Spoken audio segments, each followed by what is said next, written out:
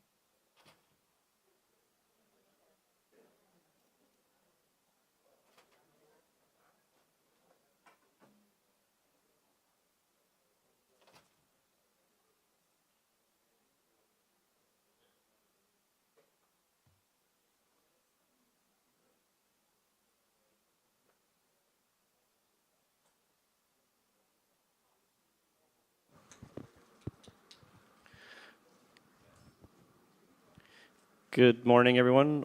We've got a couple minutes till we get started, but before we do, feel free to enjoy some of the coffee in the back, brought to you by Databricks. I believe they wanted me to call it Data Brew. If you're feeling especially caffeinated after it, feel free to tweet out to Databricks a thank you for the coffee this morning. They're not, I don't believe they're in the building with us today, but they're big fans of SCaLE and the local community here, and they wanted to help out. So thank you.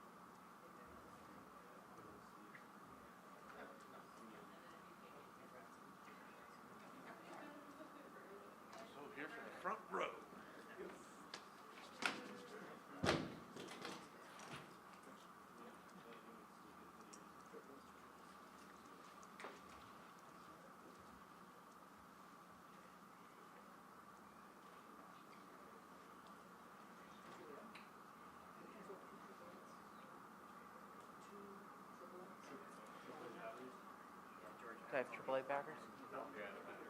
I don't. I don't have my headphone case with me, so.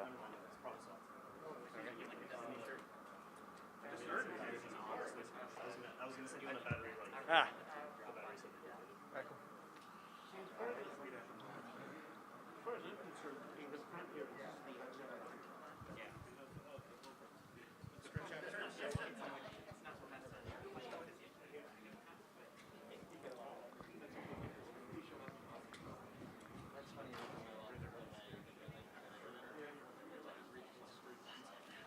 Awesome. So, less than a handful as well.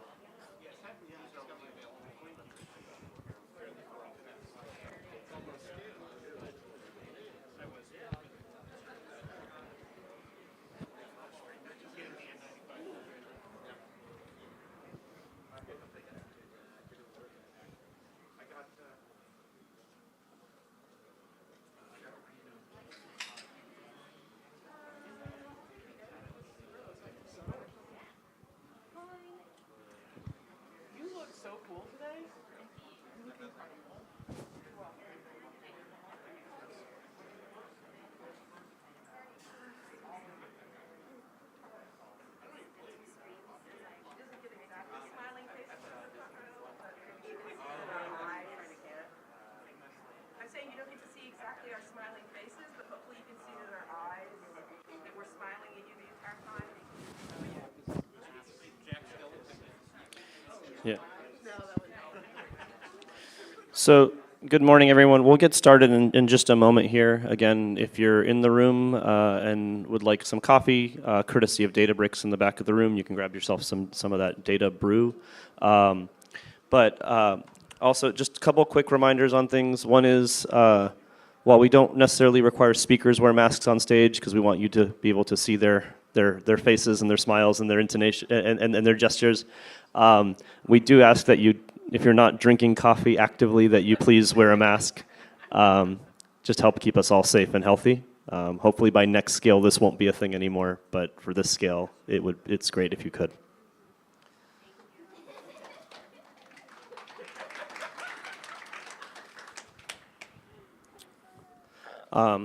Awesome. So, thanks again to everybody that came out this year. It's been the longest break we've ever had between two SCaLE conferences in the 20 years we've been running them. We started SCaLE in November 2020. I think it was November 2nd, 2020 at the USC campus 20 years ago.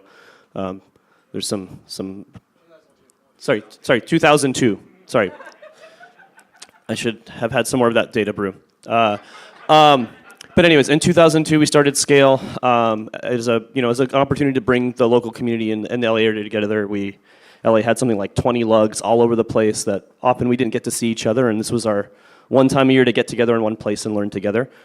We also thought it was an opportunity for us to bring in all the folks that we normally don't get to. We get to hear about them on the internet, about these amazing open source developers that didn't make it down to the LA area, and we thought, if we create a conference, they'll have to come. Doesn't work that way. Turns out it's a lot more work than just saying we have a conference, please show up. But it seemed to work out, and we've been having a good time for about 20 years. We did it every year up until, including during the launch of the pandemic, in last time we were together, and now we're back 2.5 years later.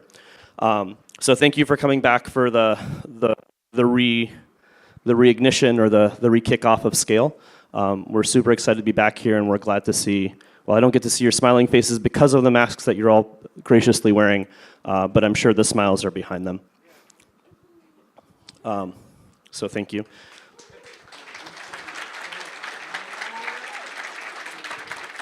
Now I have some great news for you. You don't have to wait 2.5 years for the next SCaLE. Well, I guess I don't know anything for certain, but I do know that we have signed a contract for a venue in 6 months back in our home in Pasadena, at the Pasadena Convention Center. We are very appreciative to the LAX Hilton who, when we called them in a panic back in March saying Omicron is coming up and taking over, can we please move our conference to July? And they made the space for us and welcomed us back after probably about 7 years that we had not been here. And so it's a little bit of a throwback to be here, but we're glad to be there. So March 9th through the 12th at the Pasadena Convention Center. You can mark it in your calendars right now. I think As soon as we are not tired from this event, the CFP and registration will open. My guess is probably in the next week or two. Call for volunteers. Yes. So the other thing I want to point out is that everything that you see around here is done by volunteers. Nobody does this as a day job. Usually it's a midnight to 4 a.m. job. And so if you see something that you don't like here and you'd like to make it better, much like in your favorite open source project, please come make a PR, come be part of the conversation. If you see somebody that looks tired and you want to help them out, please come volunteer to help them out. This is a conference that's put on by the community. It's not something that's put on by vendors. So again, thank you for being part of our open source family. It's really good to see you all in our annual reunion here again. And yeah, we're excited to kick off here. So just a couple administrative things. One is, remember we have game night tonight in the Plaza Ballroom. That's a great opportunity. A lot of conferences run big parties with lots of booze or and drinks and other things. We want to be family friendly. Usually there's lots of kids running around SCaLE. There's not everybody's here to just hang out at the bar. So we lots of games. We'll have a casino night. We'll have a bunch of escape rooms. There's a hotel-wide escape room / scavenger hunt that I am very curious to see how it works out. And I say that because I think Luis will do an amazing job, but the one thing about SCaLE that I don't get involved in the planning with is game night, and it's a surprise to me every time, and it's always done amazingly. So I encourage you to join for that. We've got some great sponsors behind that. There's also a live show by MC Frontalot. If you want to hear somebody rap about lots of geeky, nerdy, Linuxy things, he'll be down there as well doing a show. And then, of course, tomorrow we've got today we've got an amazing keynote in just a minute, but tomorrow we'll have 2 keynotes, which we don't get to have often. One is in the morning. We'll have Dimitris Cheatham talking from GitHub to share a little bit about how we build more inclusive communities, and that's I think a very important topic as we try to regrow and bring the SCaLE community back, but also the open source communities that you're all a part of at home. And then we'll close with Vint Cerf in the afternoon as a closing keynote. And so one of the most my favorite parts about SCaLE, beyond seeing all of you, my friends and family, is that I get to introduce some of my open source heroes on stage every year as we bring them on. And who's more of a hero than the guy that created TCP/IP? So none of us would be here for that. But with that in mind, I'm stealing much of Ava's time, and so we'll go ahead and get started here on this. So a few weeks ago, Ava and I connected on the internets, and we had a conversation, and I said, we've had an amazing year of just like insane headlines about open source, which is 20 years ago when we started SCaLE.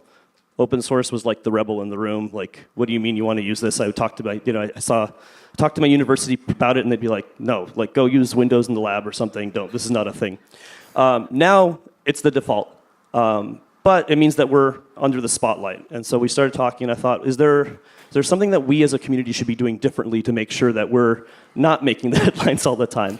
And making better headlines. Sorry? Or making better headlines. Or better headlines, yes. And Ava graciously agreed to come share with us some of their experiences and some of their thoughts on how we can improve. So with that, without further ado, I'd like to welcome Ava to SCaLE and to the SCaLE family, and they'll be sharing with us a little bit about their experiences and in open source security. So thank you, Ava. Thanks, Ivan.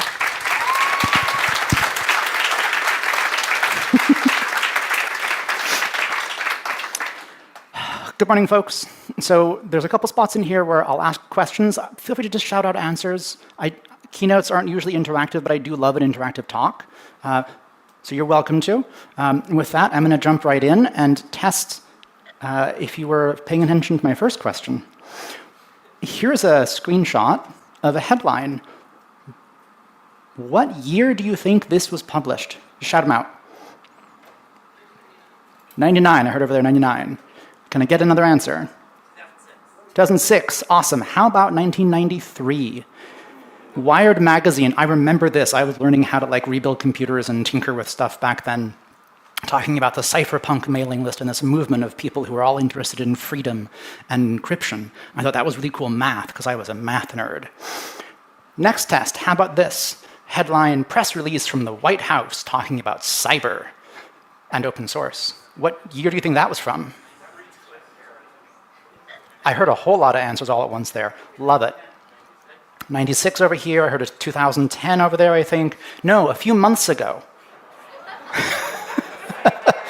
So how did we go from the cypherpunks and crypto rebels and people talking about, oh, this is, this little counterculture movement of free software geeks, to the White House cares enough about this to call press conferences after press conferences and hearings in front of Congress talking about open source supply chain security? Yes, there have been several of those just this year. Both groups of people are asking the same question, am I safe? Ultimately, I think all of us ask this question even implicitly. If I pick up my cell phone and I want to, do a transaction in my bank to pay a bill, I need to know, am I safe to do this? Is that app safe? Is my phone safe? When I get in a car, a friend was driving a automatic, almost self-driving electric car earlier this week. I'm like, well, there's a ton of software in here. Probably a lot of it's open source. Am I safe in that car? We're all asking this question. And how we answer this question when open source is everywhere is what I'd like to talk about today. Right? Open source is even on Mars. In the Ingenuity rover, there was a headline of like, Linux is on another planet. That's so cool. Yes, it is, but it belies the banal reality that open source has permeated our world on Earth. It is all around us. Studies published in the past 12 months say that 85% of all smartphones are running Android. That's open source, or based on open source, with parts of it that are. 70% of homes have a smart home device in them. Those generally all have open source in them. Lots of our cars, our light bulbs, our washing machines have open source software built into their stacks. This has necessitated government involvement, because it is part of our national supply chain, and not just for the US, for every country on Earth right now. And that necessitates a change in our approach as community leaders, as contributors, as companies invested in this. So I'm going to lay out a little bit of a timeline. I could put a million different things on this arrow of time. I've chosen a set of things to give you a picture of how these two events, 30-ish years apart, the cypherpunks and that Wired magazine and Executive Order 14028 last year on software supply chain security, how they're connected, at least in my mind. And the rest of this talk will sort of attach to elements of this timeline. So I have to go a little bit further back in history to the creation of two foundations maybe you've heard of, the Free Software Foundation and the Electronic Freedom Foundation, EFF. I'm not going to go into those too much, just to put them in temporal context. That's when they happened.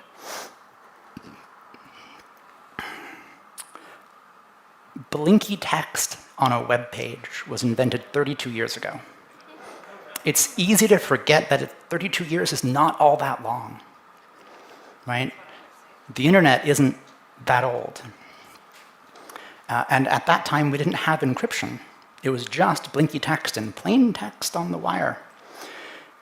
Does anybody in here remember the Bernstein v. DOJ case in '95? I see a couple hands. Heck yeah. I'm glad I'm not the only one.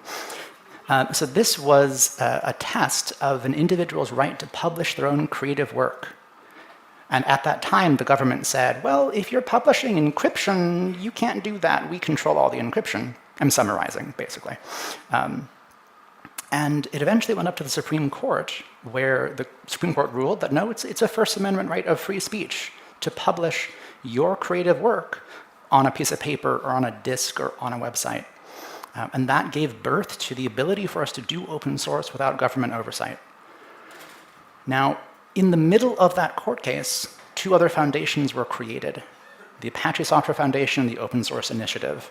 And the connection between these events is somewhere hidden in the histories of time and Supreme Court archives, but the Apache Software Foundation's itself and one of its founders actually submitted an amicus brief in this case. That same person is briefing Congress today on the same topics. So these are actually connected by the same people doing the same work. For context, '99 is also when I dropped out of college for the second time and got a job in a .com startup. Because, encryption and deniable file sharing and the internet and .com boom, I didn't need a degree. It was fun to build tech. But a little bit later, the bubble burst. Oh, yeah, Supreme Court case finally closed that year. I was tracking it because of the work I was doing. The .com bubble burst. And for about 8 years, We didn't have a lot of hype, of press around open source or technology, but it was slowly building. In '08, Sun bought MySQL for $1 billion. And it was the first time that any open source company had reached that level of financial interest and scale. And so venture capitalists and big tech industry really took notice of open. My mic just got on the back. OK.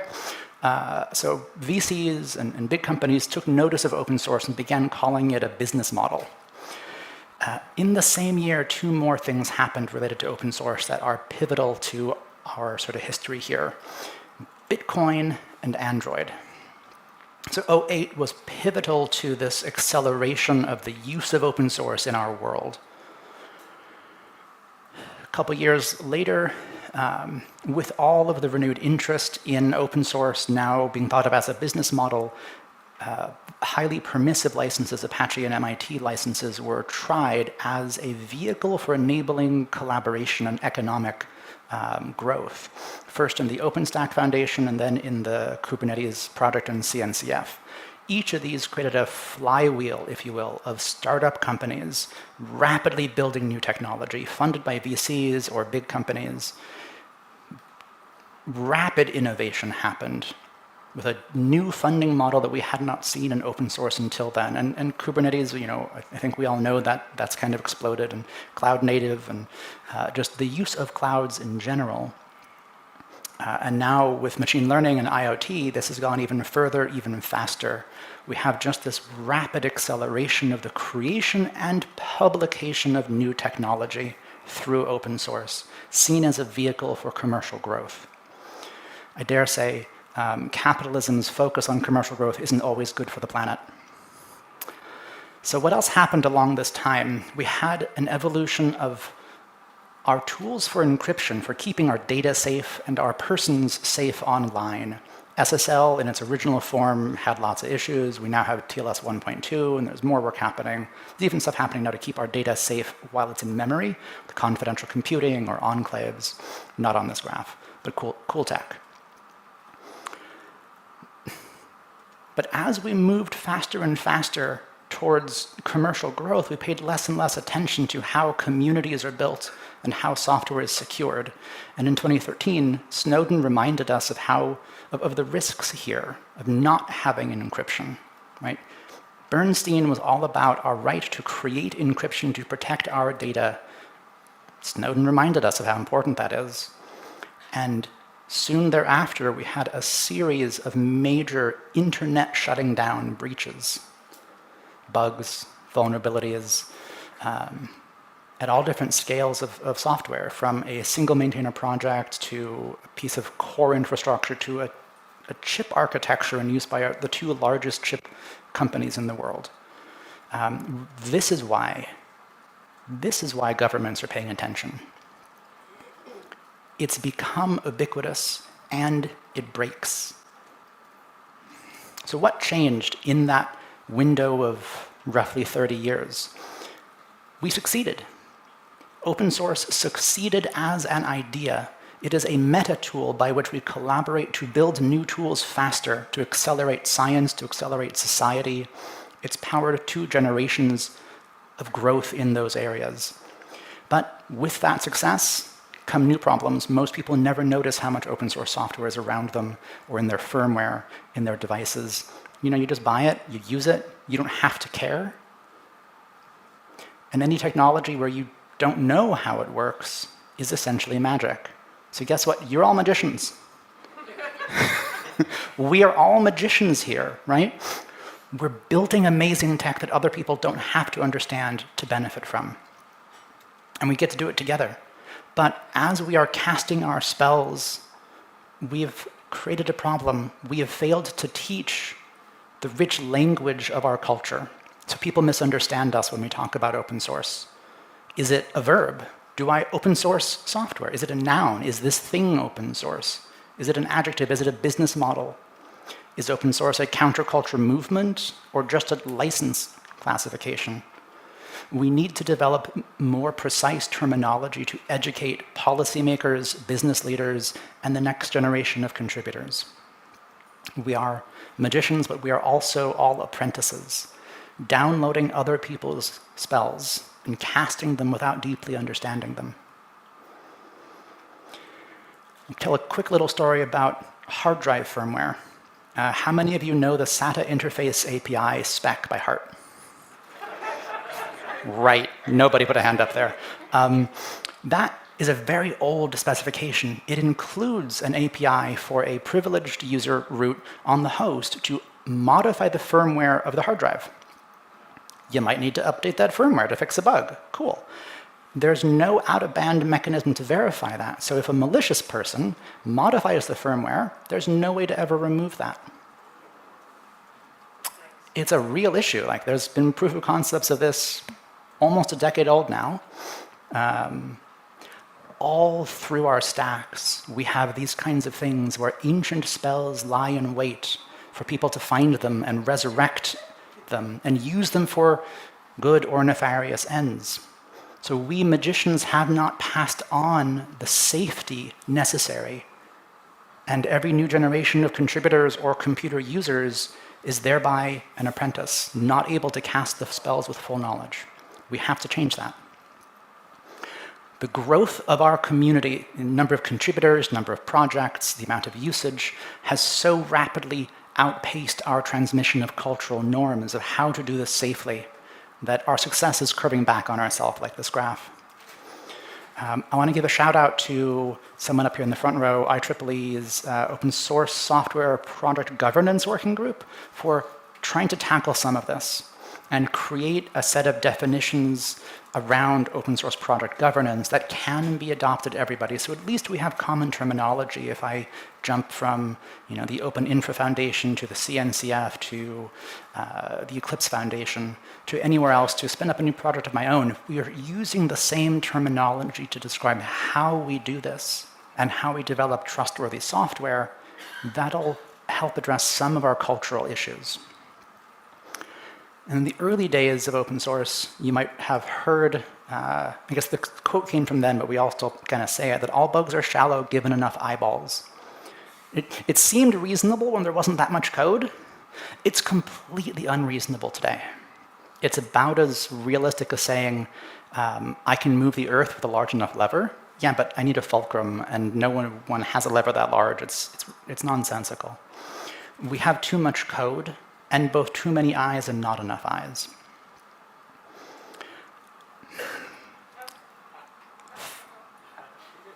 Fun stat, right? The mean contributors per project is 1.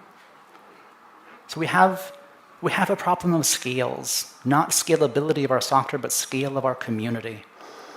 We call it all open source software or an open source community, and yet we have dozens of projects with thousands of contributors and millions of projects with just 1, 2, or 3 contributors. And yet any one of these can be considered critical software in the sense that it could break the internet. And they're all open source, but if you are part of an organization deciding what software to consume to integrate in a product, how do you pick? How do you even know? We don't have a standard way of doing that right now, of modeling trustworthiness. So, yeah, we know it's going to break. We have to accept that software will break, regardless of how many contributors it has. Now, you're probably familiar with this meme. It's a lovely XKCD comic. You might know I'm about to mention Log4j. You're right. So if Log4j is that little tiny block being developed by 3 people, I don't think they're actually in Nebraska, but that big block is Kubernetes. Do you know what they both have in common? Either one fails, all modern digital infrastructure collapses, right? Both are part of our dependency stack. So we really have a problem of different scales here. Speaking of scalability, what hasn't changed in 30 years? Human scalability. Back in the 90s, there was this anthropologist, Robin Dunbar, who studied primate social group sizes and dynamics, and he studied how primates develop trust and use that to model humans, and how humans develop trust in groups. He postulated a maximum social group size. You might have heard of Dunbar's number. he actually postulated 3 numbers, not 1. We only really talk about the first one most of the time. You might have heard 150, 220, it's in that kind of range. And this is a community, a village. You probably know everyone's name, maybe 1 or 2 details about them, like if they have a cat or their favorite type of food. You have a little bit of trust because they're not a stranger. So our primate brains go, that person's not a threat. I can look at their PR and I'm not going to assume it has malintent. The next smaller group, this is your platoon size, this is your 2 pizza box rule. These are folks where you're working towards a common shared goal, maybe on the same release team or on the same feature team. You work with them pretty regularly. And the smallest group, in military terms, that'd be your SEAL team. In open source, this might be your project leadership, your PTLs or your steering committee. These are folks who work together day after day and hopefully develop from that collaboration a deep, abiding, implicit trust. These numbers are roughly fixed in our primate brain. We can't change the size, we can't increase the size of those. But to maintain those, we have to perform the rituals of social grooming, like seeing each other in person. So Robin Dunbar, this was done in the 90s. He thought, has the internet age, has social media changed our ability to form connections and bonds of trust with each other? And so he studied that, and in 2016 published a follow-on study. It turns out the internet has not changed this. In practical terms, this reflects the fact that real as opposed to casual relationships require at least occasional face-to-face interaction, opening the door for someone, sharing a meal, shaking hands. And this is incredibly relevant to open source communities. Back when I was in OpenStack, we experimented with the pacing between our conferences. And we learned from folks in Debian and Ubuntu before us who had also done the same experiments, that after about 9 months of not having face-to-face interaction with your peers in an open source community, people tended towards less trust, less willingness to assume good intent in social interactions, and more readiness to assume harm, to get angry and grumpy or snarky. And as we fluctuated how often our conferences were, we could see that in sort of the metadata and the social vibes of the projects. Well, the pandemic has thrown all that to the wind, right? We've seen all across open source communities, and really all across the entire world, a huge degradation in our ability to trust people who aren't exactly like us or part of our tight-knit network. I'm super glad that we're having conferences again, because our ability to collaborate, it's built on trust, and we have to meet in person to be able to build and maintain those trust relationships. I need to talk for a few minutes about trust, because like the word open source, this word means different things to different people. I'm once again going to reach back in time and pull forward a definition from 29 years ago, from Dorothy Denning writing about the military's approach to purchasing systems and trustworthy systems. She said, "It is a declaration made by an observer, not a property of the observed." So when we're talking about software supply chain security, it is anti-factual to say this is trustworthy software. The correct statement is, I have measured it and I have chosen to trust it, and then I am publishing an attestation of that fact, of my measurement of its trustworthiness, or my assertion of its trustworthiness for a given purpose at a given time. Those 2 caveats are critical in how we talk about trust. Nothing is trustworthy in every sense. Not even my best friend, right? I might trust them to watch my house when I'm out of town, but maybe not, fly an airplane with me in it because they don't have a pilot's license. Right? Trust is contextual, trust is time-bounded. And when we talk about trust in a thing, like my phone or my bank or a piece of software, that is a proxy for saying I'm trusting the people responsible for maintaining it. Let's not forget that. So how do we measure the trustworthiness of an open source project? We measure the trustworthiness of the people involved in building it, and the processes that they used to build it and protect it from other actors. Security vulnerabilities are going to happen in projects large and small. Fact of life. Given that, what kind of systems might we use to gauge the trustworthiness at both ends of the spectrum, the big and the small? For this, I want to connect two more concepts: the 4 opens and the 4 freedoms. So the 4 opens were formulated again in the OpenStack community about 7 years ago now, though the seeds came from previous communities. And it's used in a couple others. These are basically that the software itself must be open source. So the code is available under an OSI license. That the design process and the design documentation also must be open. So people can learn what the software does, how it works, not just by reading the source code, but also by reading design docs. And they can participate in evolving that. That the development process of creating and evolving the software is also open, public, and transparent, so people can become part of shaping the growth of that software. It's not just someone else maintaining it opaquely and throwing it over a wall. And lastly, that the community itself is open, that its governance structure is documented, is measurable, is public. These build trust. So the 4 freedoms, reaching back in time, originally from the 90s, I think it was 2, and then finally 4 freedoms in the early aughts. The freedom to run software, right? However, wherever you want to. The freedom to share it with your friends, to study it, read the source code and change it, recompile it, and then share your innovations. That's the foundation of free software and open source. But these go hand in hand. The 4 opens describe how we build it together to make it trustworthy, and the 4 freedoms define what you as an individual can do with it. I think every one of us should have the right to fix our hardware, to modify our software, to have that sense of ownership and autonomy over the tools, digital and physical, in our world. That itself is an incredibly powerful innovation. However, when many individuals collaborate with the goal of building trustworthy software, that and that output becomes part of public infrastructure, there is a hefty responsibility that comes with that. I snuck these in last night. Let's talk through a couple examples real quick. Does everyone remember Heartbleed? Yes.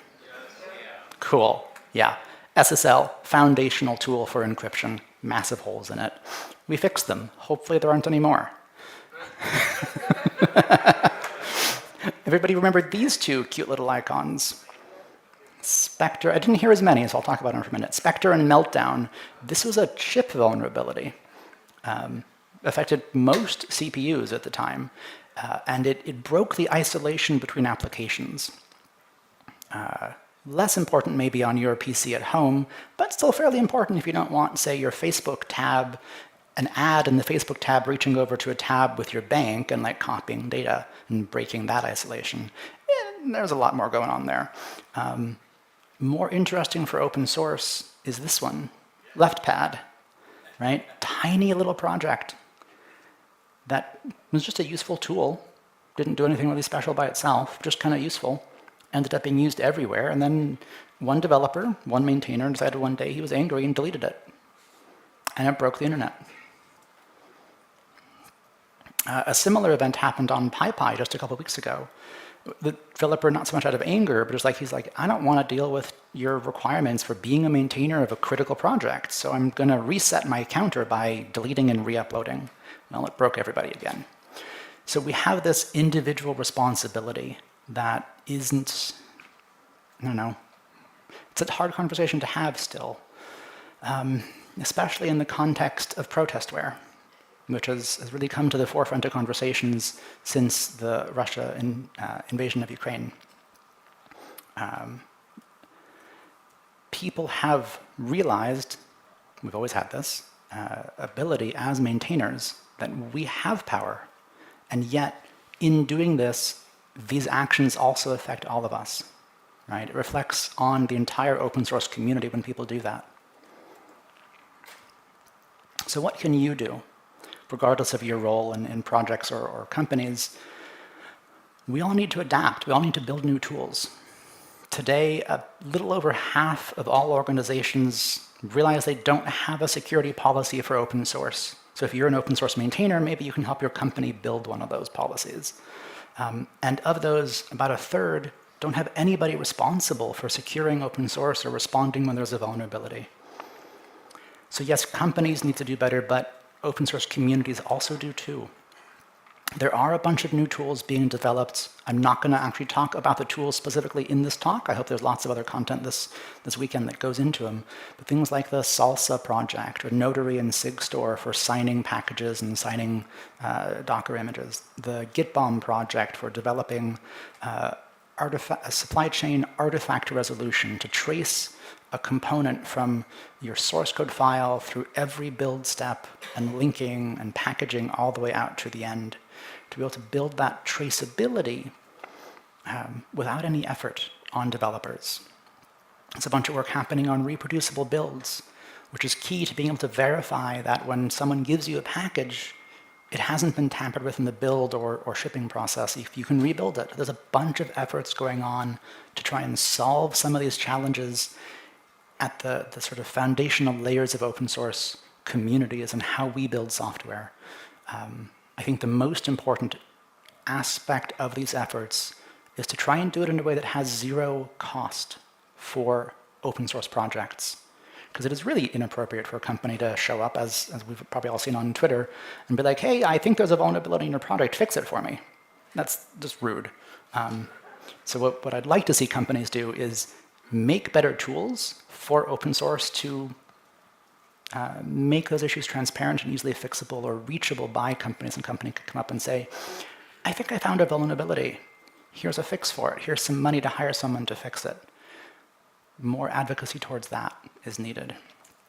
As individuals, if your project becomes super popular or used in something really popular, then you have a responsibility to act with the knowledge that your actions affect others and reflect on all of us. Don't be the weak link, right? Protect yourself, protect your code, protect your computer. Please do use 2FA, it helps. SMS isn't a audio check? Okay. SMS is not a very good two-factor auth mode. It's pretty easy to spoof that. Get a token, they're cheap. Some projects, companies are giving away two-factor auth tokens pretty regularly. And lastly, try not to work alone. I know lots of us, myself included, are single maintainers of open source projects. It's kind of cool. It's fun. But if that project becomes picked up by a critical project, a big project, then you have a responsibility to not be the weak link, the only person. I'm actually quite serious about this. You are, sorry to say, a potential vector for hostile actors to compromise large software packages indirectly through the small dependencies that you maintain. So your responsibility is to help secure those, even if you're the only maintainer on it.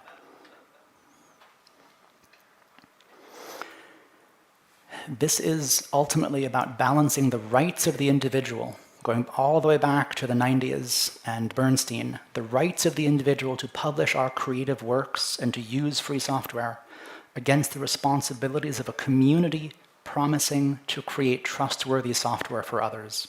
That is now part of global infrastructure. It's a balance there. There isn't a single answer and a single solution, but be mindful of that. Because we have all felt the risk of single maintainer projects, and the risk is not just coming from the lottery problem.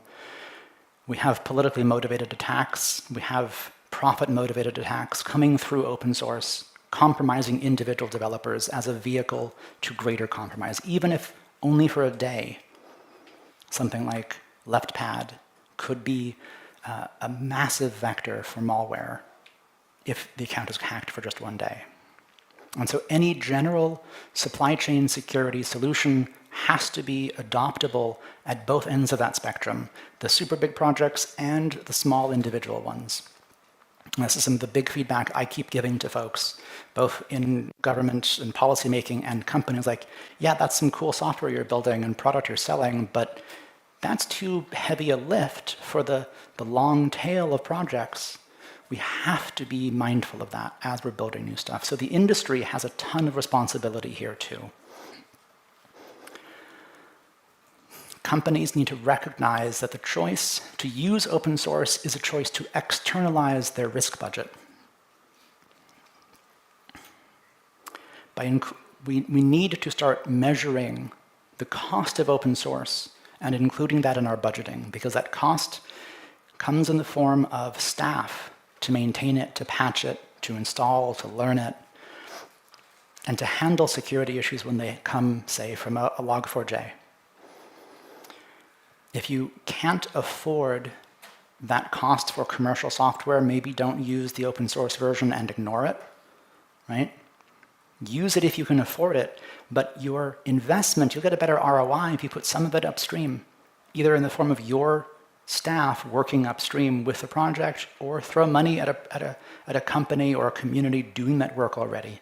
So you are benefiting downstream, take responsibility for it. Also, the industry should really align our incentives to the long term. Don't build open source as a quick sales cycle and then abandon it once it's adopted.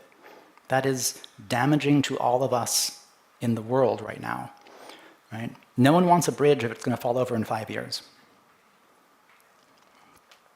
And consider the ethical implications of things before you publish them. Today, from government on down to social media, companies are faced with the challenge of deepfakes and rapidly trying to build new tools to detect and counteract deepfakes. Deepfakes are the result of publishing machine learning as open source. Right? It wasn't the original intent of image classifiers or NLP, natural language processing. It wasn't the original intent, but it is a side effect of giving the world this tool for free and people making changes to it. And that is now a tool for phishing attacks, for fake news and propaganda that is going to be very hard for society to deal with. So when you build the next really amazing, cool invention in open source, consider the impact of publishing it. What will someone else do with it that might not be what you intended? I'm going to leave you with a couple closing thoughts. And I think we'll have some time for questions, maybe. A little bit, yeah. Demographics are changing in the US and in many other parts of the world. The diversity in the next generation is so much higher, right? Gender and racial diversity. So if you want your open source community to continue growing and have new developers, younger generations coming in, you need to make it a space that is safe. You can do this by not just writing a code of conduct and posting it on GitHub, but actually developing a practice to handle consent incidents, sexual harassment, bullying, cyberbullying within your community. Build that muscle in the team, in your culture, because it happens. And it's far too often swept under the rug and people just leave. So if your project is not welcoming, is not a safe space, the next generation of contributors are going to go somewhere else. You don't want that. You want to be welcoming. And lastly, I'm going to borrow a phrase from one of my favorite magazines, Aeon, that humans are the ape that automates. Right? We are primates, but we build tools, and we teach those tools to other people that stores like energy, like muscle energy, going back to like how to create a fire, how to use a bow, how to use tools to dig and farm, to today, open source. The printing press was a tool that enabled the rapid iteration of ideas and the rapid sharing at a scale never before seen. The creation of the printing press laid the foundation, I believe, for public education and for massive societal change, government, organizational change. Now, open source lets us iterate on a different kind of tool. A tool that is not just ideas, but that directly reshapes our world. Any one of us can write an algorithm or a piece of software and have it running on millions of devices the same day. We can design a new component, the model for a 3D printer, and people on the other side of the world can print it tonight. Right? All of this has happened through open source software and our culture of knowledge sharing. That is reshaping society today. And governments are responding. They have to. There are bills in front of Congress right now to require software bills of materials, to require regulations around use of software in different ways. There are bills trying to change how we encrypt and transmit data online. Government is responding. We all have a responsibility to move forward together on this, respectful of how society will change as a result of our actions. And it's an incredible work we do. We are magicians, and that comes with responsibility. Thank you.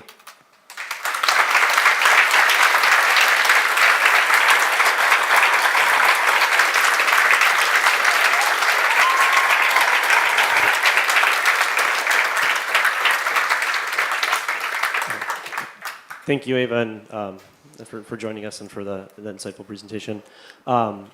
There's as Ava mentioned, we have a bit of time for some Q&A. So if you have a question or a thought about some of what we heard today, I'm happy to bring a mic by and we'll see if we can answer it. Cool.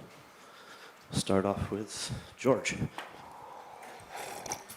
Can you give us a little bit of color on the economic disparity? I'll give you an example where it's like the PyPy situation where it's like, hey, we should probably, try to secure critical projects, but then as open source maintainers, we're talking about burnout, volunteer time. Mm-hmm. But if you look at the economic dependencies of just PyPy alone, there's the economics. Can you help make sense of that for me? I wish I could. You're right. There's a huge disparity. I don't think the PyPy maintainers are comfortable with me sharing their operational costs, but simply running PyPy itself is incredibly expensive. It is funded through a donation of cloud resources, compute, storage, network bandwidth, that is immense. It's public infrastructure, essentially, in my view. And so there are discussions before Congress right now of how to classify certain types of open source work as public infrastructure and thus fund it by the government. That might be a way to balance this. I don't know yet. We're trying to figure all that out. But you're totally right. There's a huge disparity between a bunch of volunteers who build cool stuff and then companies build amazing products with it, but the revenue doesn't flow back. And that disparity is part of what's created the situation. Yeah. I saw some hands back there.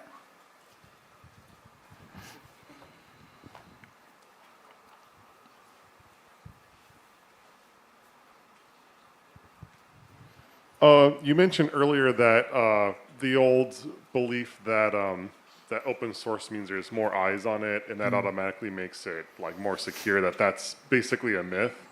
But I'm just wondering, do we know, is there good data to show, like, is there, all else being equal, is there a difference in terms of software quality between open source and closed source? Is there still, can we still say there's an advantage, even if that old idea is a myth? I think there are two clear advantages. One, when issues or bugs or vulnerabilities are found, people are empowered to fix them, right? That cannot be understated. And the second is some open source, and this goes to there's a huge spectrum of things we call open source. I can't say all open source is more secure than all closed source. That axiom doesn't work at this scale. But some open source projects have implemented community-led policies that result in much more secure software. For example, requiring multi-party review for every commit, and not just 2 people, but 2 people or 3 people from different companies. So there's a check and balance there to prevent any singular actor from sneaking in something bad, or having gated CI systems with essentially production quality testing before merging code, so the main line is always operable. There's a lot more as well, that can result, if a community follows those best practices in very robust software. Doesn't mean it's going to be free of bugs, but the quality bar is very high. And of course, lots of open source on the other end of the spectrum where projects don't follow that, and who knows how good they are. Hello, thank you for your talk. I'm curious what your thoughts are on how we communicate the way we trust to organizations, I'm thinking specifically government. Reason being is I just recently dealt with a government entity, and they're like, we need these builds to be done in the US. And I'm got a long-term contributor I trust who's in France who does those builds, and so I trust them. But the government entity, of course, didn't because they want to trust someone in the US. So how do we communicate our trust model to those types of organizations? Excellent question. I suspect the answer is you don't. You follow, it's the government, you do what they're asking. Like, if they're saying this must be built in the US, on US soil, on hardware that is sourced from US manufacturers only, operated by US citizens only, as an example, hypothetically, those are just requirements from the government. They're not going to listen and be like, oh, trust the thing built over there. Like, can't do that. There are requirements in federal procurement as well around this. So, yeah. Question over there. It can only run so quickly. So you basically detailed how it took about 40 years for us to get to a point where we started to really face the things that we could see as inevitable. Mm-hmm. You know, just a few years into a lot of these things. Yeah. It seems like we're in the same situation when it comes to the open source nature of research in the biological, pathogen world. Mm. And, do we have 40 years to figure out all these same processes in that space? One of the things that keeps me up at night is knowing how much open source biology is out there now and how easy it is for lots of people to walk into a lab and print invented brand new deadly pathogens because of open source bioprinting technology. No, we don't have 40 years to figure out how to solve this.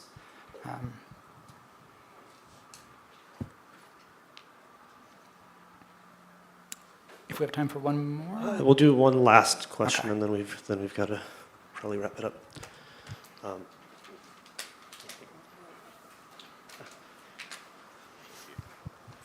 So you talked a little bit about what the Congress is doing, which I didn't know, but fundamentally this seems like a worldwide international issue. So do you know of any efforts addressed at that level?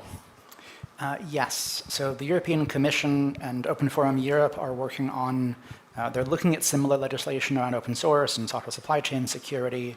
The UK is looking at stuff as well in terms of cybersecurity in general and privacy online. Both India and Japan have passed things recently, bills in that space. I think they're tailing US and Europe a little bit.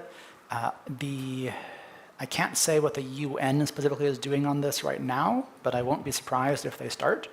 Certainly the Atlantic Council, sort of a cross-Atlantic political advisory body, advocacy body, has picked this thread up and is starting to advise policymakers on both sides of the Atlantic about it.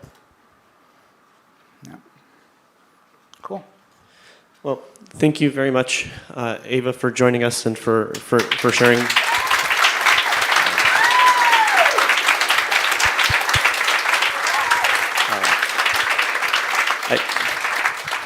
I think all of this will be super impactful on not just us as users and operators of open source in our companies and with our employers, but as how we develop and release and participate. And so thank you very much for joining us and for joining the SCaLE family. I don't have the jersey for you today. It's okay.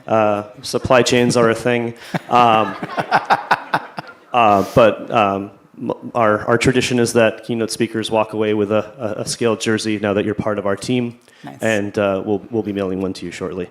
But with that, thank you again, and we'll proceed with the rest of SCaLE today. Again, things that you might want to check out as you're wrapping up today. We've got the expo floor open downstairs. If there was a fireman's pole through the center of this room, I believe you would land right in it. Please go by, say hi to our sponsors and our community booths, and thank them for their support and their time. SCaLE wouldn't be possible without them. If you see somebody in a SCaLE jersey or a SCaLE safety orange T-shirt, thank them for the network and for all of the other infrastructure around the show. That's again entirely volunteer driven.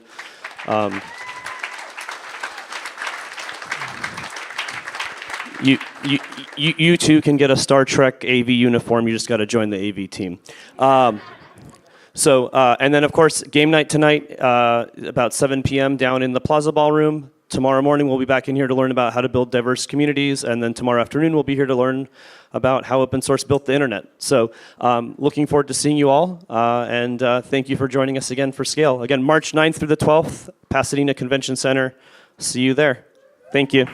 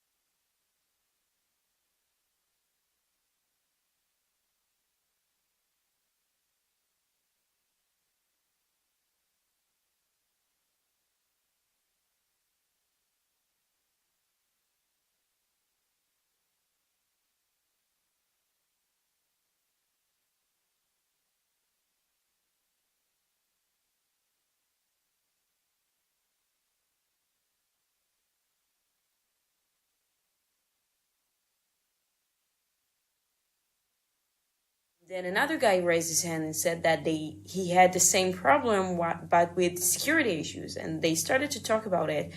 And after a while, another guy raised his hand and said that he don't know where to put all the Kubernetes misconfiguration resources, because if you put it in the application repository, then all the developers might mess it up and he don't know what to do. And they kept talking about the developers and those developers and what to do with the developers who don't know and the developers that don't understand.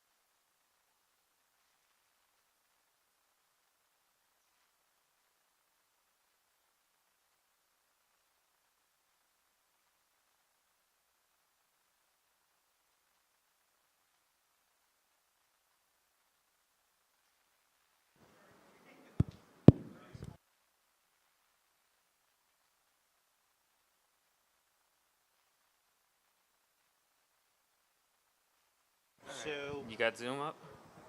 Except that the call isn't scheduled to start yet. No, but like if you can just get me to your Zoom startup window, we can do tests just from Oh, really? a setup panel. Oh, test computer audio. Okay. Yeah.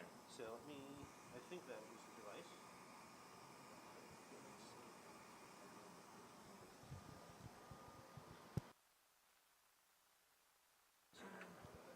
That's speaker, microphone. We'll do. What's the mic? Yeah, no, wait, that's PCM 200 audio codec. So codec.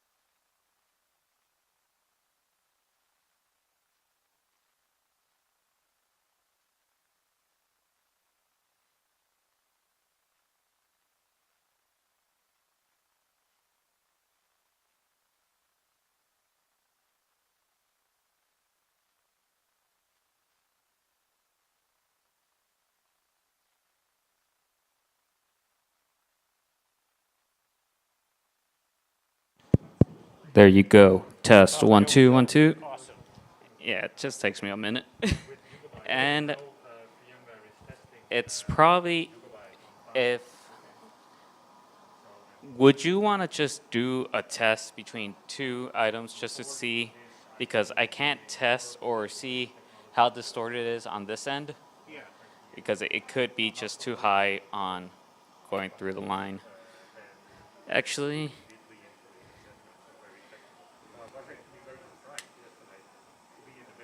oh, this is speaker and headphones. All right, cool. Test 1 2 1 2 test.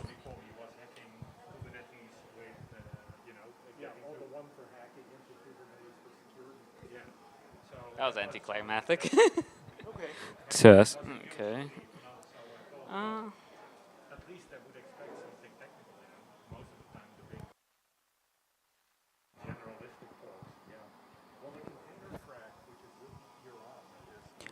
Okay.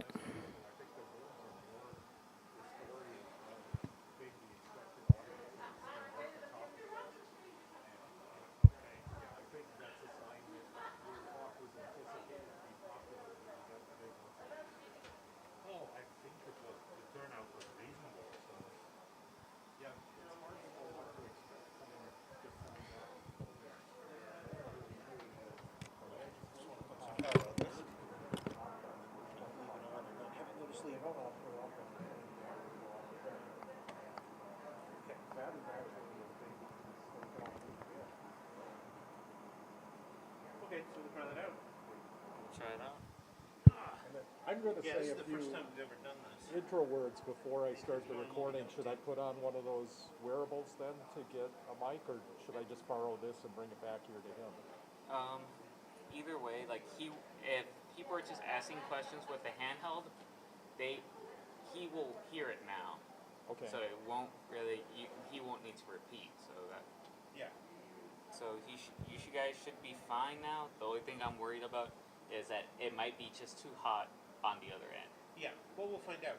I guess what I intend to do, unless somebody talks me off the ledge, is I'll click open that Zoom link after the recording stops, and then I'll turn the laptop around because then the camera will actually show the room, and I'll leave the mic off. Are we getting? Okay, so we're not getting the sound out on this one. No, it's not bad. Yeah. Sound out's gonna come out from back. Like the return from him is gonna come from that computer. Okay. Okay. So, And I'm gonna- so the question is, which mic should we use for one of us to introduce the talk? Any of them. Okay. How about if I borrow this mic? Not those. Oh. Just any of the ones that are on the Yeah, I'll put one camera. on. Anyone that's up there. Okay. Yeah.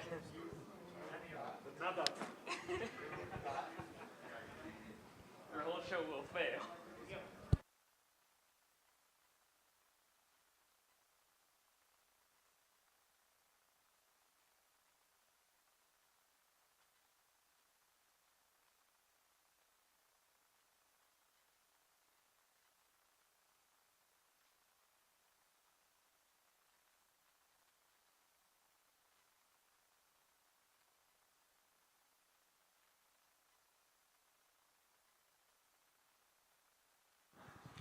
And here's another.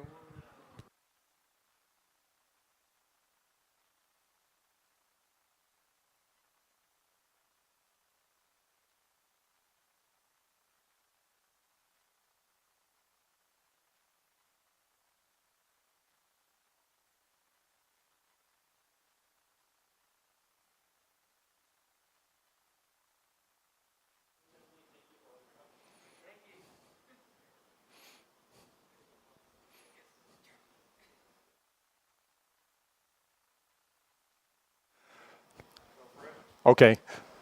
Just curious, why do they all say 3915? Is that the frequency or something else? No, it's a property number. Okay, got it.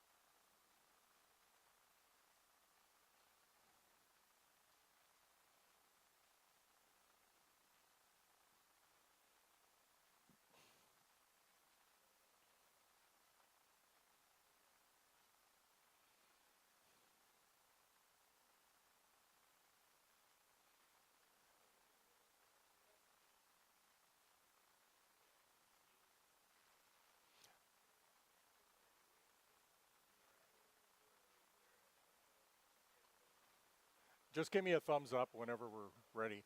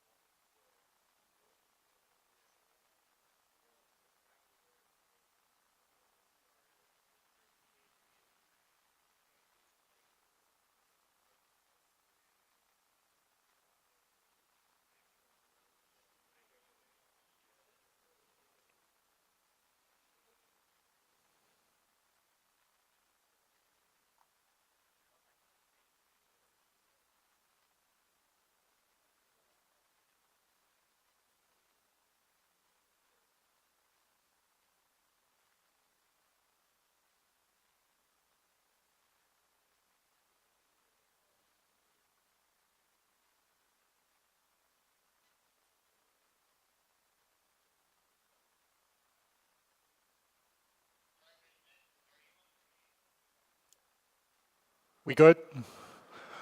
Hi, welcome to the Cloud Native track as we start the day at SCaLE on July the 30th, 2022. Our opening session is a great and interesting one on what's been learned from 100 plus Kubernetes postmortems. The speakers unfortunately couldn't be with us today, but they will be present for a live Q&A over a remote Zoom link. However, I'm going to start this as a recorded presentation just because we wanted to minimize the exposure to conference Wi-Fi feeding video from a remote site overseas. So I'm going to kick off the video in just a minute. One thing I'd advise you of is this video was recorded at another meetup, a Flux meetup. So if you see a few captions on there that say Flux meetup, you're still in the right place. Don't worry about it. So with that said, let me introduce via recording Noah Barkey and Shimon Toltz. Hi, everybody. Thank you so much for being with me today. Thank you so much for coming. Today, we're going to talk about one of my favorite topics, which is what we've learned from 100 plus Kubernetes failure stories. But the story behind this talk actually began a long time ago. One day, my dear friend Niv, who is also a colleague and DevOps engineer in the company that I work for, has invited me to join him to a meetup. And I said, yeah, sure, sounds fun. What's the meetup? And he said, I don't remember, something about Flux, definitely GitOps. And well, first of all, he totally had me at GitOps. I mean, come on. But there still was a small problem though.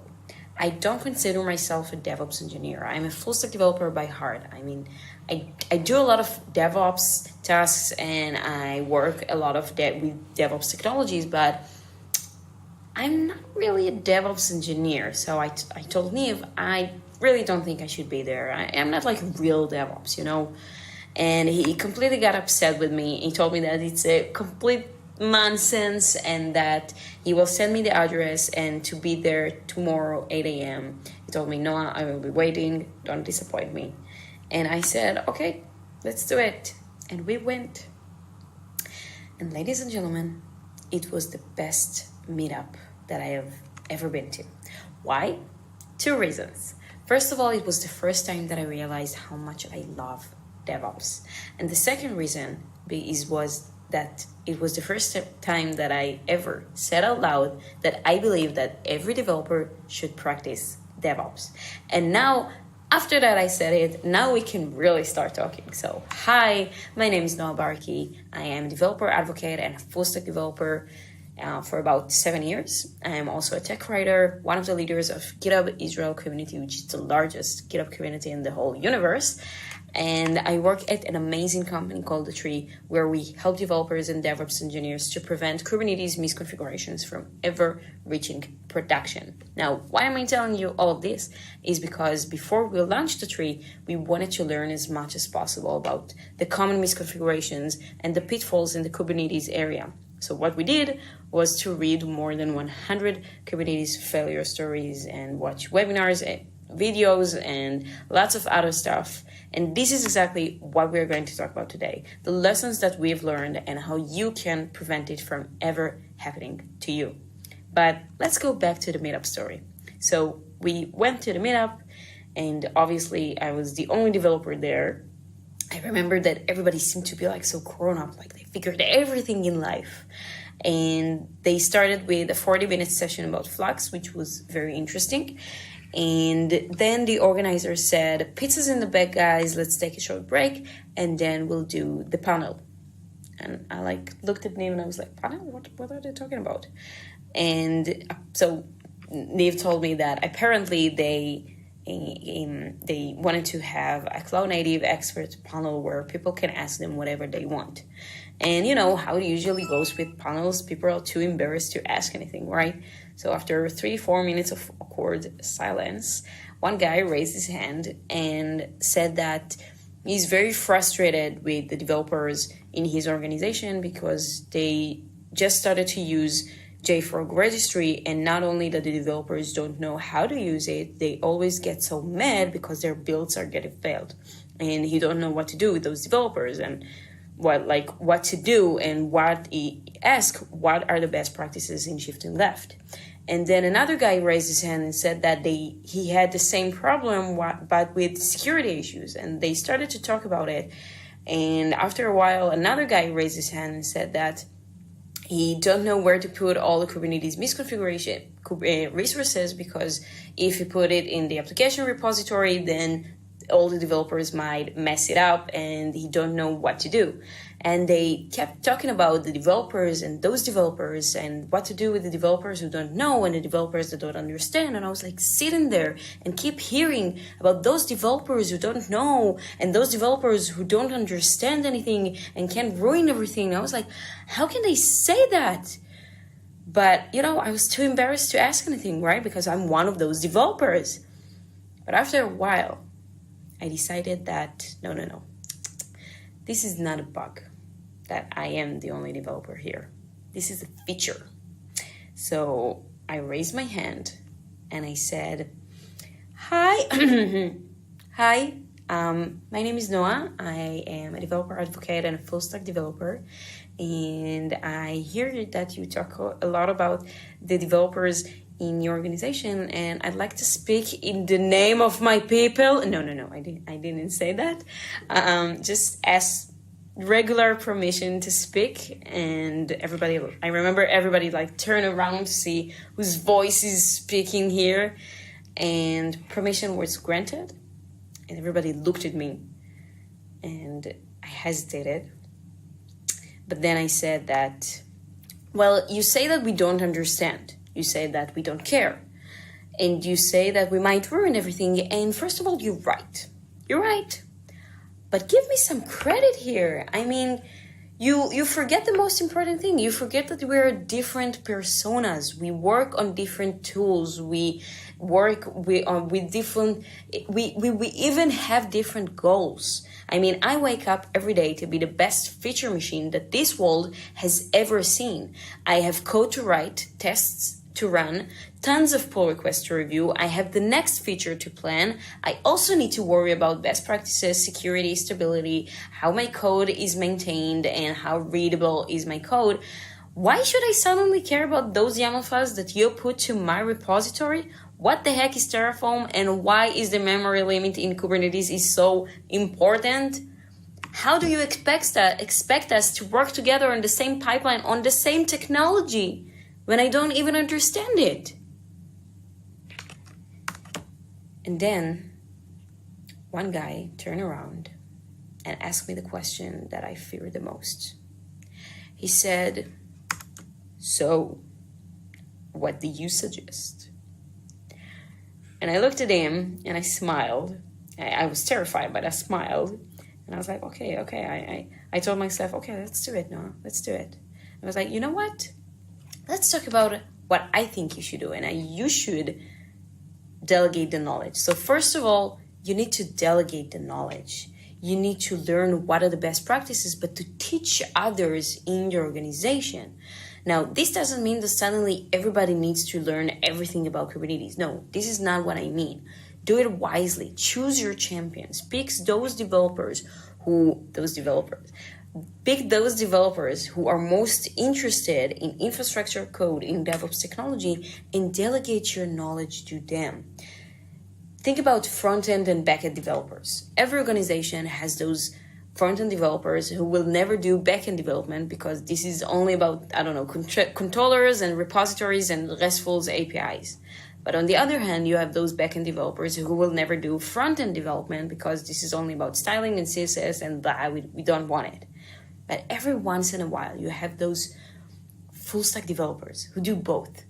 This is the kind of developers that you look for, the developers who wants to do both, because they are sort of like the ambassador in the front end and the back end development. And if you delegate your DevOps knowledge to them, they can become your ambassador in all the development teams.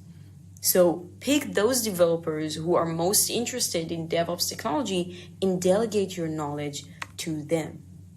And then they will be your ambassador and they will delegate the knowledge to the rest of the developers in the team.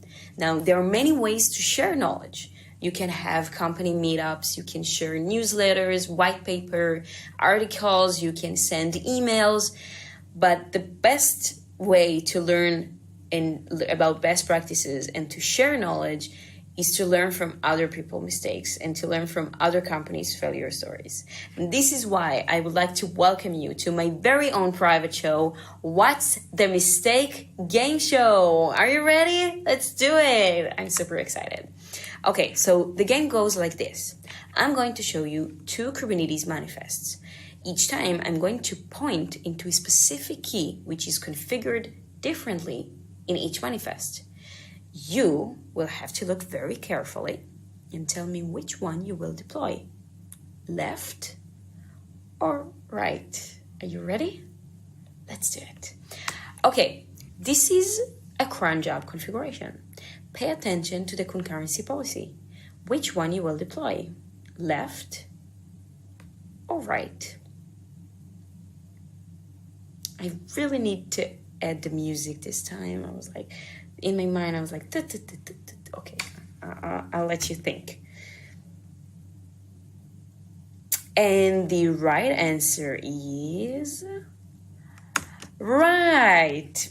We always want to make sure that we set the concurrency policy either forbid or to replace. And the reason why is because when we set it to allow, whenever the cron job will get failed, it will not replace the previous one. And this is something that happened to Target. They had one failing cron job that created thousands of pods that were constantly restarting. And not only that, it took their cluster down, but it also cost them a lot of money. But let's move to the next failure story. This is another cron job configuration, and once again, pay attention to the concurrency policy. Which one you will deploy, left or right?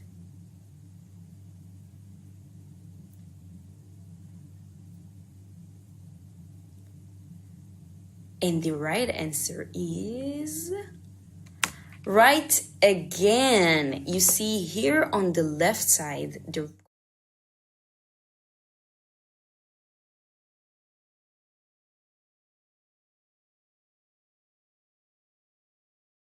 Zalando is an online fashion company with over 6,000 employees. It's a big company, guys. And what they did is that they actually used the correct configuration. However, they placed it incorrectly in their YAML. So not only that it took their API server down, it obviously cost them a lot of money because they had a downtime. So yeah, very, very, very sad story. Let's move forward to the last question. This is a very innocent pod, and pay attention to the containers. Which one you will deploy? Left or right?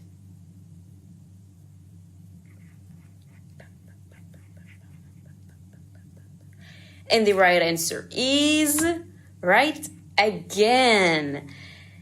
You see here on the, let me go back. Here on the left side, we don't have any limit. We don't have any memory limit. And this is something that happened to Blue Metador. They had one pod that served third-party application. It was Sumo Logic application, if I remember correctly. And because they didn't add the memory limit, nothing basically stopped from those pods to take up all the memory, and though those containers were memory hogs, so they basically took all the memory in the node, which it took their API server down with out-of-memory issues. Very sad story. Blue Metador was a small startup company then, and I believe that right now they are much larger, but it was very tragic for them. And you see, Target, Zalando, Blue Metador, they aren't the only companies who suffered from these pretty innocent mistake, if you think about it. I'm talking about big companies. I'm talking about Google, Spotify, Airbnb, Datadog, Toyota, Prezi, lots of other companies that share their own Kubernetes failure stories. And not only that, I highly encourage you to learn from these companies' failure stories, because it will inspire you to think about other use cases and other edge cases that you probably didn't experience. But it will force you to ask yourself the ultimate question, which is, how can I make sure it will never happen to me? And this question is very important because it forces you to think about what are the workloads in your organization, what are the requirements for your workloads, and what is the security and the stability that you want for your production, and how you can achieve that. And the answer is best practices enforcement, policy enforcement. But before we talk about and we deep dive how to start with policy enforcement, I want to talk about the most important thing, which is to start small. And I see a lot of companies that tend to forget to do that, which is to take it in small steps. Don't drop on everybody gigantic policy restrictions in one day. Don't drop on everybody policy enforcement in one day. Do it gradually. Pick one team. Take that team as your pilot team. Have a meeting. Make sure that everybody understands why you do what you do, why right now, what is the scope of this enforcement, and gradually add more policies to the process, add more teams to the enforcement, and this, like with small steps, add the policy enforcement to the entire organization. Now, I believe in two things. I believe in shift left, and I believe in GitOps. I believe that every Kubernetes manifest should be handled exactly the same as your source code, and that as soon as you identify a mistake, the less it might take your production down. It's a fact.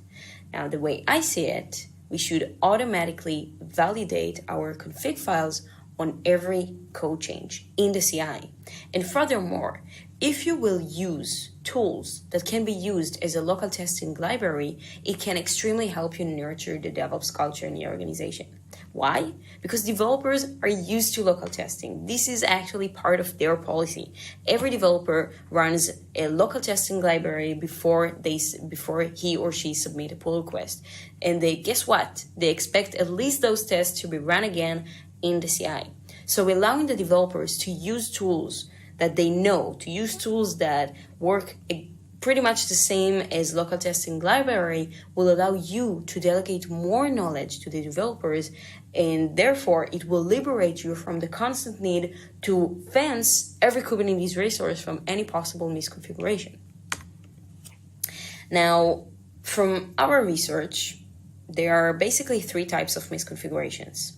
we usually have the syntax errors, which kind of combines all the mistakes that happen because we accidentally submitted an invalid YAML file or a Kubernetes resource with invalid schema. And I know that it may sound very basic, but you'd be surprised to know how many companies share their failure stories because they accidentally submitted invalid Kubernetes resource. Zalando is one story. Another of one of my favorite stories is about Skyscanner, and they accidentally deleted 2 of their Helm chart curly braces. So they basically had they deleted all their services, and they had 1 corrupted namespace, and they had 5 hours of production downtime. So it happens. The next type of misconfiguration is what I like to call knowledge issues. And because the thing about Kubernetes is that it kind of combines everybody in the R&D department. You have the developers, you have DevOps, you have security, you may have machine learning engineers, you have ITs. You have a lot of different personas that need suddenly to work on Kubernetes, on one technology. And the absurd is that only the DevOps engineer usually know what are the best practices and how to actually use Kubernetes. And Kubernetes is like a cockpit stand. You have a lot of buttons and a lot of default configurations that in most cases are not suitable for you, and you need to learn what is the most suitable configuration for you and whether or not to use the default configuration. And we usually lack the knowledge. So most of the misconfigurations and the failure stories that I see are related to knowledge issues gaps, because we have a lot of different personas that don't know how to use Kubernetes and what are the best practices. And the next type of misconfiguration is what I like to call team alignment, because learning about best practices in the industry is not enough. You also need to worry and to make sure that you are aligned with your teammates, that you are aligned with the best practices and the internal best practices in your organization. And I'm talking about things like using a private registry for your images, or setting a specific amount of limits for your workflows or in jobs and tasks and other stuff.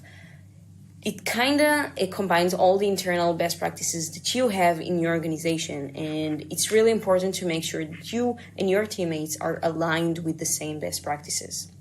Now that we have these types of misconfigurations, let's review them one by one to see how we can enforce and make sure that none of these are happening to us. So starting with the syntax errors, we want to make sure that our resources are valid. And the first thing that we want to do is to verify our file format. Whether we use JSON, YAML, XML, Docker file, we can make sure that our file format is valid. And one of the tools that I really recommend you to use is the YQ, which is a portable CLI YAML processor. It's very easy to use. It's open source, of course, and I highly recommend you to try it.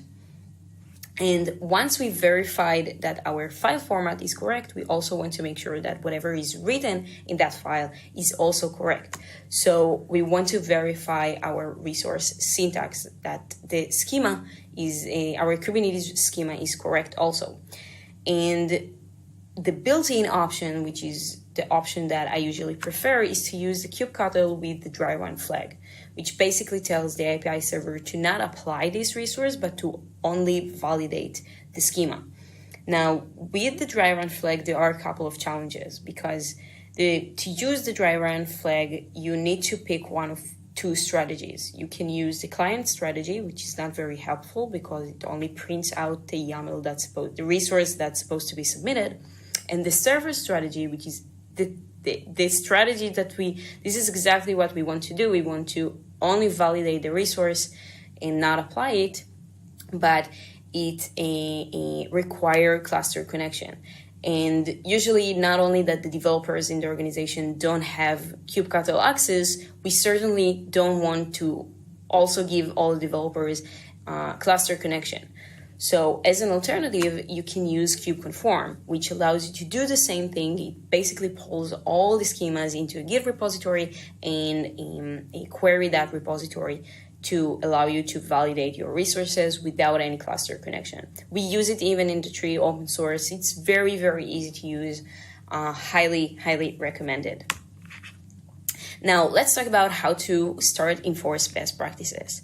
And the first thing that you need to do is to define the policies that you want to enforce. Whether you want to make sure that every container has a memory limit, or that every cron job has a deadline, or that you set the liveness and the readiness or the startup probes for your containers. Maybe you want to make sure that you use your private registry for your Docker images, or that you use digest jazz.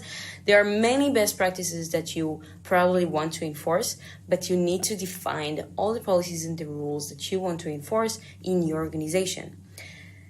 And most importantly, you need to think about where in the pipeline you want to distribute and enforce your policies. And this is a very important question, because where you will decide to do that might affect your entire organization.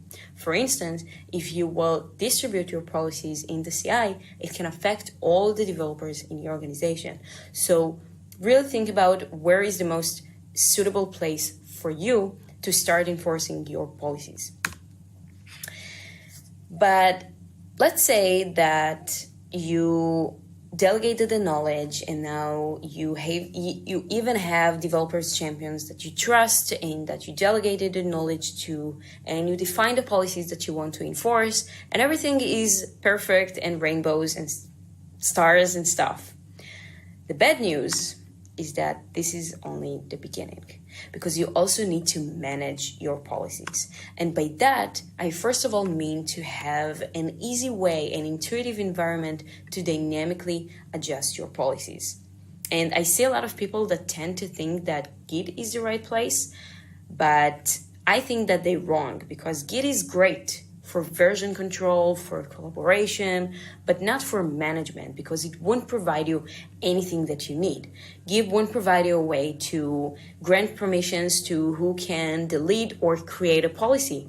Git won't provide you a way to see which policies are being used in practice in all your organization, in all your CI/CD pipelines, in all your services.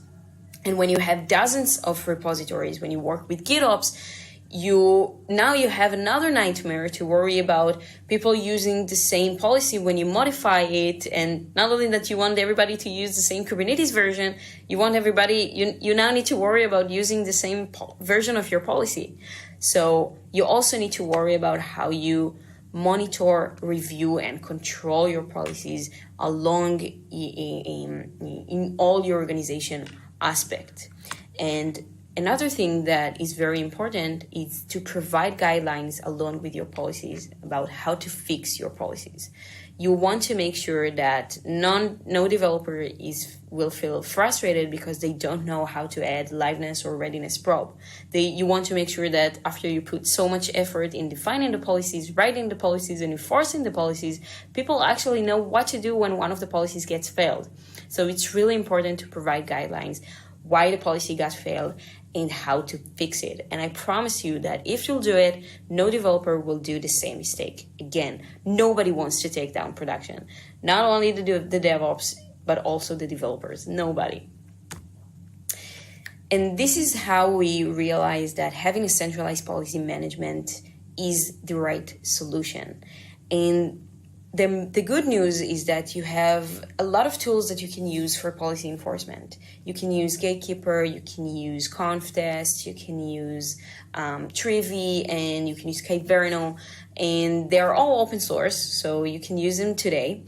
But the tool that I want to talk about is the tree, and to show you how we believe in the tree is the right way to enforce your policies and to prevent misconfigurations from reaching your production. So what is the tree? The tree prevents misconfigurations in Kubernetes. Misconfigurations such as liveness probe, readiness probe, memory limits, digest jazz, security, best practices, and lots of other stuff. And the tree is integrated in all your CI/CD pipelines in your organization.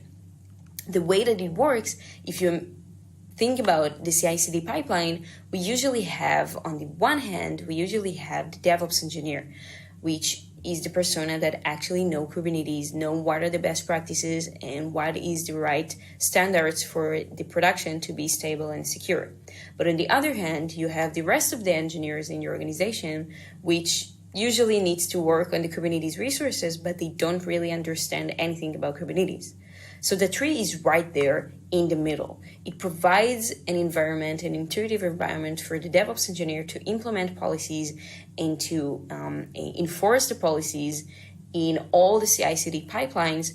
On the other hand, it provides a CLI that the developers can use to scan the resources in the code, on the local machine, in the CI, or as a pre-commit hook, and to validate their resources on every code change and automatically in the CI.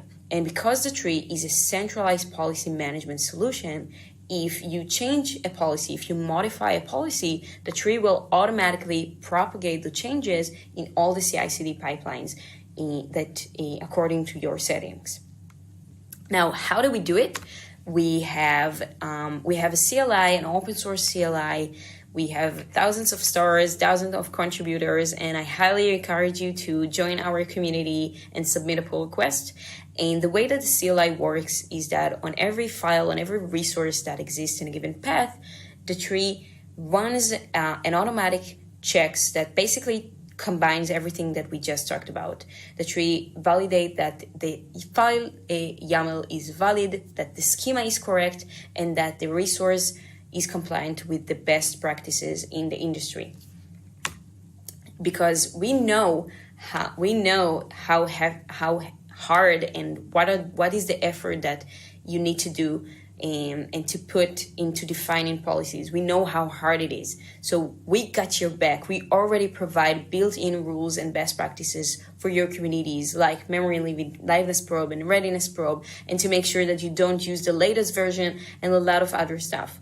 We already provided built-in the CLI, so you can basically plug and play it. To use the CLI, you basically need to install it on your machine. It's a basic code command, and then simply scan your resources with the tree test and the path of all the files and the resources that you want to test. And yeah, that's basically it. And I'm very excited to share with you that we just released our webhook in the cluster, so we integrated in the cluster as well. So on every resource that you apply to the cluster, the tree can scan it, and if it's not compliant with the best practices, the tree can enforce that resource and to deny it from being applied to the cluster. To use the webhook, you basically just need to install it on your cluster. It's an admission controller. It's the admission webhook that integrated to Kubernetes with the admission webhook admission controller API. And all the policies and the rules can be dynamically adjusted in our dashboard application. They're all written in JSON schema. And to sum up, I highly encourage you to start, I really hope and highly encourage you to think about what are the policies that you want to enforce in your organization. How do you want to do the shift left in your organization? Thank you so much for listening. Bye-bye. And then Noah's going to join us remotely over Zoom for live Q&A. So give me 30 seconds while I set that up.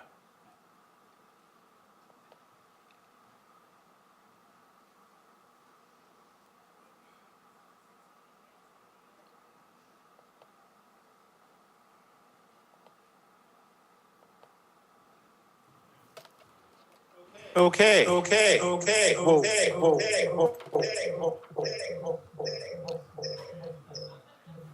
Sorry about that.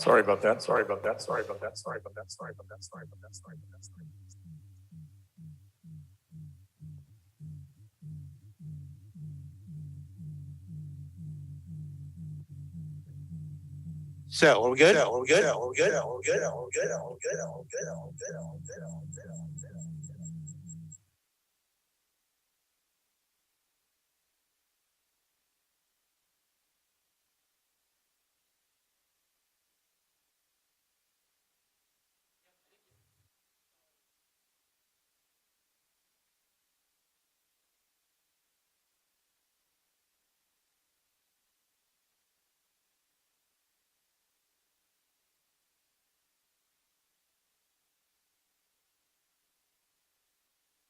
Okay.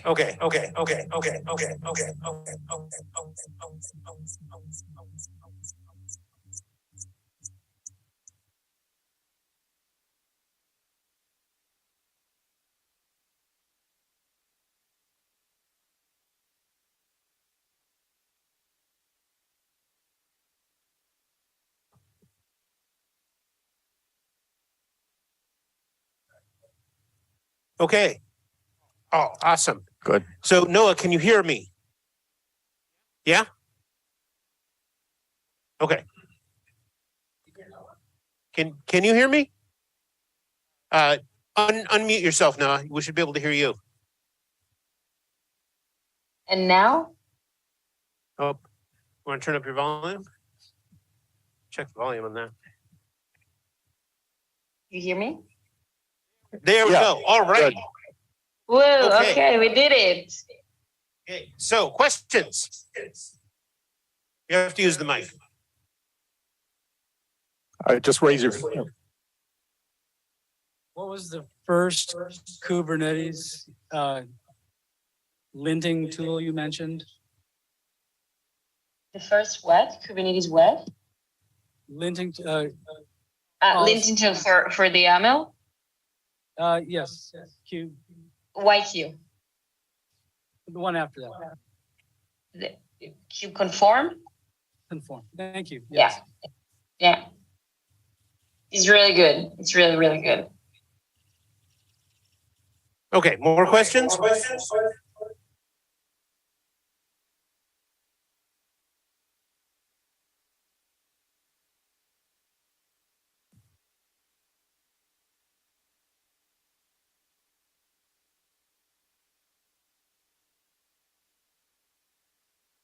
I don't have a question, but I just want to say your presentation was amazing.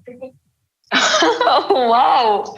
Oh, wow. Thank you. As Wow. a Thank you backend very much. developer, I feel like I better understood Kubernetes. Thank you very much.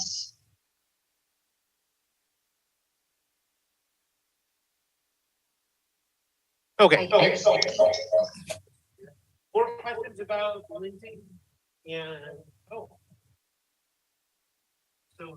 a different mic is picking me up. That's what I'm not.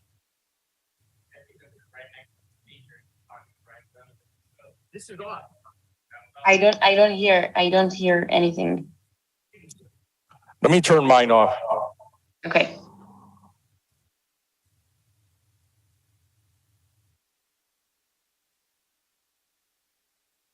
Hi. You mentioned that tree CLI tool Yeah. for do linting and as a check-in. Does it work with Helm charts? Yes. We have a Helm plugin where you can install and use it with Helm chart. And so, yeah.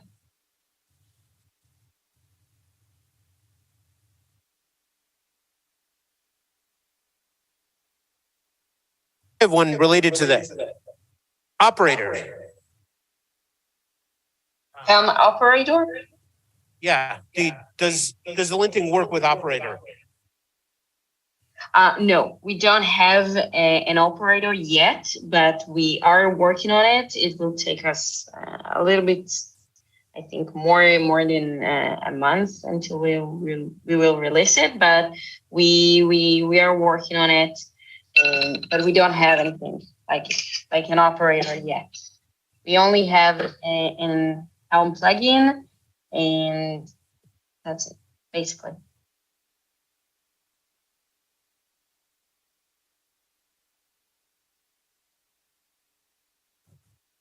I won, Josh.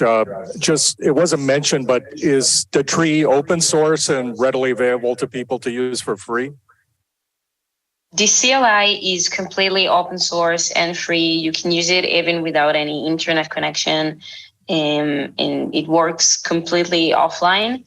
And the webhook is connected to our SaaS application. It's also an open source. All the code is out there and exposed in the Git repo. and it's completely free to small teams with 2 nodes on cluster. But if you have more than 2 nodes, then you'll have to pay. And you can see all the pricing in our website.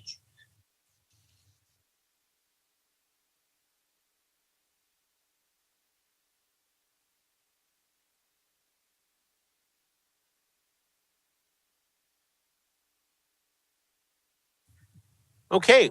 Well, thank you very much for participating in SCaLE's first ever remote presentation. Thank you very much, everybody, for joining me. It was a pleasure. Thank you. Bye-bye.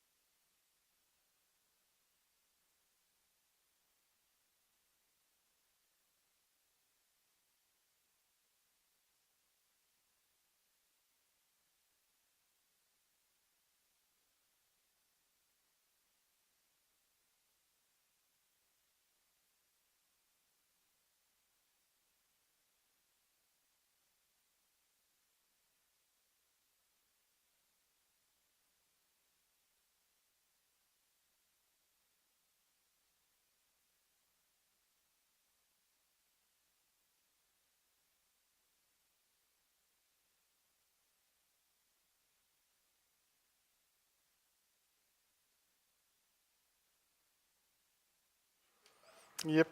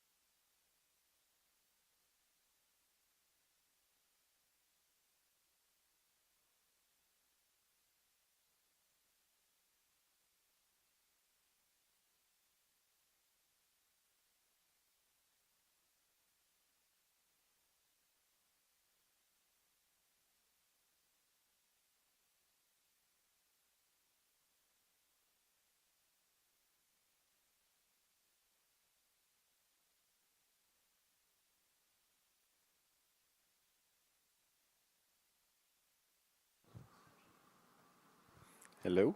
Yay. Hello, everyone. Welcome to the Cloud Native track. We now have JJ Asgar. He's going to be talking about migrating a monolith to cloud native and the stumbling blocks that you don't know. I am personally excited about this because I've had to deal with multiple migrations from monoliths to some sort of cloud native stack. So curious what you've gone through that I have as well. Take it away. Thank you. Wow, that's louder than I was expecting it to be. Hey, everybody. My name is JJ, as you said, JJ Asgar. I'm a developer advocate for IBM Cloud and IBM. I don't know what that means. That's fine. No, it doesn't matter anymore. I really do have the email address of awesome@ibm.com. And if you know anything about IBM, that's pretty impressive. IBM is famous for atrocious email addresses. So when I figured out how to do that, I can tell that story later if you want. But it's pretty. I'm proud of it. So I have an hour to tell a story here. Normally I target about 45 minutes for this talk, but I've been told that I'm a quote-unquote whiteboard presenter. I have spent many a year going to conferences, and I've spent many thousands of dollars going to conferences, and I have fallen asleep at presentations. So my goal for this talk for y'all is, by the way, I'm a Texan, so I say y'all. My goal for y'all is to gain something, learn something, ask questions. We are here all to learn something because either you're moving towards going to cloud native, you're on your cloud native journey, or hell, you don't even know what you're doing, and honestly, you're here to learn as much as you can. So never hesitate to raise your hand. never hesitate to just shoot out a question. I also stream, so I'm used to being, what is computer, JJ? When I'm like deep in playing around with Python or whatever. So, I'm good at pivoting. But let's actually get to the talk. So your company has finally decided to move to cloud native, the cloud native ecosystem. You've landed on containerization as your first step. Seems pretty reasonable. You've heard all you need to do was containerize your first app, and then push it to Kubernetes or OpenShift, Nomad, one of those things, and the cost savings will just come. You've done this, and well, honestly, things just haven't gone as planned. Some of the tech didn't do what you were expecting, and wait, what do you mean our OpEx just went up? Simply said, the promise of containerization or migrating the cloud native ecosystem can be a lie if you don't do your homework. Sadly, most companies just don't. And in this talk, I'll explain a few gotchas that a few enterprises in the guise of Asgard Labs hit moving towards this cloud native world. And hopefully you'll learn from their mistakes. So when you take your trip down this path, you'll either be more comfortable or at least closer to that promise. Everyone knows what Docker is, right? So if I start saying Docker, how about who doesn't know what Docker is? How about raise your hand?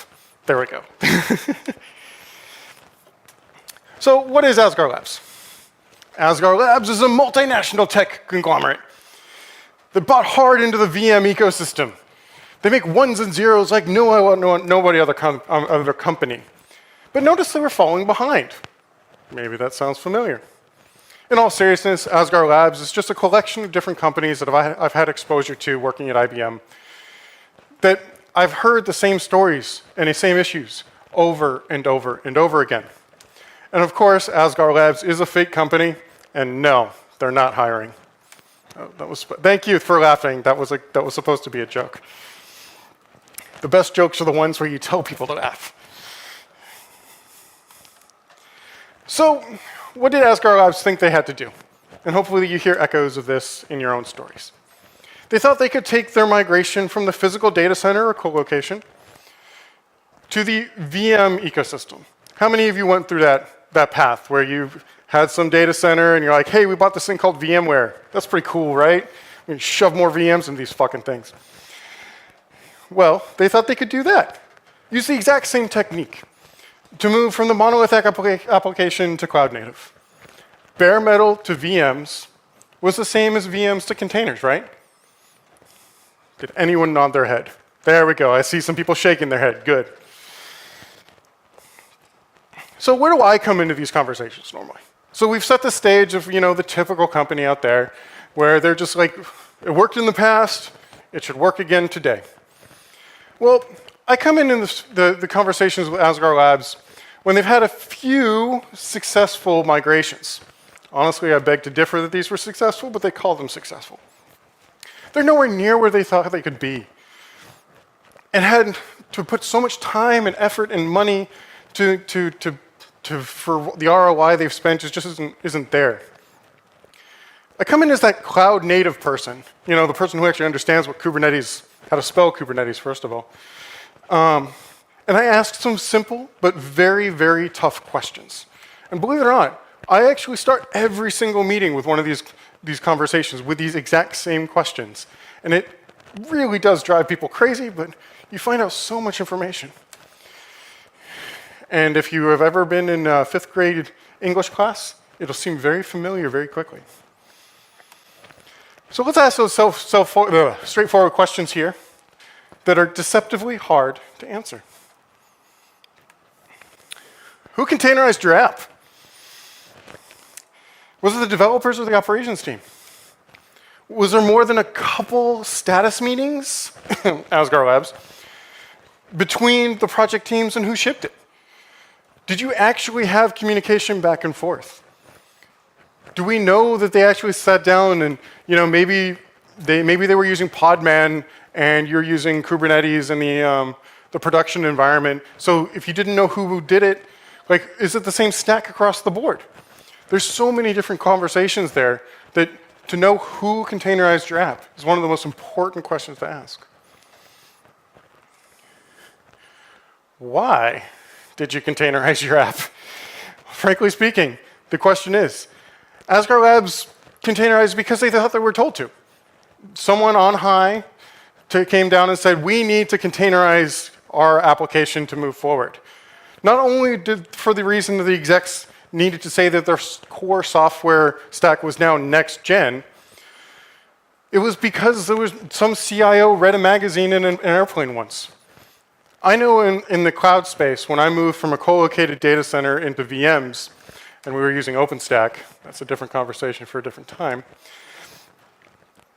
we were forced to move to OpenStack because the CEO of the company I was at the time, they wanted to say that they could hire the new talent because they are now cloudy. That is such a weird and consistent mirror now for other companies moving from VMs to OpenShift or Kubernetes or Nomad or the cloud native ecosystem because they want to pull in the new talent. And what does the new talent know or want to learn is cloud native. So they want to say they're next gen. But if that's the reason why you're doing it, there's a much larger conversation to have. Where did you deploy? Where are you planning on deploying your containerized application? The spurs from the conversation is the cloud you're using because of choice or an ELA. Who does not know an ELA is? Enterprise License Agreement. There is a certain company out there that might have a word processor and a spreadsheet system that we might all know, and I've seen actually some of the computers here at a Linux conference, which is kind of weird. Different conversation for a different time. But they give you free credits to their cloud when you buy their software that help you write documents or spreadsheets.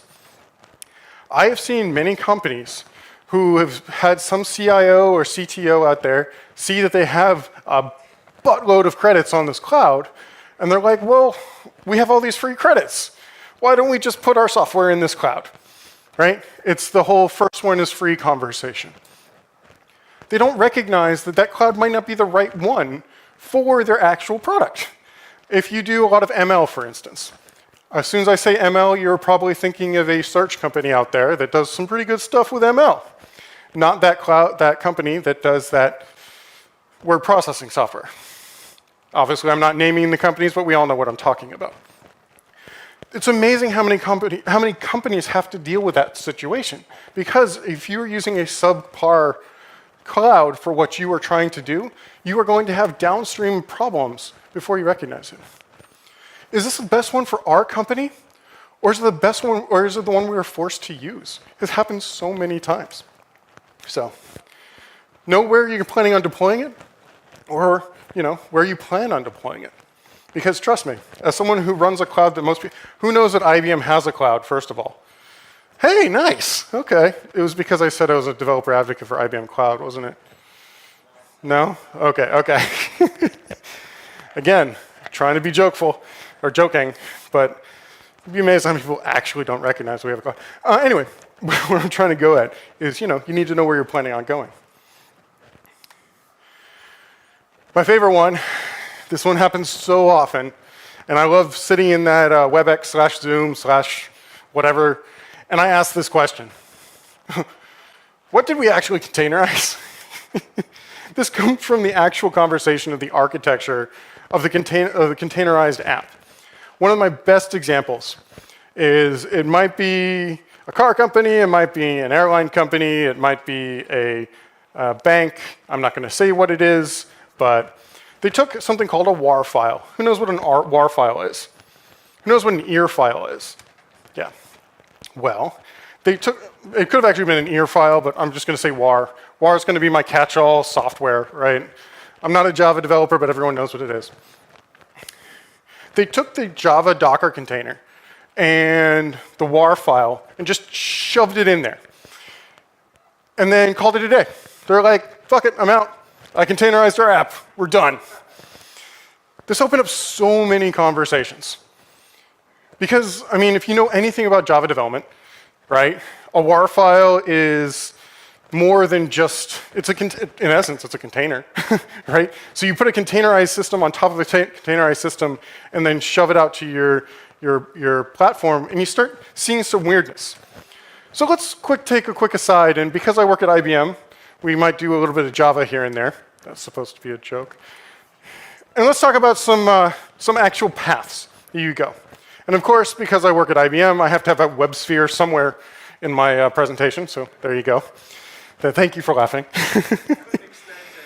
Yeah, exactly. See, man after my own heart right here. So let's talk about replatforming first. And that was what they were doing, right? So they had some legacy application, and they shoved that into the Open Liberty and migrated to Kubernetes or OpenShift. You should be using OpenShift, not Kubernetes, OpenShift. But that's it, right? So that's basically taking your application, turning it into a Docker container, and then pushing it out. Seems pretty reasonable. It's amazing how many companies just stop right here. Back to that story about shoving the ear file in there.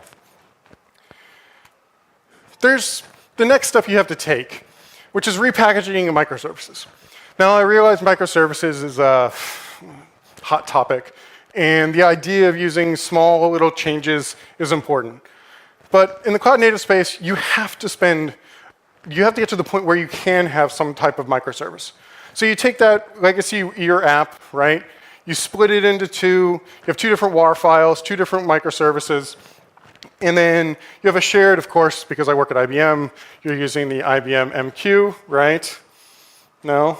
Does anyone even know what that is? Okay. Thank you.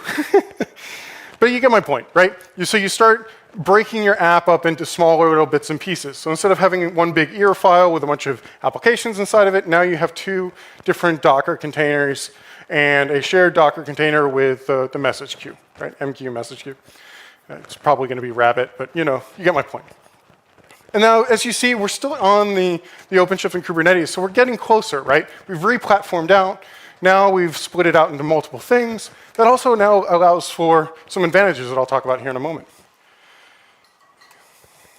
Now, as you get deeper and deeper, and again, this is a path, right? Like you're going to have to continually go down this. This doesn't happen overnight. You have to come to something called the Strangler Pattern. Who does not know what the Strangler Pattern is? Oh, okay, cool. Well, it sounds exactly like what you assume. You're going to find some throat to choke and strangle. No, I'm kidding. I'm kidding. Again, my jokes are just not landing today. The idea of a Strangler Pattern is to slowly but surely take those microservices and make them even smaller. So you start shaving off functions and systems around it. So you get smaller and smaller and smaller entities of running your application. So as you see here, the web app and microservices, you've broken out your database, of course, and now you're starting to get even smaller and smaller microservices. A horrible example, but one of the only best ones I can come up with is, we all know about like buying stuff on a web store, right? So we've on, what is it? Black Friday here in the US. I'm assuming most of us are from the US, so I'm gonna make some US idioms. I've made that mistake in the past in other countries, and it's amazing how many stoic faces I see because they're like, what the fuck are you talking about, JJ? Anyway. Point being is everybody gets a receipt after you make some purchase online, right? Well, if you needed to do a return on that, they need to do some type of OCR, optic. Thank you, character. Yeah, thank you. It's amazing how many times I tell the story and I still don't know the name. But the beauty of it is you got to do some level of that. Well, on Black Friday, right, you're going to have a bunch of these coming in. The idea is that if you have the OCR system already built inside your application, the idea is to spin off that little bit as its own little service, own little function, or whatever, and then run it side by side, so then you can have smaller and smaller services. This could be a website, this could be whatever. The idea is to get smaller and smaller so you strangle things down to the most essence it can be, so then all of a sudden everything is in microservices. So instead of just like one big WAR file, now you have a bunch of little different services. Does that make sense? Have I lost anyone? No, it doesn't make sense? It does? Okay, good, thank you. You were going like, no. And I was like, oh, okay, start over. So you get the point, right? The idea is to get refactor and bring it back down. I didn't even mention the word refactor till now because you're going to refactor your application. What is a Strangler pattern but breaking up your application into smaller and smaller bits, right? Like you have to refactor. And that scares a lot of people, but that's the way it is. So I didn't really touch on this as much as I should have, but let's actually talk about the architectural advantages and disadvantages of going down this path. The first thing simply said, velocity. If you go down the path of cloud native, you will get higher velocity for your business.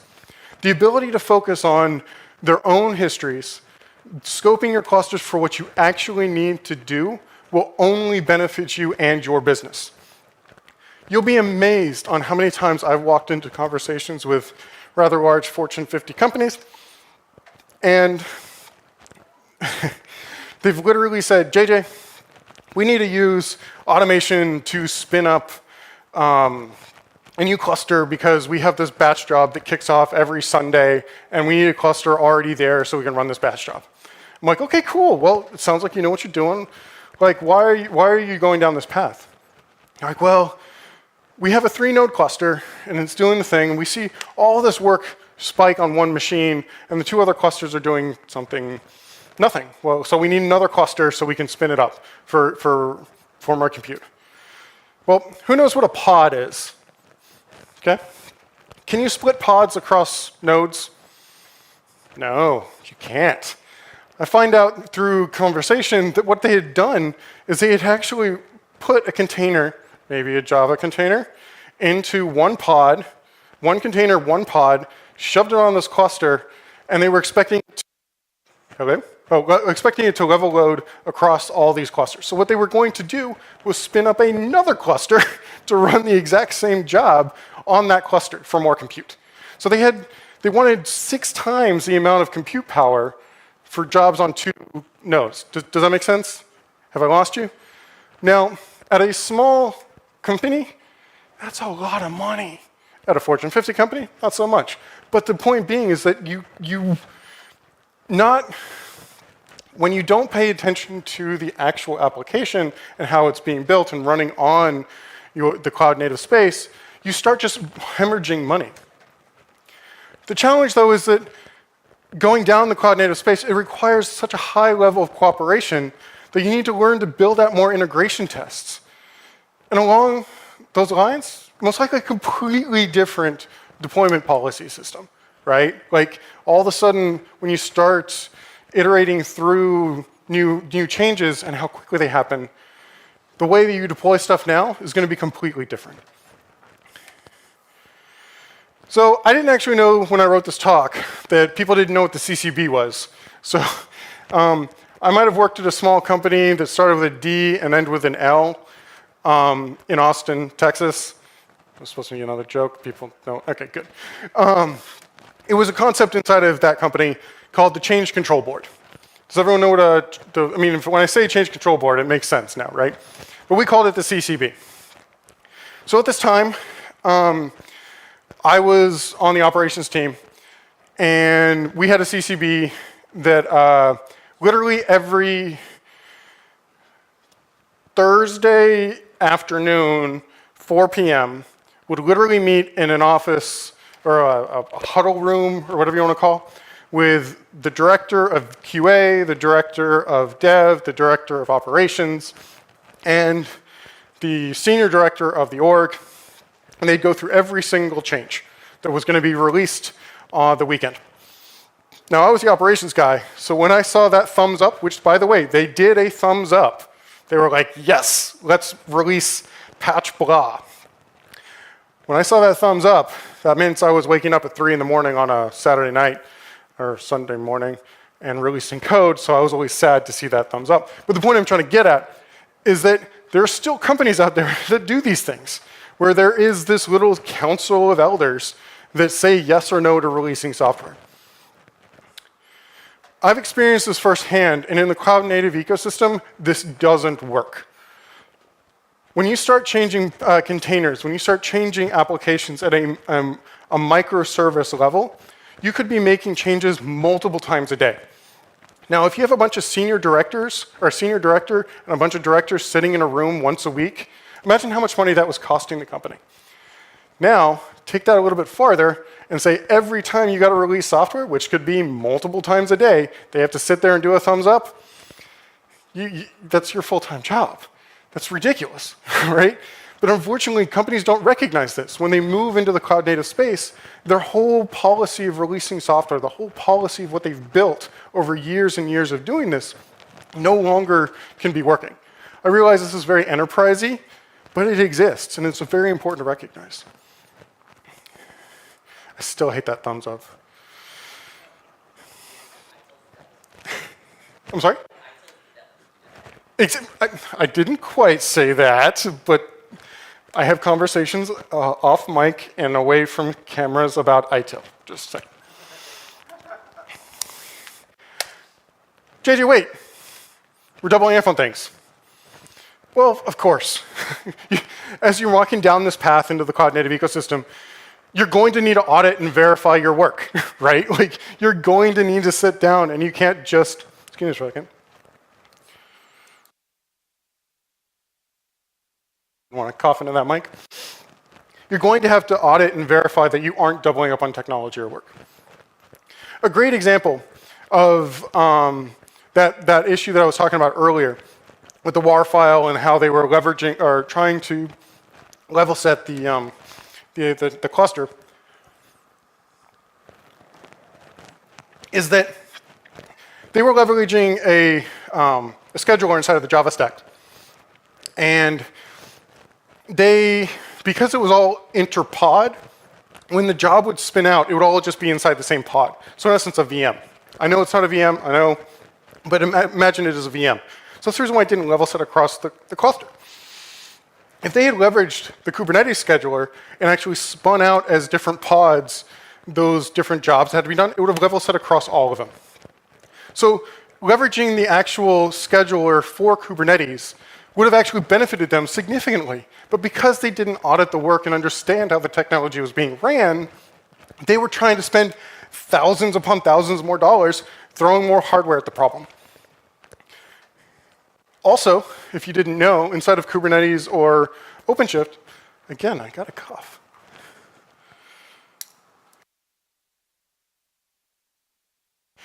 The life of a professional speaker, right? There's a load balancer built inside. So all of a sudden, now as you step farther and farther into space, you're gonna have to take a moment and recognize that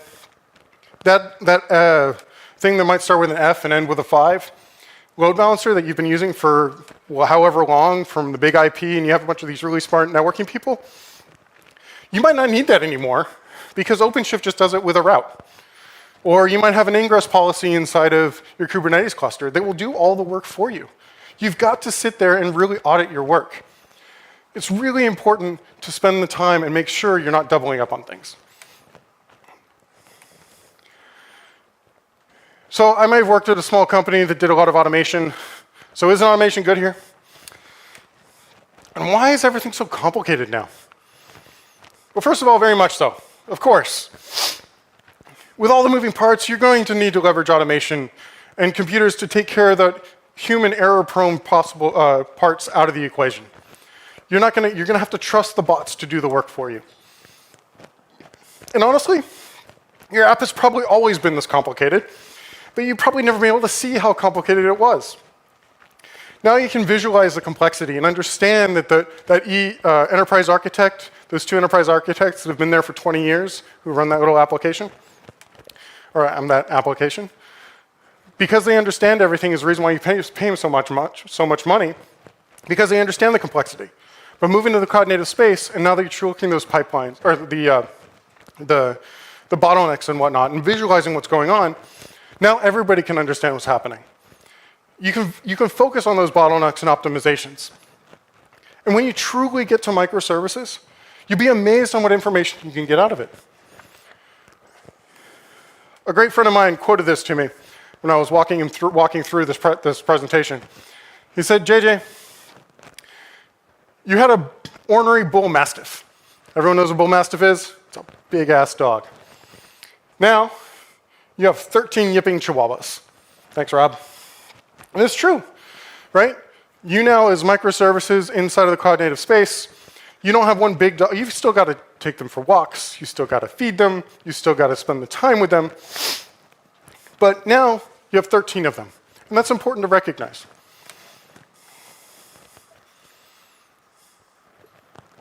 And to take it one step farther, another great friend of mine, Ken, if something goes wrong, just as Ken stole this quote from someone, I stole this quote from him, this really hits home.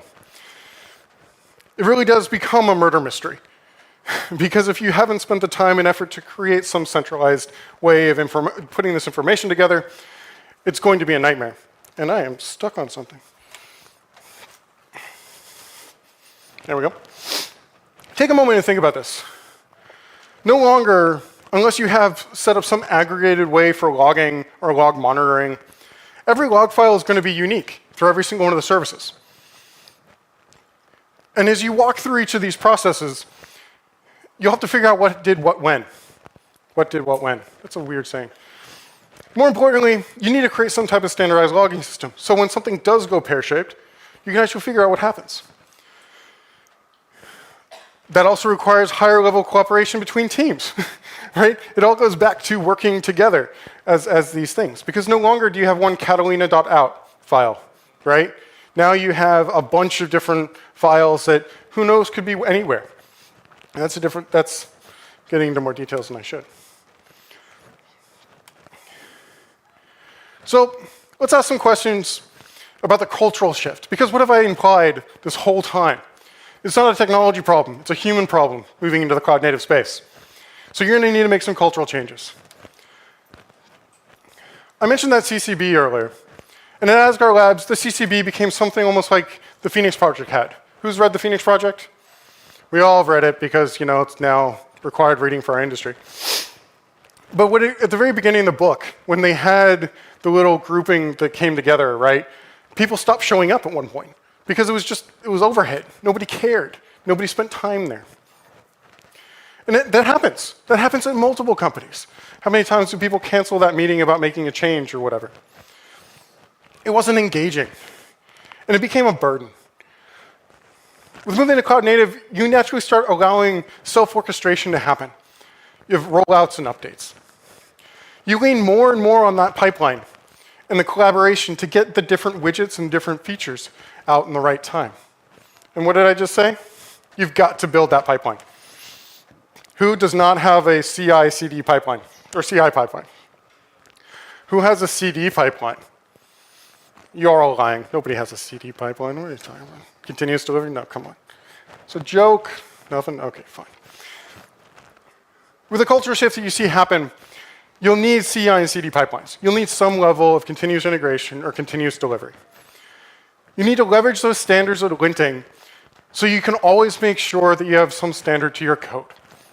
Now, the simplest thing to do is create some level of CI pipeline that has some type of linting. I was an old operations guy, right? That I would be woken up at 3 in the morning when something went wrong. And I had to read some code. And we did not have a linter. Something I love about Go specifically is they have the Go format command that comes out of the box. So every single bit of Go code out there runs through the Go format command so you know where that little curly brace is. You know how this is written out. Rust has also got some stuff too, but you get my point. That means at 3 in the morning, I don't have to argue in my head where that little curly brace is because we've standardized on the Go format command. Or PEP8, it doesn't matter. The point being is that you have some leverage of that. And for an operations person at 3 in the morning, that is super important. So if you have some level of pipeline, you need to have some type of linting there.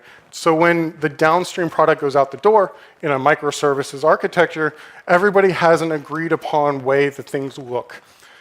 Okay, I know there's some developers out there that will argue with you till they turn blue, but they're wrong because it doesn't matter what the software looks like. If it doesn't run, the company doesn't make money, right? It's the way it rolls out. The overhead of reading code, you should be able to read code as well as you can. So at 3 in the morning when things go wrong, you pay attention to what happens there in the logic instead of the syntax. Does that make sense? Got a thumbs up? Perfect. See, you were paying attention. Thank you for that. So you've got to learn to collaborate with other teams. The hardest thing I saw Asgard Labs deal with was the actual collaboration between teams. They had some great propaganda around having scrum teams and tribes and shit like that. But nobody actually wanted to do it that way. They just still did it the old way. And collaboration isn't just status meetings. It's more than that. It's declaring shared contracts for jobs and responsibilities with constant communication between teams. Jira tickets can only get you so far. I realize how scary that statement was, but it's true. Sorry, PMP friends. One of the most successful things I ever saw in Asgard Labs company, which I want to name it so bad, but they won't let me, was that every sprint, they switched out one person from one tribe to another portion in that global app. Now, every single 2 weeks, you had new blood in the team you were on. And it would change, the different person would move around. Okay, for a handful of weeks, that was a problem. But before you realized it, new blood every 2 weeks, your documentation gets better because they've got to be useful, right, in 2-week sprints. You slow down significantly, but before you recognize it, you hire a new engineer coming on. Because you're in this experiment, they just read the documentation for that new sprint, and now they're useful, right? They're not 6 months out of the line or whatever. It just works. Granted, you need buy-off from like executive leadership to make this happen, and there's a lot of like social things that go on. But the company that did it, they were able to get features out so quickly because the ramp-up time was negligible. And before you know it too, because now turns out, Jane Doe over here who loves APIs, hey, 2 weeks ago I was working with her on this thing. Turns out she's really good at this thing. Maybe I can just ask her directly about this. It shares the tribal knowledge is no longer in the small little tribe, it's now in the community. And it just spreads farther and farther. And it builds bridges, it builds cooperation. And it's such a simple experiment that if you're willing to risk a little bit of slowing down, your velocity will just skyrocket in the long term. I'm really bad at telling that story because there's a lot going on. Did it make sense? Perfect, thank you. Yes, you did. I love it.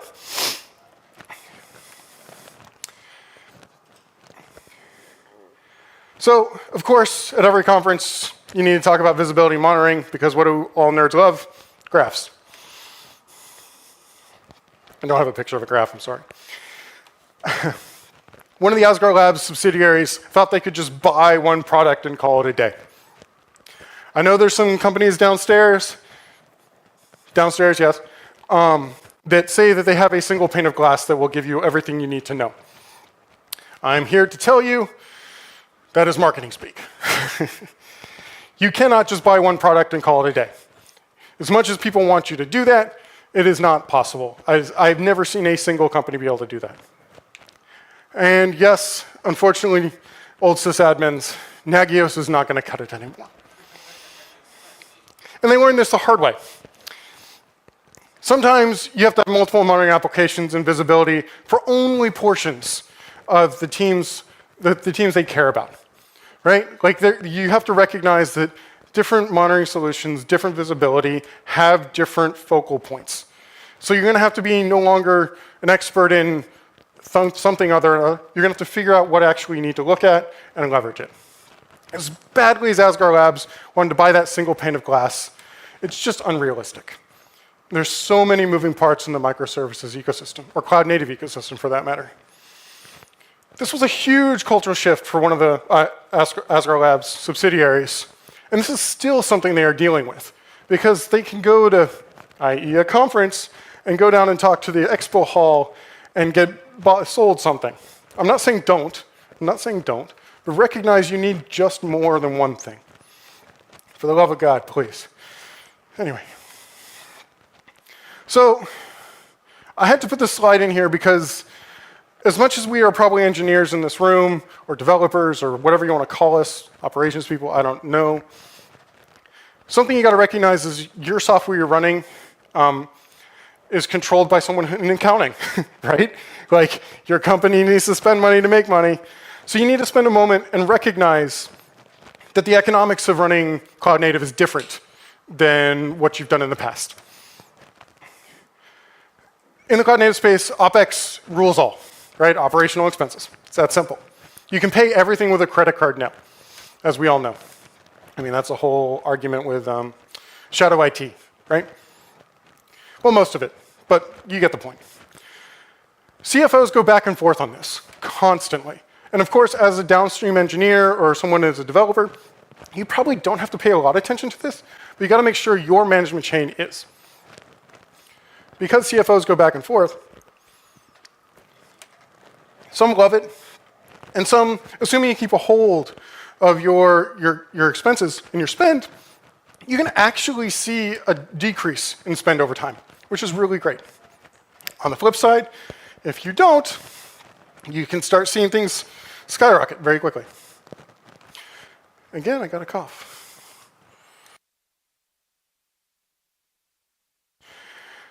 Also, another thing that most people don't talk about, coming from the data center space or the co-located space all the way into cloud native, CFOs used to use this current term called depreciation. Who knows what depreciation is? Yeah. Unfortunately, not a lot of hands, but that's fine. Depreciation is something that allows CFOs to push money down the line so they don't have to worry about stuff so much in the past. And that's attachment called CapEx, or capital expenses. The cloud does not do that very well, if at all. And that causes some problems. And hopefully your accounting side is talking to your management of some level, so they at least walk through the changes. Because again, we're talking about cultural changes moving into a cloud native ecosystem. And you probably hadn't thought about the spend and or the challenges of accounting, because that will be a problem with your, it's not just technology. There's human problems here. There's the point I'm trying to get across. You gotta make friends with your CFO. So what do you mean our support's now on Stack Overflow? Well, frankly speaking, yeah, it is. Not gonna lie. You're gonna spend some time inside the community again. I mean, we're at SCaLE, right? Like, of course, y'all are already involved in the community. I mean, you wouldn't be at SCaLE if you weren't. But it's important to recognize when you're moving towards the cloud native ecosystem or in the cloud native ecosystem, you're going to find other different places like Stack Overflow. There are companies that leverage open source and build on top of it. And yes, when I mention stuff like OpenShift or Kubernetes, you're going to have to find out where these people meet, because things are going to go wrong and you're going to need to work with them. Of course, you can throw money at companies to make it easier, but if you're involved in the communities, things are just going to get a lot better, a lot quicker. Of course, you can, run Kubernetes and OpenShift on IBM Cloud. Just saying. No? Okay. So let's talk about some tangible things that you can start with to hopefully become more successful. There's a ton of technology to help you get going. And the best thing you can do is really take a moment and figure out, when you containerized your app, did you really containerize it? Or did you just wrap a pod and wash your hands of it? Back to that VM conversation, right? Like you just did what you did in VMs and shoved it on Kubernetes and called it a day. You have to have a large conversation about why you did this. Was it because you wanted to be not left behind? Like you just wanted to be cool, go after the shiny? Or was it because you thought you could leverage some software to get better value for your customers? Believe it or not, that's why we're doing this, right? We're trying to bring value to our customers. Ideally, with masking all these corporations as I have as Asgard Labs, it's helped highlight some of the consistent issues that I've seen. And the best thing you can do is first ask yourself, do you really need to? I mean, I've talked to more companies about not migrating to the cloud instead of migrating. That's the irony of this talk, is that as much as you might want to migrate to the cloud native space, if you're already making money with the product you have, if it's already in the black, don't touch it. Use your next product on the cloud native space so you don't have to migrate it. It's amazing how much time you'll lose, how much engineering effort you'll lose moving from one to another. I mean, of course, you get mandated to do stuff, but it's a real conversation you have to have. If you're already committed, well, then you probably need to take a beat and look for optimizations instead of features, right? This will drive your teams crazy. This will drive your executive teams crazy, because all of a sudden, You're not building new stuff. You're trying to build resiliency, and resiliency is important.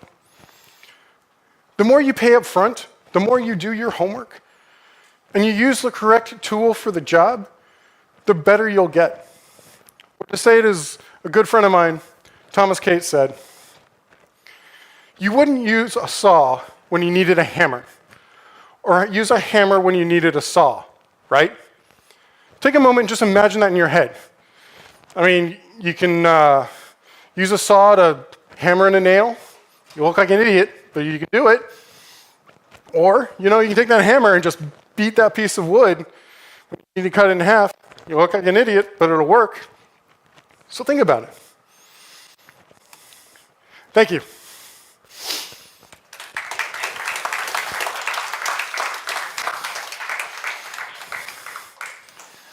We've got some time for Q&A. Anyone have questions?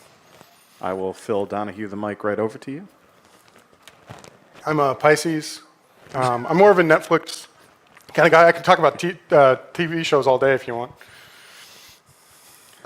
In the instances where you have some piece of software that needs a complete rewrite anyways, would you recommend rewriting it as a monolith first, or in that case, would you transition to microservices? That's actually where the Strangler pattern fits in perfectly. Because you already have some application that already exists. Did I answer correct? Yeah. Yeah, you already have an application that already exists. Now, figure out some feature inside of the application and build a microservice of that thing, and then remove that from the monolith. So you run side by side.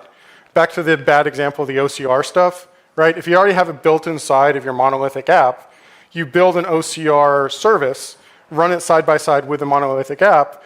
As soon as you're comfortable with it, then you can remove it from your monolith, and now you have a microservice that does that thing.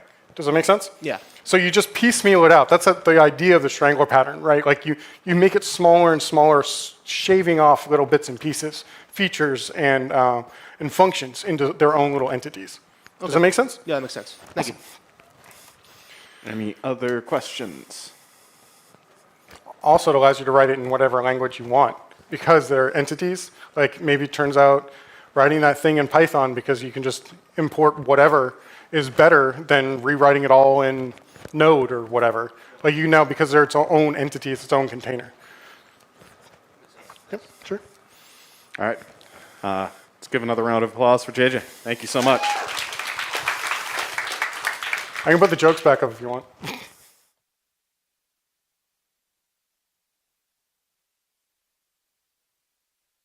Got a little bit of a break, and then next up will be Rob Richardson at the helm of Kubernetes. That is such a bad pun. I love it.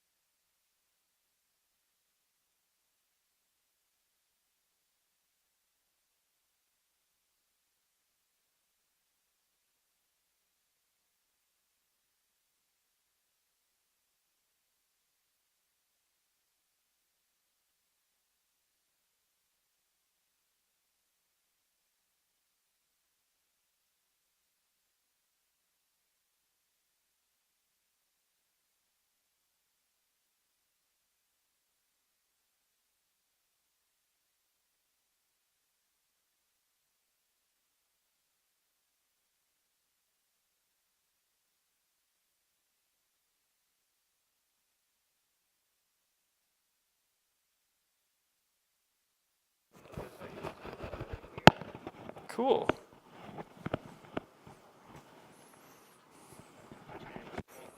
Your cell phone? Where's my cell phone? Right here. All right. If you could do me the favor.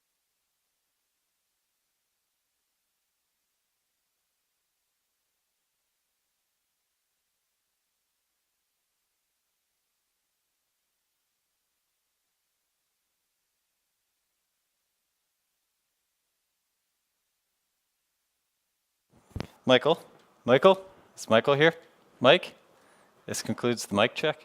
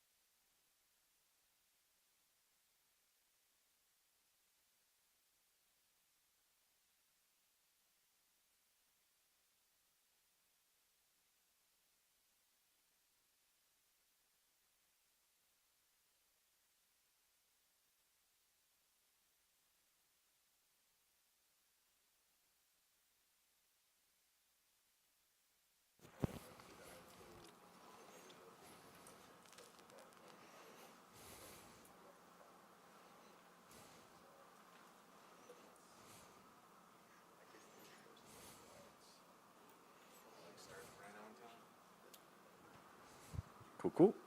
Hello, everyone. Thank you. This is the Cloud Native track. Next up, we have Rob Richardson at the helm of Kubernetes.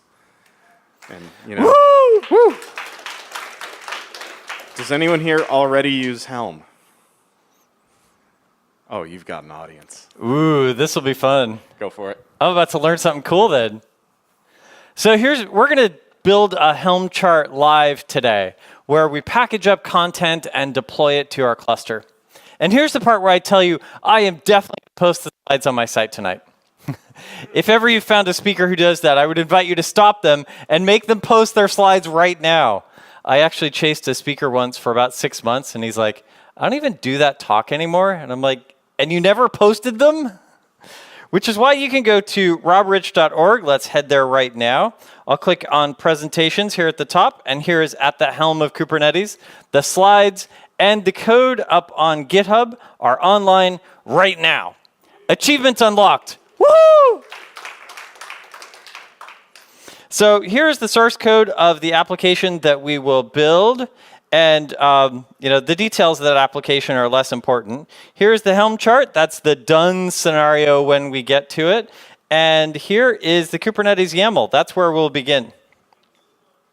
So I definitely started in the middle. Let's jump back here. And while we're on robrich.org, we'll click on About Me and learn about some of the things that I've done recently. I'm a Jetpack developer advocate. So if you're struggling with deploying to Kubernetes, I would love to learn with you. I'm a Docker captain and a friend of Redgate, and Microsoft has given me some awards as well. AZ GiveCamp is really fun. AZ GiveCamp brings volunteer developers together with charities to build free software. We start building software Friday after work. Sunday afternoon, we deliver that completed software back to charities. Sleep is optional, caffeine provided. If you're in Phoenix, come join us for the next AZ GiveCamp. Or if you'd like a GiveCamp here in LA or wherever you traveled from, find me here at the conference or hit me up on email or Twitter, and let's get a GiveCamp in your neighborhood too. Some of the other things that I've done, Pro Microservices in .NET 6, that book just came out. That was a lot of fun. And one of the things I'm particularly proud of, I replied to a .NET Rocks podcast episode. They read my comment on the air, and they sent me a mug. Woo! And if you'd like a .NET, no, I'm just kidding. So let's dig into Helm. So Helm. Helm is a package manager for Kubernetes. With Helm, you can template YAML files, you can build installable packages, and you can share packages with others. Hey, wait a minute. Isn't that what Docker does to containerize things? Don't I have a package manager? Don't I, Docker pull and Docker push? What's this Helm thing, and why would I need a Helm thing in addition? Or does this replace Docker? Docker packages up by our application. We still need a Docker file. We still need to push our image to a Docker registry. We'll still use that Docker toolchain or another OCI compliant container infrastructure. Then we end up with the Kubernetes YAML soup. Now we'll probably have a deployment that specifies pods. We may have a service in front of that. Maybe we have an ingress. Maybe we have roles or persistent volumes or cron jobs or all of the other things that wrap our service into this installable system. Helm is about packaging that stuff, the Kubernetes YAML pieces. Let's focus in on the values that we care about and kind of avoid all of the YAML soup. So Helm doesn't replace Docker. Helm uses Docker to be able to install the system as well. So Helm demos, and the majority of our talk is here. This is really cool. So I popped open our GitHub repository here. Here's our GitHub repository, and I cloned it and popped it open in VS Code. Now I've deleted the chart folder so that we can build that ourselves, and we have this Kubernetes YAML file. Now, I've already built this image, this at the Helm image. So if we say Docker image list, there's at the Helm version 0.1.0. Cool. Our Docker file is right there. So if you want to comment on my version choices, then I would love to chat with you about that. So let's build a Helm chart. Now, there's a lot of YAML here, and so if I were to pick at the Helm, and we can just see how many times that appears in this YAML. There's a lot of duplication here. Now, it makes sense. Kubernetes needs to specify all of the details about Kubernetes, but I don't want to deal with it at that level. I want to deal with it with just the values that I care about. So let's create a new folder. I'm going to create that's a file, that's not a folder. Let's create a new folder, and I will call this folder chart.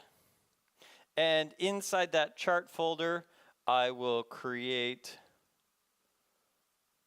a templates folder. New folder, templates. And then inside the chart folder, I'm going to create a new file, and I'll call this values.yaml. Now, this is outside the templates folder, just inside the chart folder. Now, I could have called that chart anything, but by default, Helm packages are called charts, so that seems like a good default.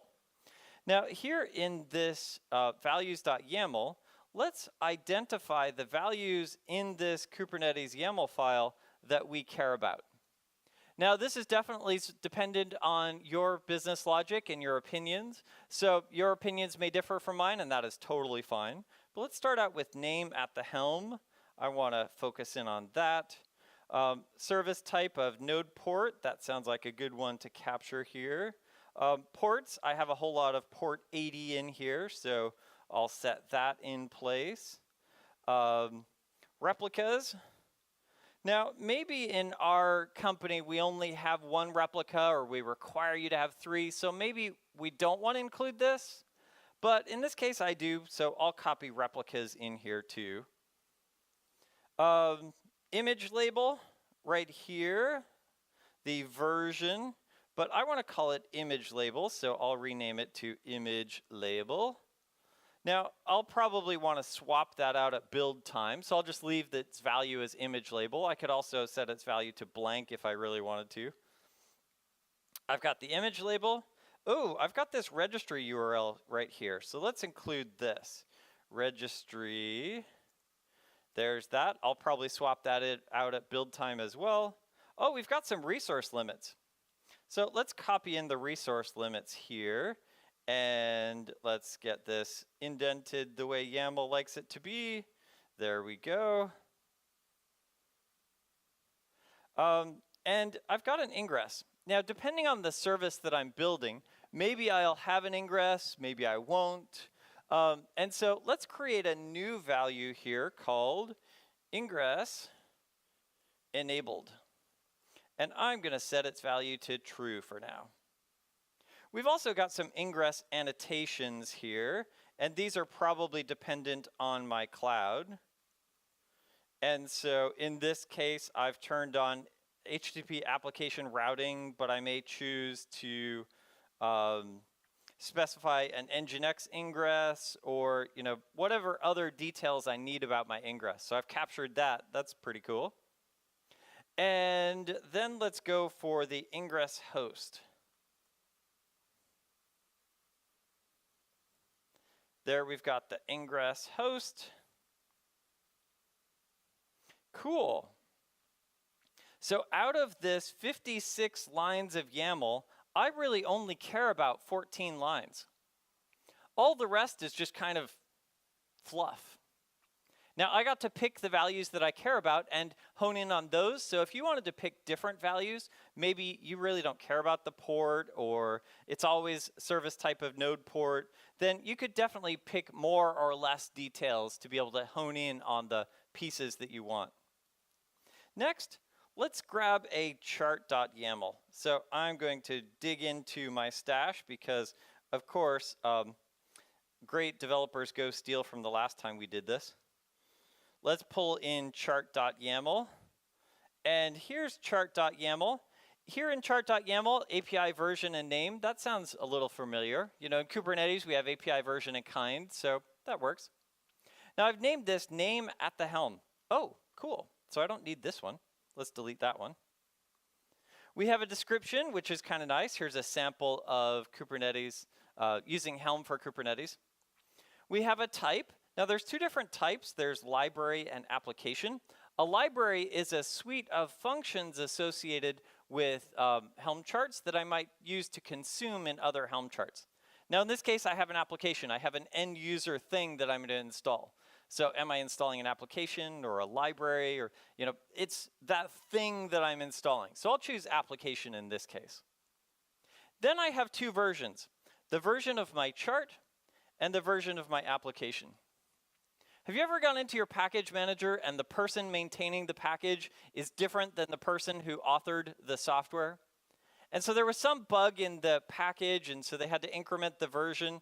And so now the application version and the package version are different. I can't publish the same version, but the application didn't change, but I needed to change the packaging. So in this case, we do have two separate versions. One to represent the version of the software that we're including in this package, and one to represent the package itself.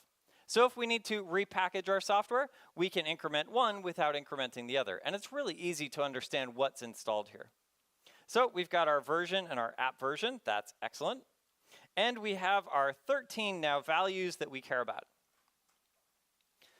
Next, let's focus in on trimming this Kubernetes YAML file apart into its pieces. So let's pop open the Kubernetes YAML file again. And let's create here in our templates folder, we'll create a new, not folder, we'll create a new file and we'll call this service.yaml.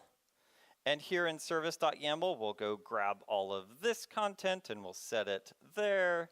And we'll create a new one. Let's call this deployment.yaml. And we'll go grab this stuff and we'll put it here. And we'll go create another new one, ingress.yaml. And we'll go grab this piece and we'll set it there. Now, I'm already liking this because I can split up my pieces into different files. Now, I could have probably done that before and then done a kubectl apply-f and just pass in the folder. But now I kind of get that nice separation of concerns, which I like. So let's start off at the service, and let's see if we can replace the details from this values.yaml. So first thing, we have this at the helm.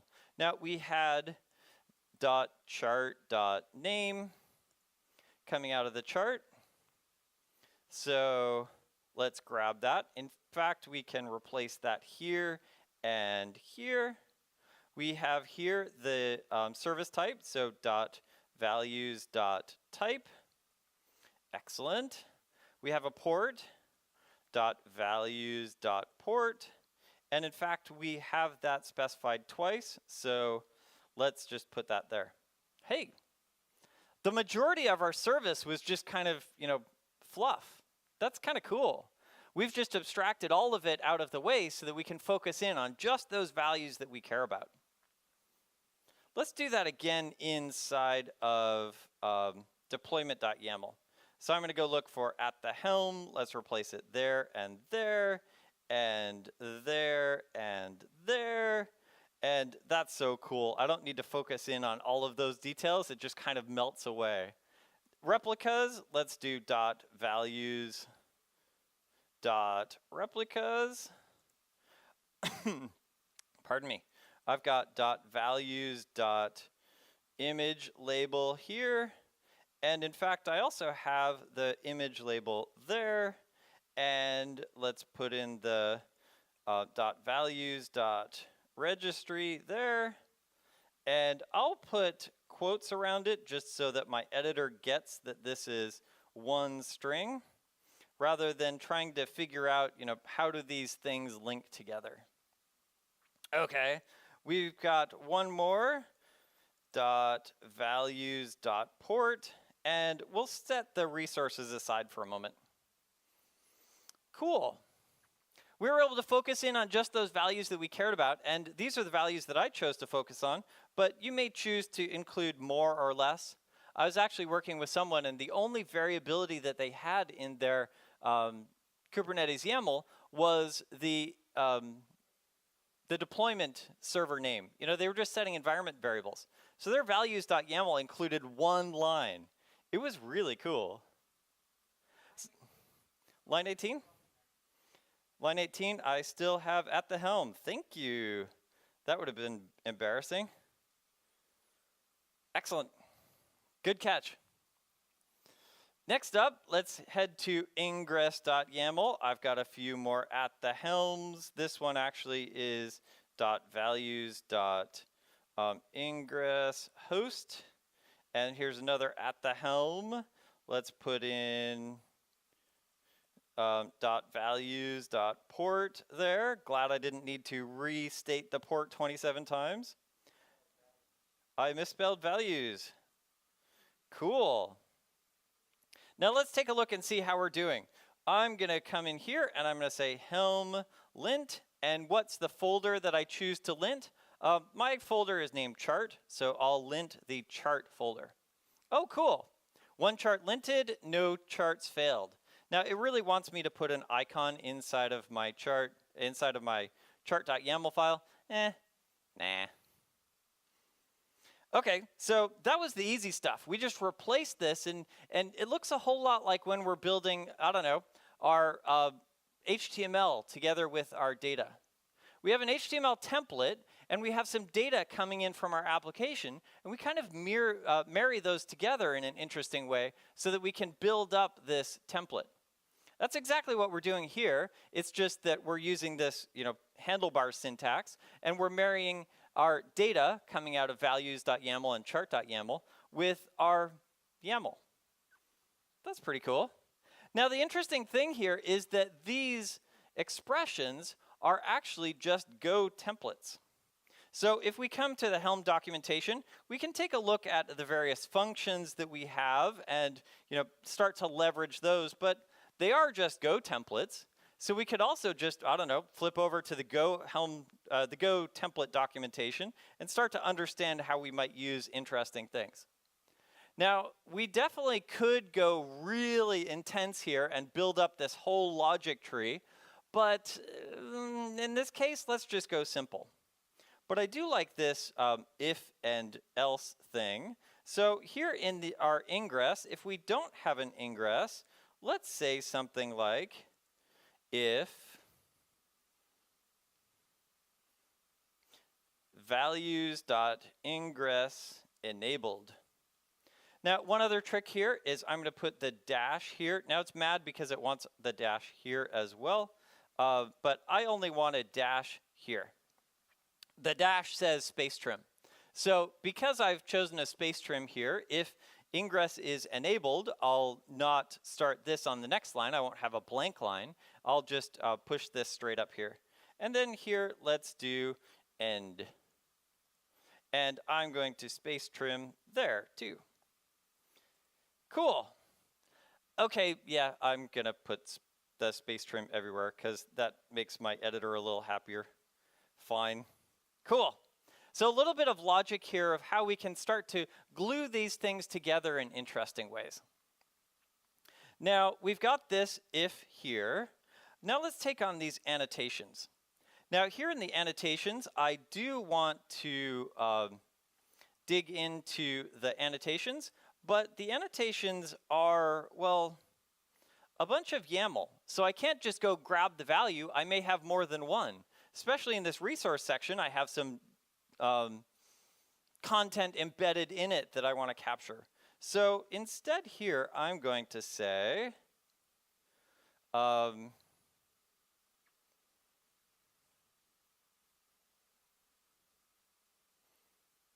let's say space trim to YAML.values.ingress annotations. Annotations, did I spell that wrong? As long as I spell it wrong consistently. Okay, so I've pulled in my annotations, and now I need to make sure I indent it 4 spaces. Now I'm indenting it 4 spaces because, well, that's how this is indented. It's indented 4 spaces. So it's going to grab that whole block of YAML, set it in place right here, and move it in 4 spaces. Cool. So we've got that one in place. Let's also come into the deployment here, and we'll grab these resources. And in this case, I need to not delete it. values.resources, and I'm going to indent it 10 spaces. Nice. So we could continue adding more logic depending on the needs of our system, but let's go lint it again. And oh, nice. No typos so far. I'm going to pull in one more file. I'm going to pull in this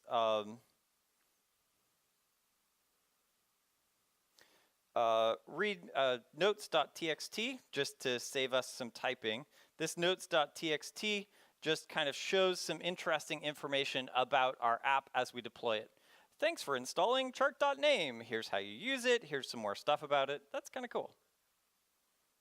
So now we've got our thing. I'm going to lint it one more time, and everything looks good.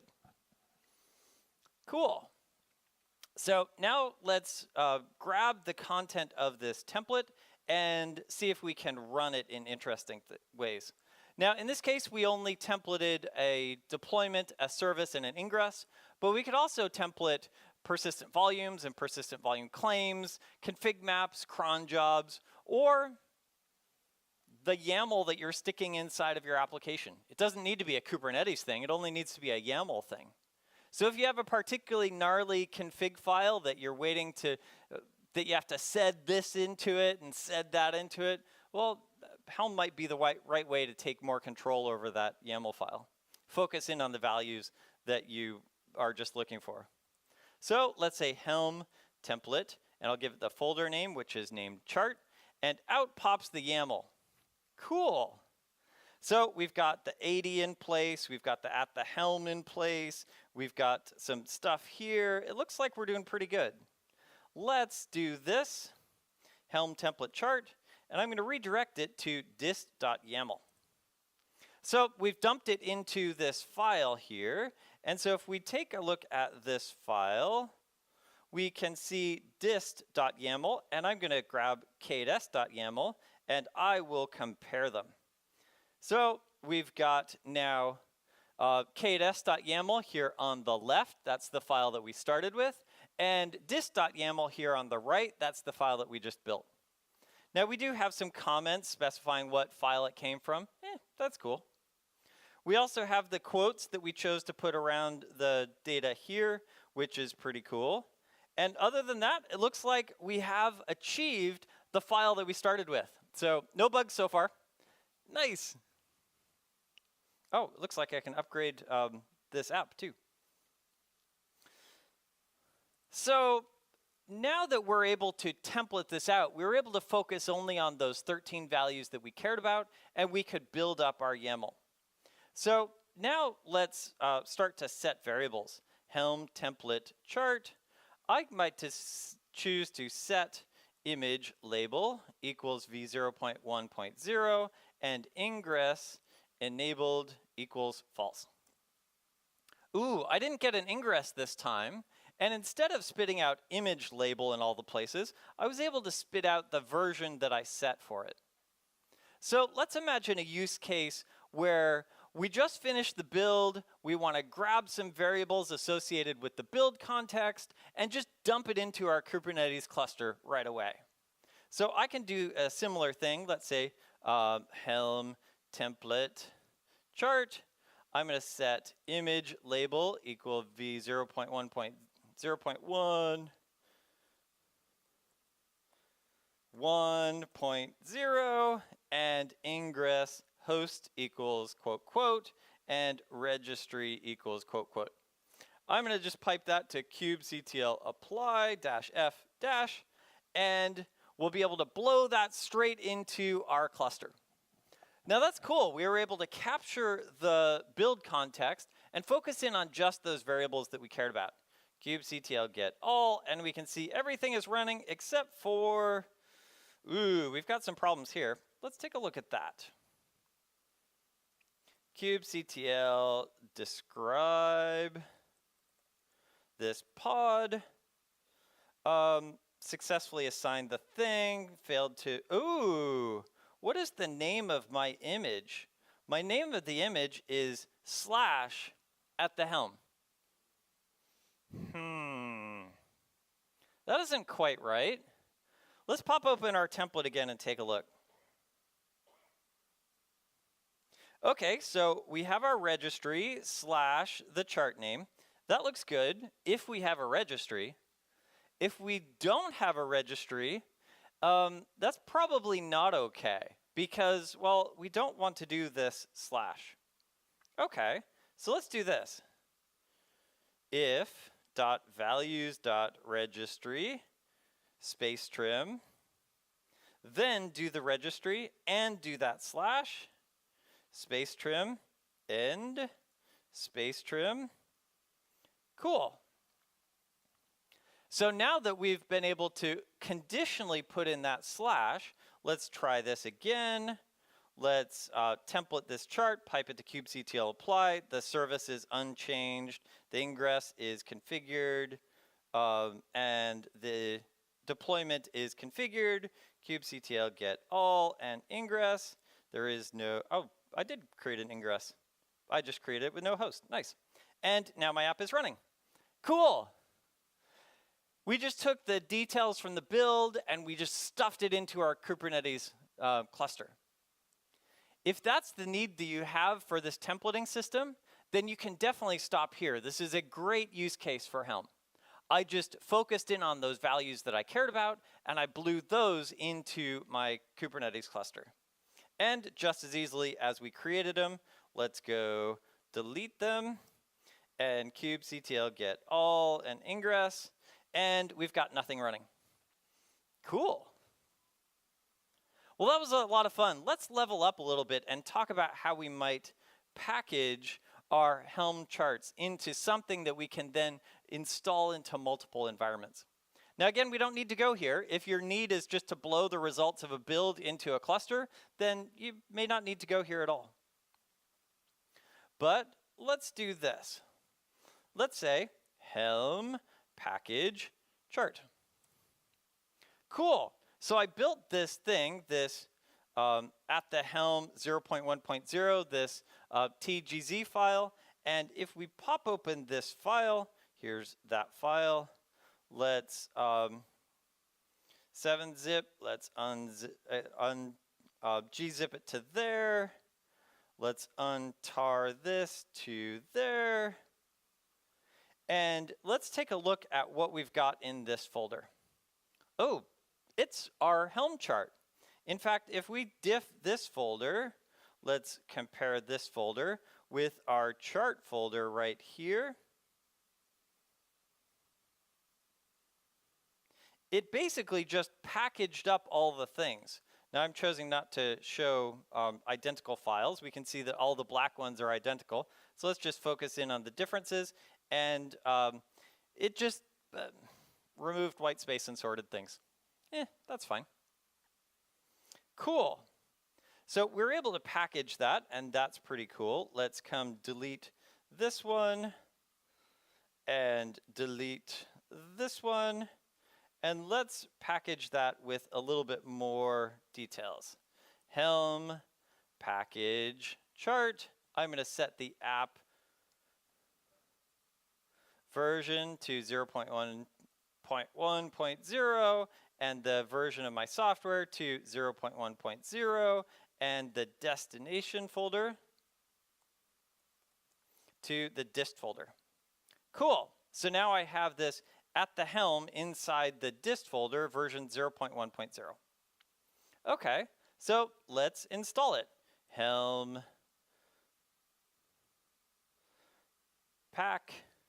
Oh, so that was cool. I got to set my app version and my version. What if I want to deploy, what if I want to add those variables associated with my build context? So I wanted to override that image label. So let's do that exact same thing, except for now I'm going to say -- set. And I'm going to set image label to v0.1.0 and registry to quote, quote, and ingress host equal quote, quote, and I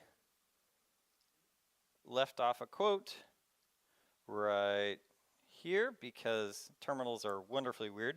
Ooh, unknown flag set. It turns out that the package command doesn't have the set flag into it, but there is a really cool Helm plugin called Helm Pack, which has exactly the same syntax as the package command, except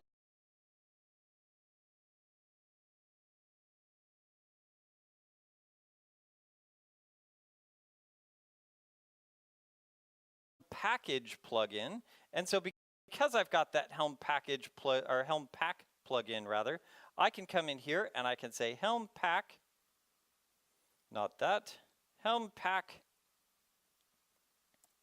And now I've got that at the helm 0.1.0 that includes these variables set.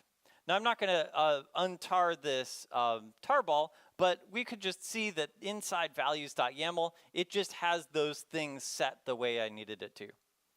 So now that we've got this file here inside our dist folder, this at the helm, let's install that chart.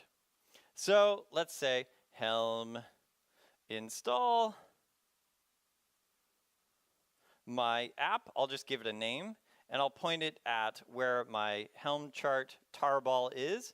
And now I can choose to set some environment-specific variables. So let's say ingress enabled is false, and replicas is 2. Cool.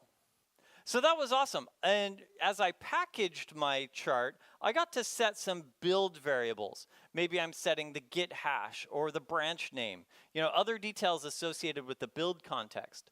And then when I installed it, I got to set the install context. Maybe I'm setting environment variables or the environment name. And now that I've got my content in place, we get that README that kind of explains nice things. Ooh, Helm status. Helm status, my app, which, by the way, gets us that page that we just saw. So Helm get all my app, and it spits out the Kubernetes YAML that was actually applied to the cluster. That's pretty cool. Or kubectl got all, and we can see the resources that got deployed. Now, we chose to deploy 2 replicas. We chose not to deploy an ingress, so we have no ingress running. And if we now go to this particular port, we can see the application running. So let's just head out there and go to localhost and that port, and now we can see our app running. Woo! Cool. So if I now do this, Helm list, we can see the Helm charts that we have installed. Now the Helm chart is just that package of stuff, and if we had just done a Helm template, pipe it to kubectl apply, we wouldn't get this Helm list. But we can kind of see, here's the chart tarball that we used, here's the version, which is just an auto-incrementing thing, so we've installed it once, and we haven't upgraded it. Here's the app version that we had installed here, and that's pretty cool. Now let's imagine that we needed to upgrade this. Maybe there was a bug in our chart, and so we wanted to upgrade our app. So let's say Helm upgrade my app. That's my install name. And I'm going to point it at my tarball, which in this case is the exact same tarball that I used previously. And it will now upgrade it, altering whatever resources it needs to be able to get to the current state. And so I can now Helm list, and we are on version 2. Now in this case, I didn't change anything, so it didn't replace any Kubernetes resources, but it did nicely show how we might upgrade an application. So that's pretty cool. We've got the Helm chart built. We're able to apply that into our cluster, but I noticed something that kind of bothers me here. Kubectl get all. What if I want to install 2 copies of my application? Now, right now, I'm using at the helm right here. And so if I were to install it a second time, it would tell me that that name is already in use and tell me that I can't install this second version. Well, that's a bummer. Let's come back to our chart and see if we can fix that. Now, in all of the places here we're saying the name of the thing is the chart.name. But here in notes, we have the release name. That's kind of interesting. That was the name that the user chose as they chose to install our Helm chart. So let's use that here in our resources. Let's rename our service to chart name - release name.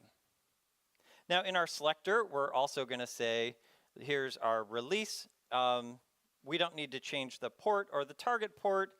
And so now we've got our service configured. Similarly, let's come to our deployment. Our deployment is named chart.name - release.name. We don't need to change the replicas. Let's change the selector to release. We'll also change our labels here. Release there. We don't need to change our image name because that is the image name baked into the pod. So if we wanted to, we could, but I'll just leave it alone. We don't need to change our container port or our resources. Let's flip over to the ingress. Let's change the name of our ingress. And we also need to change the name of our service that we're pointing to.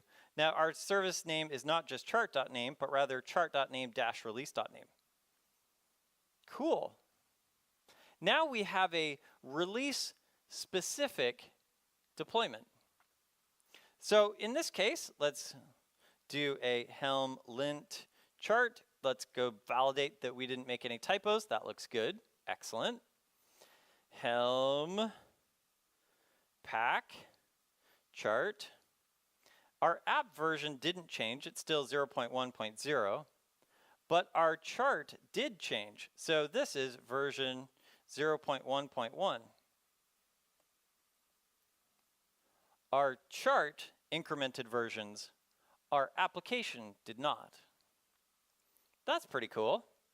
The destination will still be the dist folder. We'll set some values like image label equals v0.1.0, and our registry is quote, quote. Now I'm noticing that I'm setting it to blank. If I'm going to do this all the time, I probably ought to pop open my values.yaml and set the registry here to quote, quote. But I'm going to be dumb and leave it as a replacement expression. That'll let me know that if I haven't set it correctly, then... But maybe in my organization, that's a business rule that it's always the same. So maybe I don't need it to be one of the values that I care about here. I can just leave it in my YAML. Okay, so I've set my registry to nothing, and I'm going to set my ingress host to blank as well.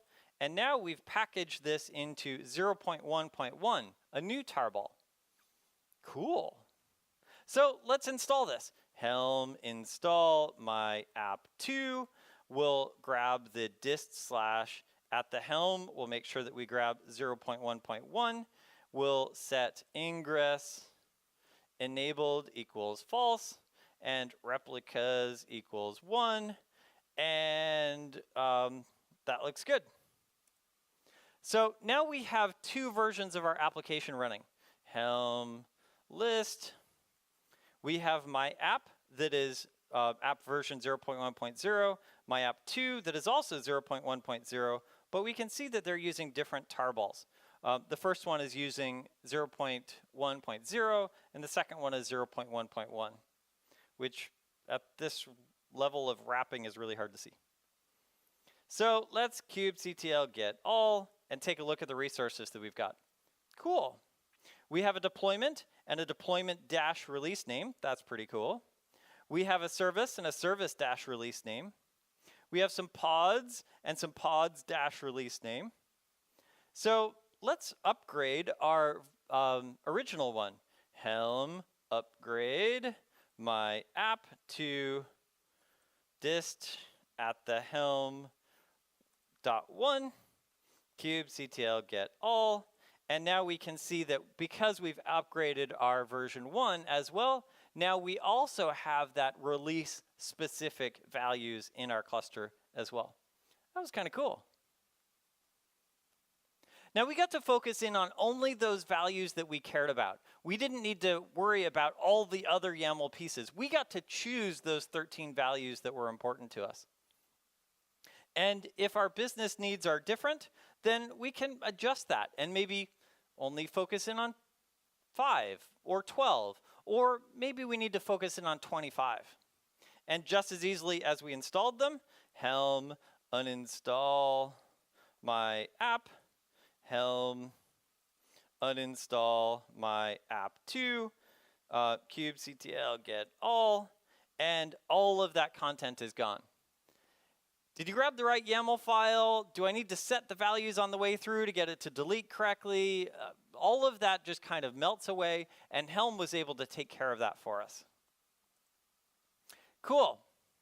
So we got to just run a template straight into Kubernetes. We got to package that in an interesting way and leverage that package to reinstall our app in the cluster based on our environment. What if we want to share these packages with others, or even consume packages created by others? Let's come to the Artifact Hub. Now, Artifact Hub is the registry of Helm charts. Now, similar to Docker Hub, where we're looking at particular Docker images, here we're looking at particular Helm charts.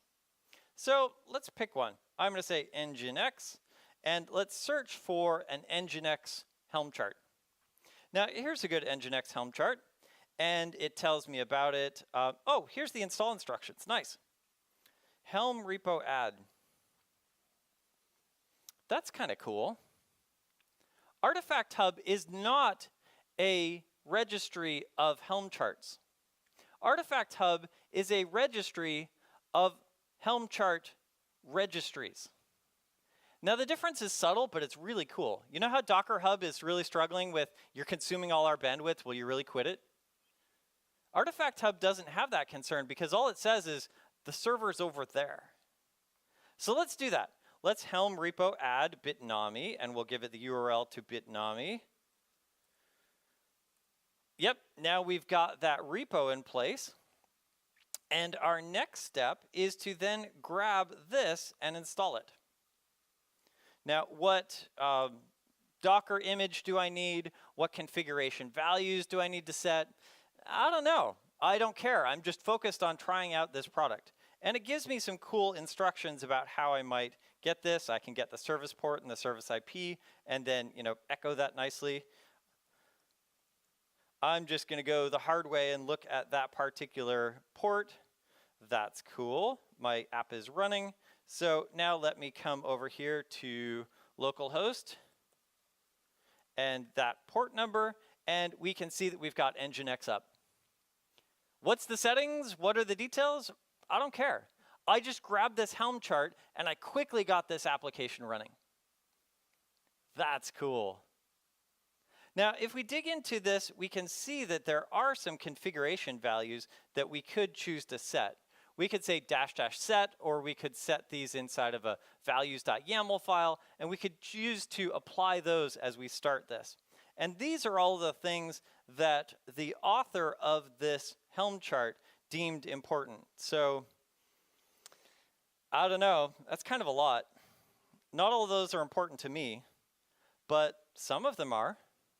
And some of them are important to you, and those are probably different. So it's kind of nice that they gave us a lot of configuration options so that we could really configure this any way we needed to. But I also assumed that some of the assumptions baked into this chart, some of those opinions, may not apply to me. So maybe this Helm chart isn't the ideal way to deploy this software if my opinions differ from the opinions of the Helm chart author. That's easy enough. Let me go grab the source of their Helm chart and pick different values.yaml, adjusting the template to match. I could definitely do that if I wanted to. Or sometimes I just want to understand what Docker image they used, and I'll just start up the Docker image myself. So we were able to spin up this Helm chart, Helm list. There's our thing, my release. That's what I happen to call it as I copied and pasted it. So Helm uninstall my release, and poof, it's gone. No registry rot, no DLL hell, no all of the things that we might associate with trying out software. I just quickly grabbed the Helm chart, I spun it up, it did the thing, I got to play with it, and now I understand more about the capabilities of the software. I might now choose to go mess with those configuration values to get it tuned to exactly what I need, or maybe I discovered this isn't the piece for me and let me go find the next software. That's cool. Now, we could definitely choose to publish this Helm chart to Artifact Hub, or we could choose to publish this Helm chart to an internal Helm registry. A lot of Docker registries, especially cloud-based registries, now also support publishing Helm charts, so we could choose to put in Helm details there too. Cool. So that was a lot of fun. We got to see how we built up a Helm chart template, just putting in the values that we cared about so that we could focus in on just those 13 things that were important to us. At the end of our build, maybe we just want to take the build context and blow that into place, and that is an excellent use of Helm. We also then upgraded to be able to package this into a tarball, and we saw how we could then set the build context variables as we built that tarball, and also set environment context as we push that tarball into place in each environment. And then we upgraded again, where we started talking about sharing Helm charts, pushing them into a Helm chart registry, much like Artifact Hub. That was fun. The code for all of these is up on GitHub, and so that chart that we just built is right here, and you can see there's those 13 values that we cared about. So it was cool. We chose to scaffold a deployment and a service and an ingress. You may also choose to scaffold PVs and PVCs, cluster roles and cluster role bindings, config maps and secrets. Or you may choose to scaffold a particularly gnarly YAML file in your application. Focus in on just those pieces that you care about and let Helm melt the rest of that YAML away. Helm is great for being able to install things. We saw how we could install them and upgrade them, but it can't monitor, scale, or heal these things. Now, we could definitely bake those pieces into our YAML. We could get it to talk about how we might auto-scale things, how we might self-heal things. But Helm itself doesn't really give us any of those details. Helm was great for installation. We got a little bit into upgrades, and Helm definitely helped us there. But if we want to take more control over this process, that's when we reach for Kubernetes operators. Now, I totally get that this kind of mirrors AngularJS. As soon as you get to a custom directive, the learning curve just goes straight up. And yeah, operators are much more difficult than the Helm charts that we built. But if you want to take more control over that, if you want to get more into the lifecycle, insights, or even autopilot, where you can get this operator to start to control the pieces, then that's when you'll reach not for Helm, but for the operator SDK. But for just taking care of installation and upgrades, Helm worked out really well, and it's a really simple tool to get started with. Helm was great for removing all that duplication. We saw even in service.yaml how we could focus in on just those two values that we cared about, the name and the port.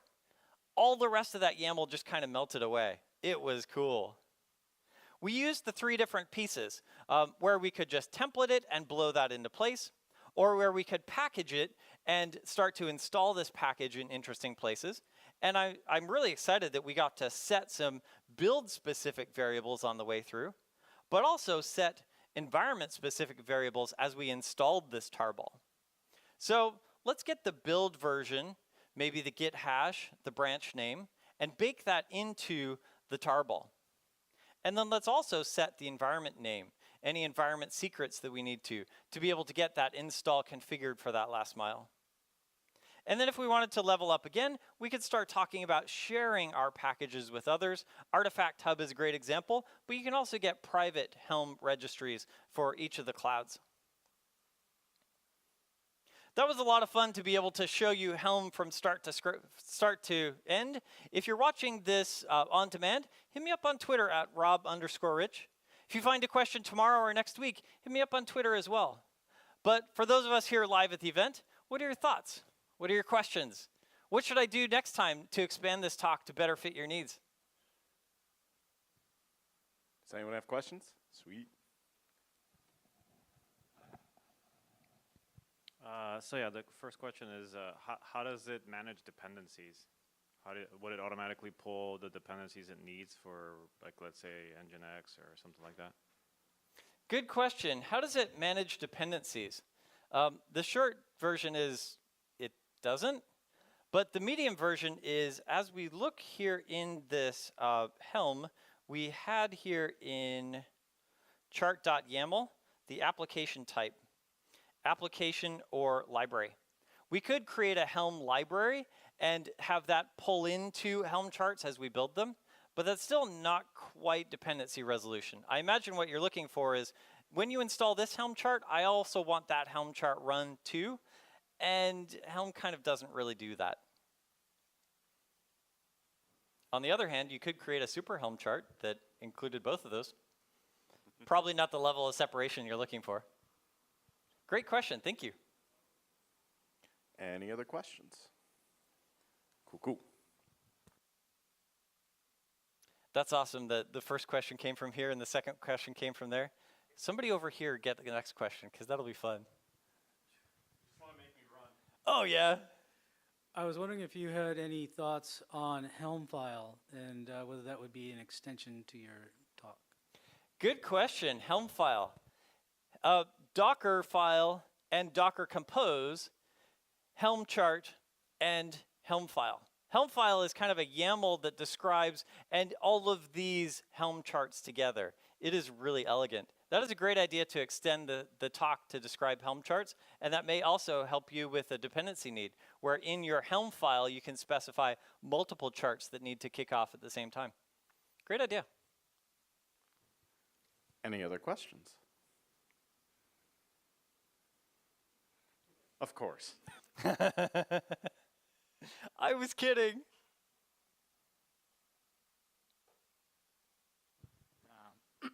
Are there any alternatives to Helm? Any alternatives to Helm? Yes. Dozer was a good alternative, although that one's kind of fallen out of favor. Some people will do this with Terraform or with Pulumi, and that's definitely possible. Some people actually automate Helm with Terraform or Pulumi, which is really intriguing. And I guess the biggest competitor to Helm is Kubernetes YAML. If your YAML is simple enough, you don't need this level of complexity. You don't need a Helm chart just to deploy one Kubernetes resource. Great question. Thank you. Speaking of alternatives, I'll try to make it a question and not a rant. I mean, there are many other alternatives, right? Like, KPT and customized load that solves a little bit of a different problem, and JSONnet and Q and DAL and CDK8s and so on. And like, what would you say to the argument that you should not be using Helm, that it is actively harmful? Ooh, good question. So there are indeed lots of alternatives, and you mentioned much more than I did. That's awesome. What about the argument that Helm is actively harmful? I agree. You're focusing in on just those values that you care about and kind of abstracting out all of the rest.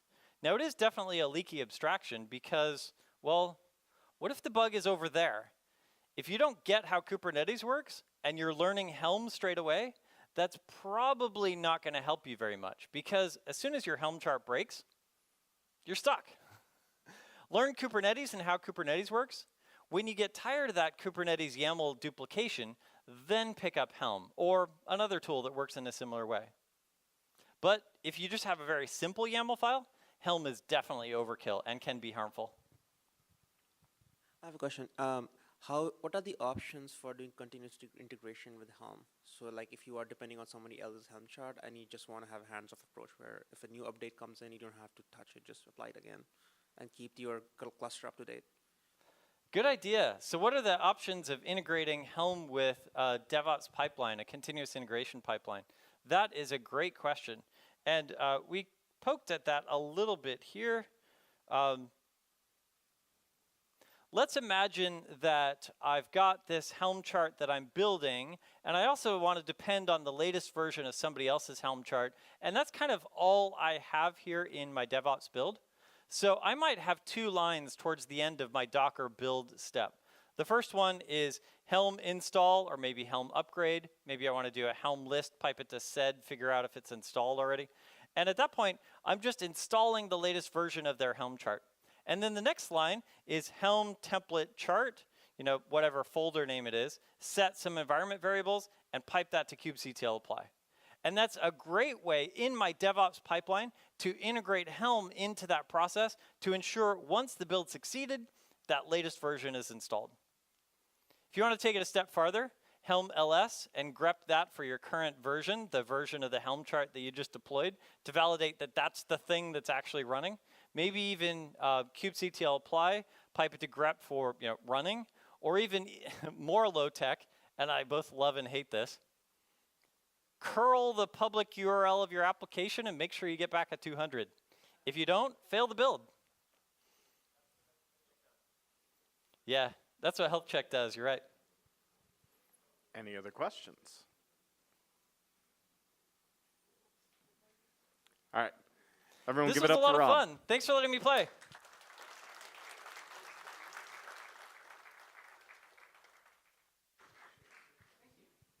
Who's coming up next?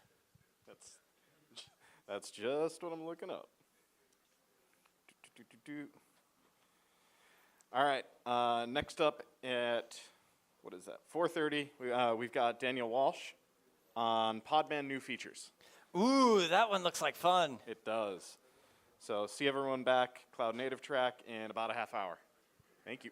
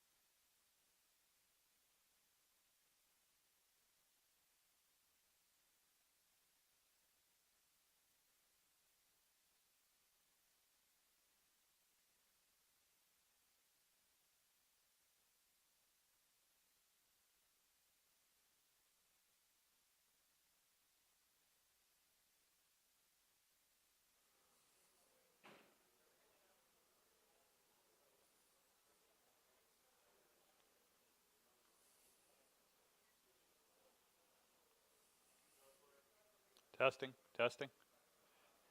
Is that good? All right.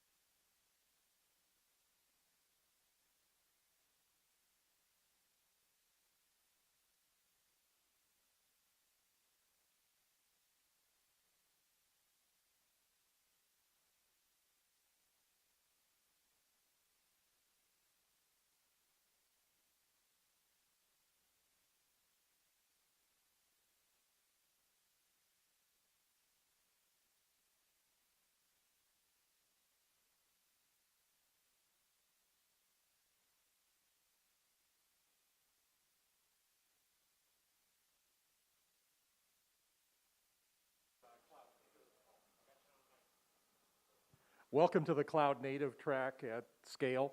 Our next speaker is going to talk about Podman, which is a full-featured container runtime, and he's Dan Walsh, who I would contend is the world's foremost expert on that subject. He's spoken at SCaLE before, and he's a great speaker. So with that said, take it away, Dan. Thank you. Okay, basically my team built a whole series of container tools, and we're going to be talking about Podman. How many people here have never heard of Podman before?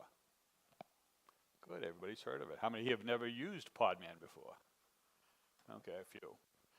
Okay, so way I like to start is I like to get a little participation going. So could everybody stand up, please?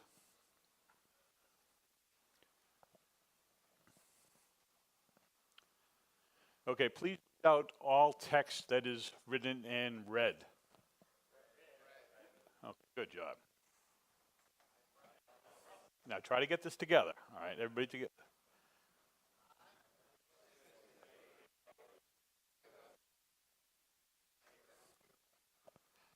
Very together.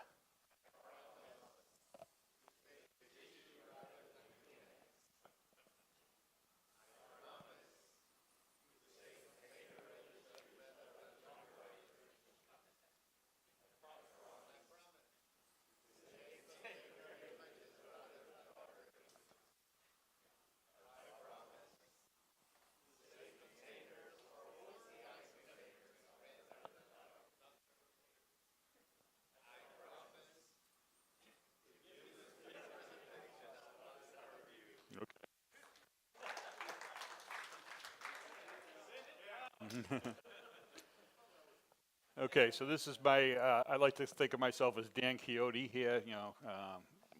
This might be a dated slide. How many people don't know who the guy on top of the, Mr. Magoo? But I figured some people under the age of 40 probably don't know who he is. So there'll be a lot of dated slides in here that, you know, we'll have to explain to these young ones that are in the crowd. And young under 40 is now young ones.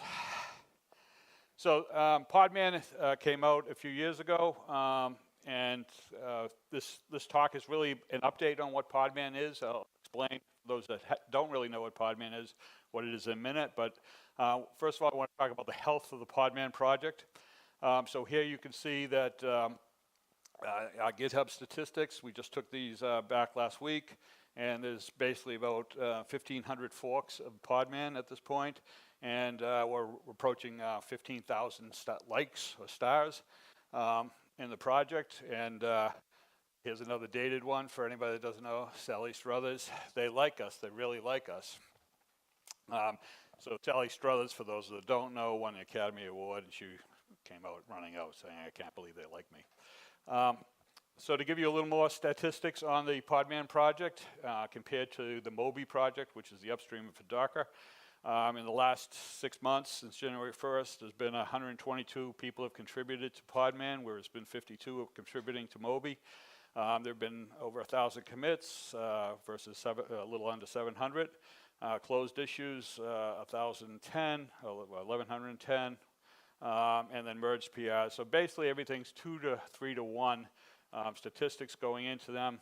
Podman and Docker are made up of multiple other sub-projects down the line. So Cryo isn't a sub-project of Podman, but those are also, Cryo and Containerd are 2 container engines. Podman is not a container runtime. It is a container engine, okay? But people often make that mistake. But there's 2 other container engines, there's Containerd and Cryo, and their primary function is to actually run Kubernetes workloads.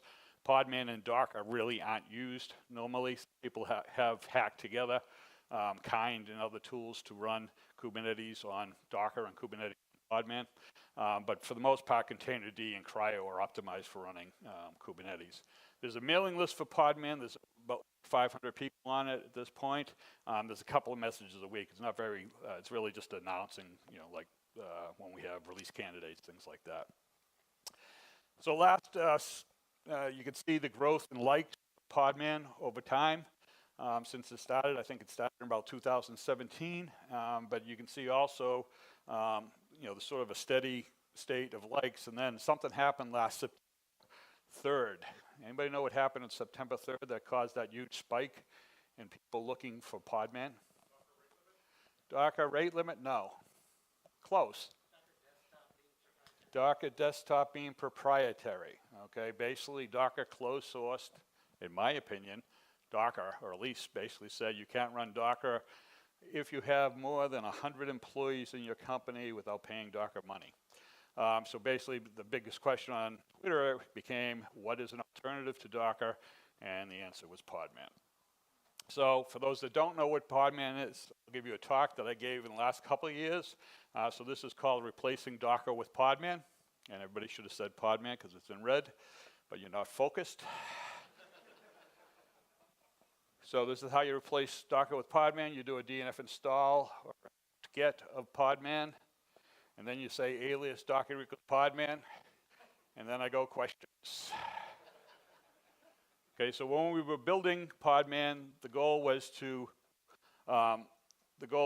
basically, we knew that we needed to contain Docker, and if you Googled how to do something with it, it was going to give you a Docker command line. So we had to make sure that, am I fading in and out? Sorry about that. 1 second.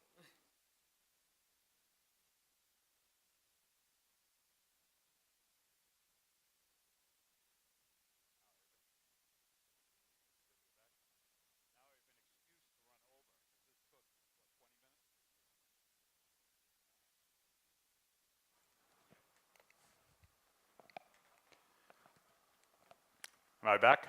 Excellent. Ooh, now I'm loud. Okay, so basically we knew that when you looked up how to do things with containers, you would always get a Docker line from Google. And anybody, so it was common knowledge of how to run containers. And Docker, one of the great things that Docker invented was can you turn it down a little bit? I feel like I'm loud. One of the great things they did is they simplified running containers, right? And everybody sort of learned how to run containers if you played with Docker at all. So Podman copied their CLI. So basically, for the first couple of versions of Docker, we really implemented the entire Docker CLI. And anytime, if we get something that says, I run this Docker command line, it works, and I run the same command line with Podman, and it doesn't work, we consider that a bug, okay, with a few exceptions. Usually when I think that's a bug in Docker, I don't implement it. But anyways, so basically all you have to change is DOCKER to PODMAN. So Podman, by the way, I didn't mention, Podman stands for Pod Manager, okay? It has nothing to do with sexuality, okay?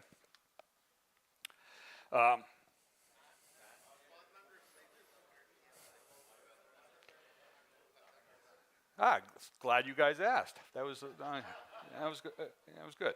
So when we replaced the Docker command line, people said that's great. We wanted to have a different tool for running containers, or a alternative tool for running containers. But there's a whole bunch of tooling that's been built in the CI/CD systems, and different tools have been developed over time to talk to the Docker daemon, okay, to talk to the Docker socket, and Podman didn't do that originally. So over the last year,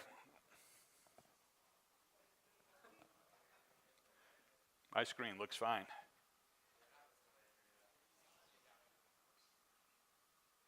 Okay. Did I do something again? I'm going to go over an hour over now.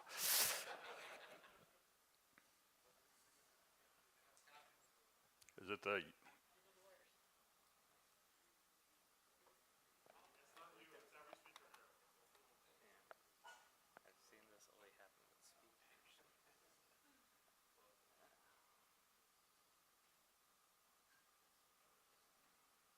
You have the thing that converts it to I have a USB-C too, if you want to convert that to.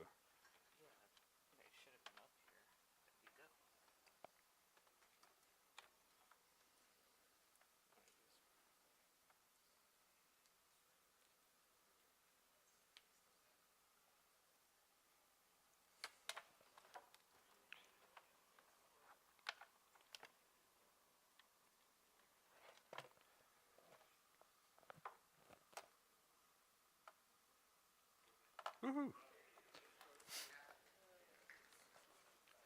I haven't even got to the demo part of this. This is just going to be a disaster.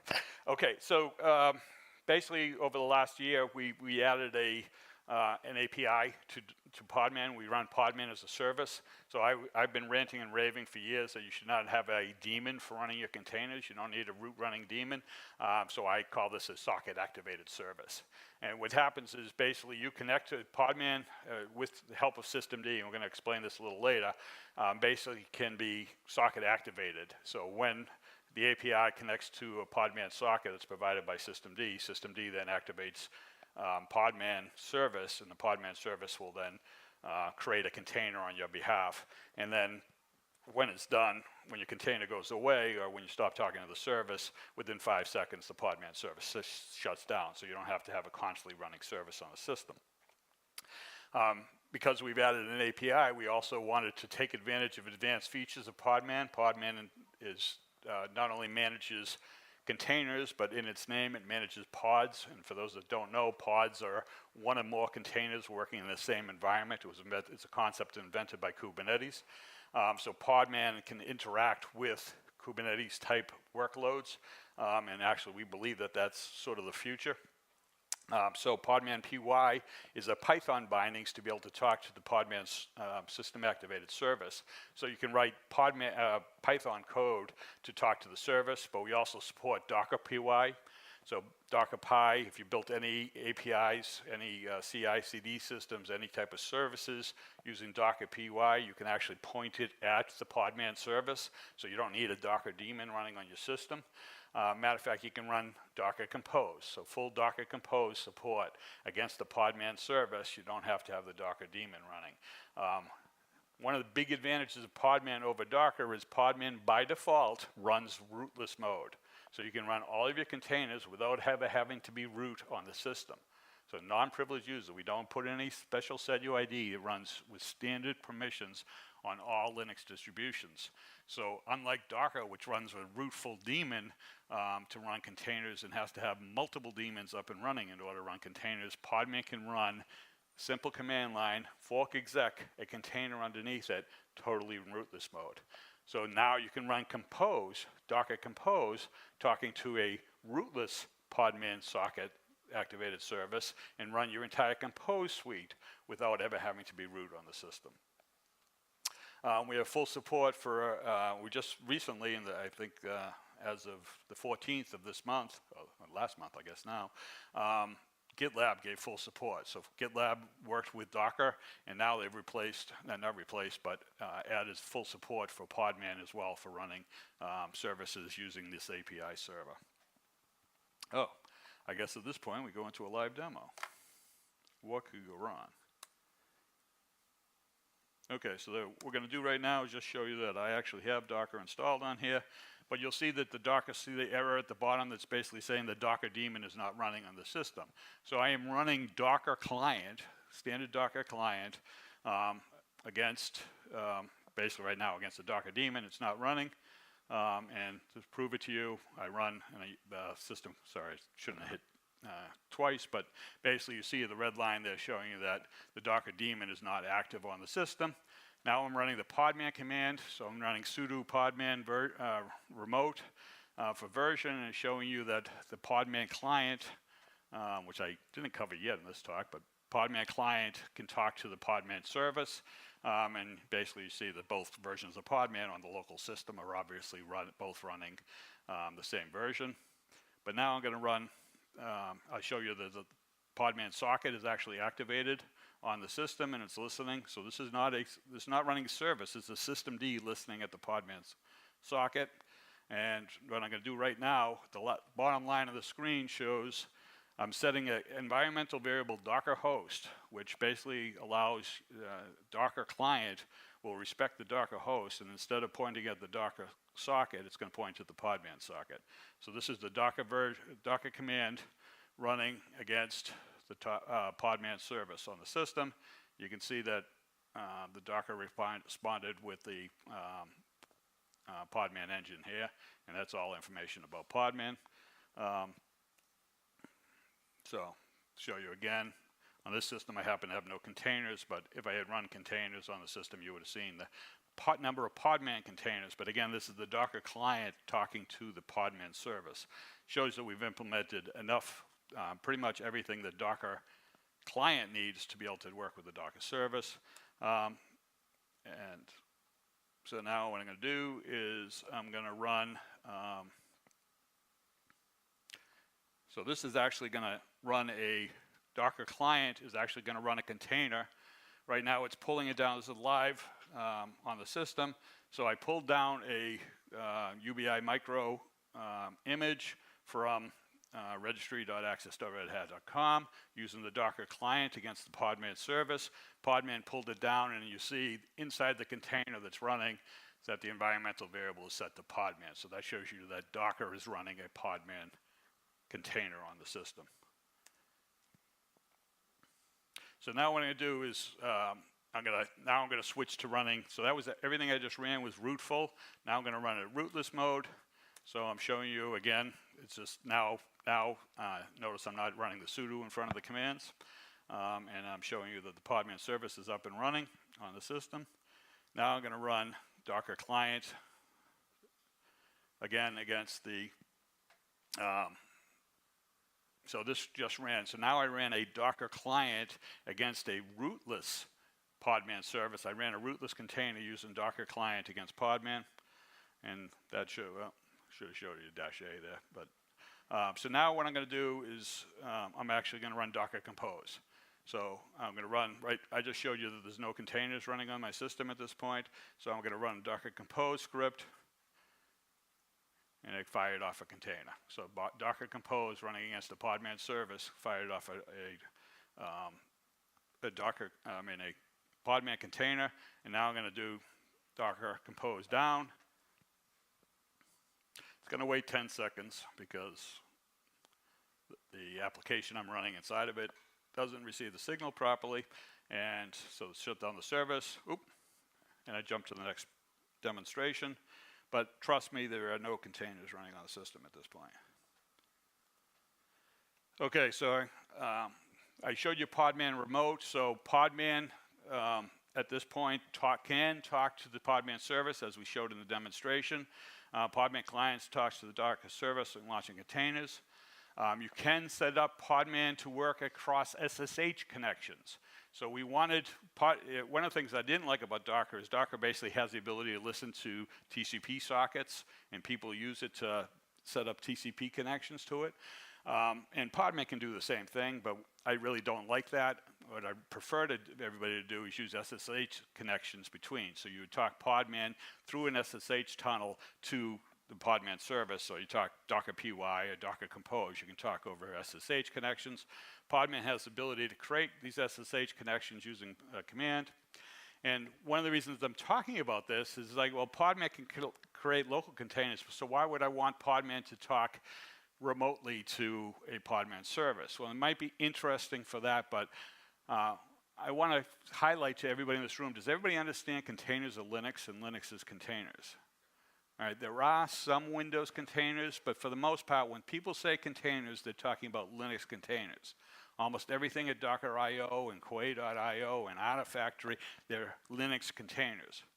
So when I'm sitting on a Mac or a Windows box running containers, I'm running Linux containers, and in order to run Linux containers, I have to have a Linux kernel running. So what on a Mac and on Windows, what they're doing is there's a virtual machine running, and Podman or Docker is talking, because it's a client-server operation, the Docker client is talking to the Docker daemon running inside of a VM when you're running Docker desktop. So Podman, similarly, we've had a project called Podman Machine, which sets up a command so Podman can, basically Podman Machine will set up and pull down a virtual machine to your box, to your Mac or Windows box. On a Mac, it's pulling down Fedora Core OS and running Podman inside of it using similar commands that we just shown with Podman Remote. It can run in both rootless and rootful mode. So when you start up your service, you can say which socket you want to use. You can actually switch back and forth between rootless and rootless mode on a Mac and on a Windows box. So on a Mac, and if you want to get Podman on your Mac working, you can do basically these three commands: brew, install, podman. Then you do podman machine init, which will pull down the virtual machine onto containing Fedora Core OS. Will launch the virtual machine, and then you just run your container just like you would normally. So the podman that we ship on a Mac, that Brew is installing on your Mac, is actually podman remote. So it's a remote version, hard-coded to always talk to a remote socket on the system, and the podman machine command will set up full connections over SSH to the virtual machine running on your system. There is a native installer being worked on right now, being developed, and it should be out this fall, so that you'll be able to just basically go up to a website and double-click on, on your Mac, double-click on podman, and then it'll kick off an installer onto your machine, so you don't have to use Brew. Podman on Windows takes advantage of WSL2. So WSL2 is basically this fancy, I like to think of it as a fancy way of running virtual machines on Windows. So Windows developed a really nice integrated system for running virtual machines, basically running Linux kernels on their Windows machines, and it's very simple to install Podman. Matter of fact, there is a Windows installer. If you go to podman.io, look for the latest release, you'll see a Windows installer. Click on it, it will install, set up, and install WSL2 on your machine, on your Windows machine, and then start running Podman locally. So what happened in September, we're addressing with these tools. There's also a very large effort going on right now in the upstream project to create a GUI for Podman. It hasn't been released yet, but there's daily releases of what's called the Podman desktop. This is going to be fully open, fully free as in liberty and free as in beer. So there will never be any charge for this tool to run on as many Macs as you want, because we believe in fully open source. It's available. It's going to be available, or it is available on Windows, Mac, and Linux. I prefer if you all use Linux with Fedora on it, but most people don't listen to me. But basically, Podman loves people who like, machines with dead fruit on the back, or Windows, or Linux. So Podman really loves Docker Compose. As you see, a lot of people in the world want to run Docker Compose, have lots of Docker Compose. But we really, really love Kubernetes. Okay, we believe that Kubernetes won the orchestration battle, and I believe that the future way that you want to write orchestration, if you're going to write a YAML file to define how you want to run containers, multiple containers in an application, or multiple containers in your environment on your local machine, you should do that with Kubernetes YAML files as opposed to writing it in Docker Compose YAML files. So going forward, that way you could run the same, I envision at some point people are going to be running in their, hopefully OpenShift, but Kubernetes environments, Kubernetes or OpenShift environments, you build a Kubernetes YAML file that defines how your application is going to run underneath Kubernetes. You run it through the entire test suite in that environment, you write your CI/CD system, you have massive cloud power, and now you basically decide that you want to run it on a single node. Well, you might not want to have to install all of Kubernetes to run that application on a single node. Think edge devices. Well, why not use Podman to take Kubernetes YAML and run it locally on the system? So it's not an alternative to Kubernetes, it's running, but it will understand the Kubernetes YAML file in order to launch containers. So Podman play kube is the way we do that. So Podman play kube and Podman generate kube are two commands that Podman supports. If you build your containers using the traditional way you build containers, Podman run command, Podman create command, you can actually do Podman generate kube, and it will take the command that you generated and will translate it into a Kubernetes YAML file. So it will outlet it. So if you only know how to build containers using a Podman or a Docker workflow, we can generate it. Similarly, if you have a Kubernetes YAML file, you can just do Podman play. Actually, we have a new command coming out. It's going to be Podman kube play, but Podman play kube basically takes the Kubernetes YAML file. They're going to be aliases of each other, and runs the environment on it. That will make it easier to migrate to and from Kubernetes with those two commands that I just talked about. But we also understood that there's certain commands that Docker Compose sort of invented that people really, really like being able to build an image from from a Docker or container file.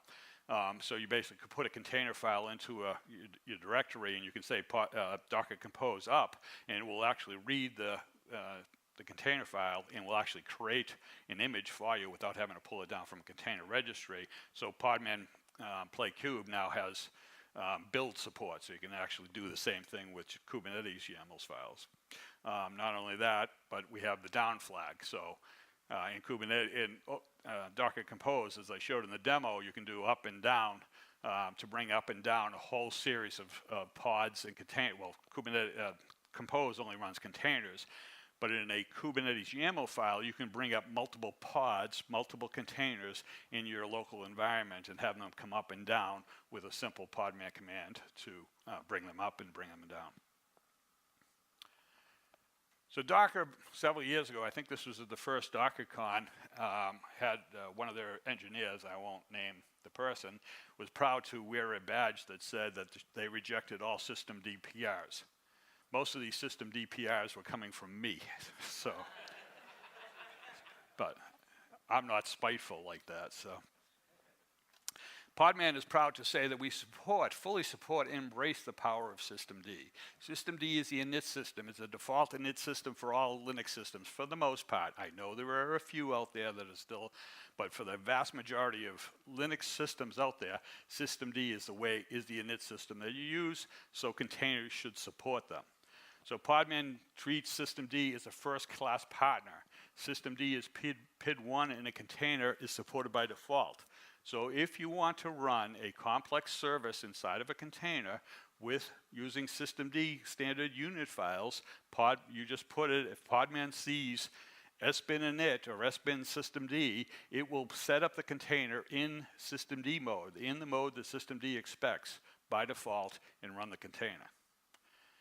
You can generate systemd unit files directly from pods and containers. Remember, I talked about Podman generate kube, generating kube YAML from your running containers.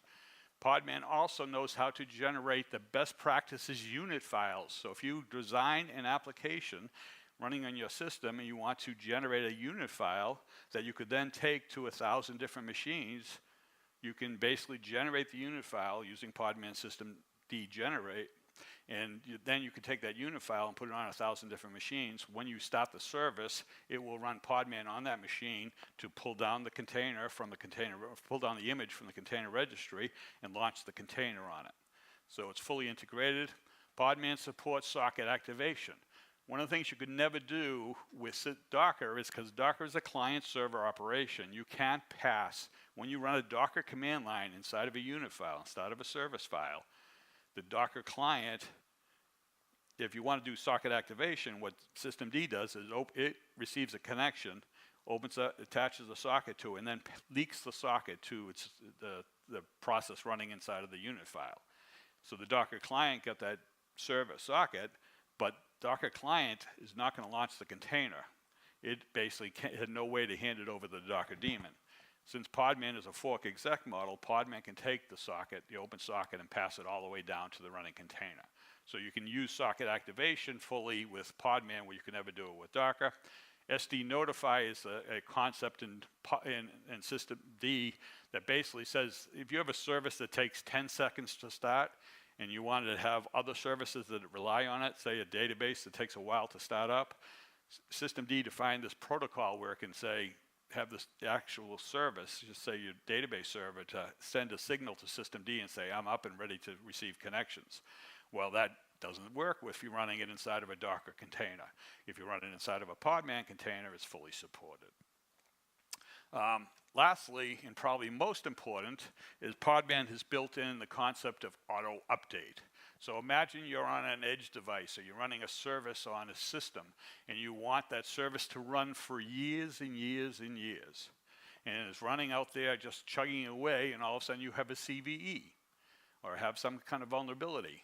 Well, wouldn't it be nice if you could just fix your container image, update it, push it to a container registry, and you have 10,000 of these boxes all running Podman inside of a systemd unit file.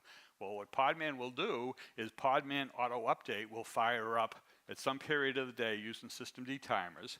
We'll go out to the registry, see that there's a new version of the image that the container it's running is based on, pull that image down to the system, and recreate the container running on top of that service. So you get updates to 10,000 machines instantaneously, not instantaneously, but over time with Podman running. Podman also supports health checks. So a Podman health check would fire off and make sure that the updated containerized service is running properly. If it is not, if the health check fails, Podman will then roll back to the previously running container on the system, and you will later update, hopefully update your service again, figure out what went wrong and update it. So with Podman Auto Update, you start to have a service that can be self-updating in your environment. I talked about rollback support. So let's do another live demo. Okay, so let's create a systemd service to run a container image. So what I'm doing here is, I just ran, so there's the Red Hat ships UBI 8-init, which is running systemd inside of a container. And here you see systemd running on rel 8.6 on my Fedora core box, just like that. It's just standard. There's nothing special in that command, and all I did in that command is run this command, podman run UBI 8-init. Podman saw that the systemd was in it, ran the container on top of it. Now the systemd doesn't receive the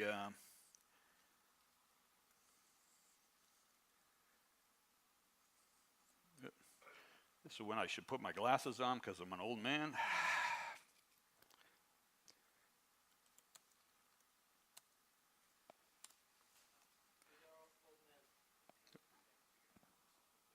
Oh, you can't see it there? Oop.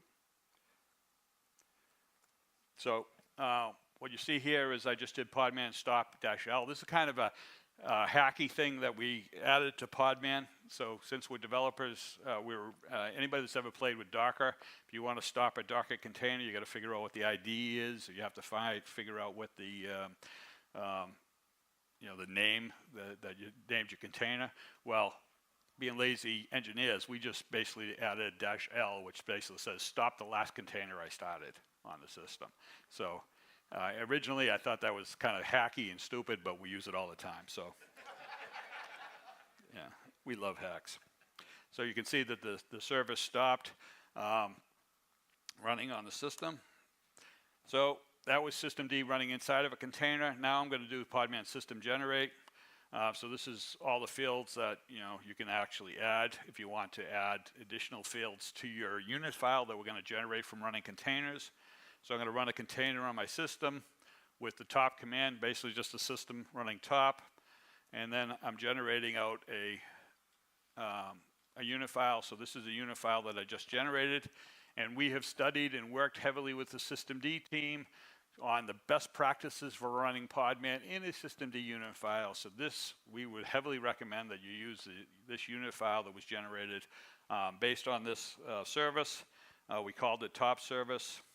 So now I'm gonna, so now what I'm gonna do is I created a new unit file. So I have to do a daemon reload to tell systemd that this new unit file is available. You see on the system that there's no services running, there's no containers running on my service, and now I'm going to start that service, kick off the service, and you see a container running. So basically full integration with systemd for launching services, and if I want to stop the service, I do it. And by the way, this is all happening in rootless mode, so there's no root running. System control, you have to have a special container, and you see I stop the container. It's that simple to run Podman in this as a service on your system. And all right, I mentioned a couple times, I've been leading the container team at Red Hat for probably about 10 years now, and I recently switched over to Podman on the Edge. I wish it was called that. It's RHEL for Edge team at Red Hat. So we're working on edge devices, basically small computers to run on the edge, small computers to run inside of automobiles, and I'm working to get containerized applications into these small work environments as we move to the edge devices. And I believe that Podman is the perfect tool for running containerized applications on edge devices. I kind of jumped the gun on this. So you can define your containerized application inside of Kubernetes YAML files run it inside of OpenShift Kubernetes, deploy it then on RHEL CoreOS for Edge.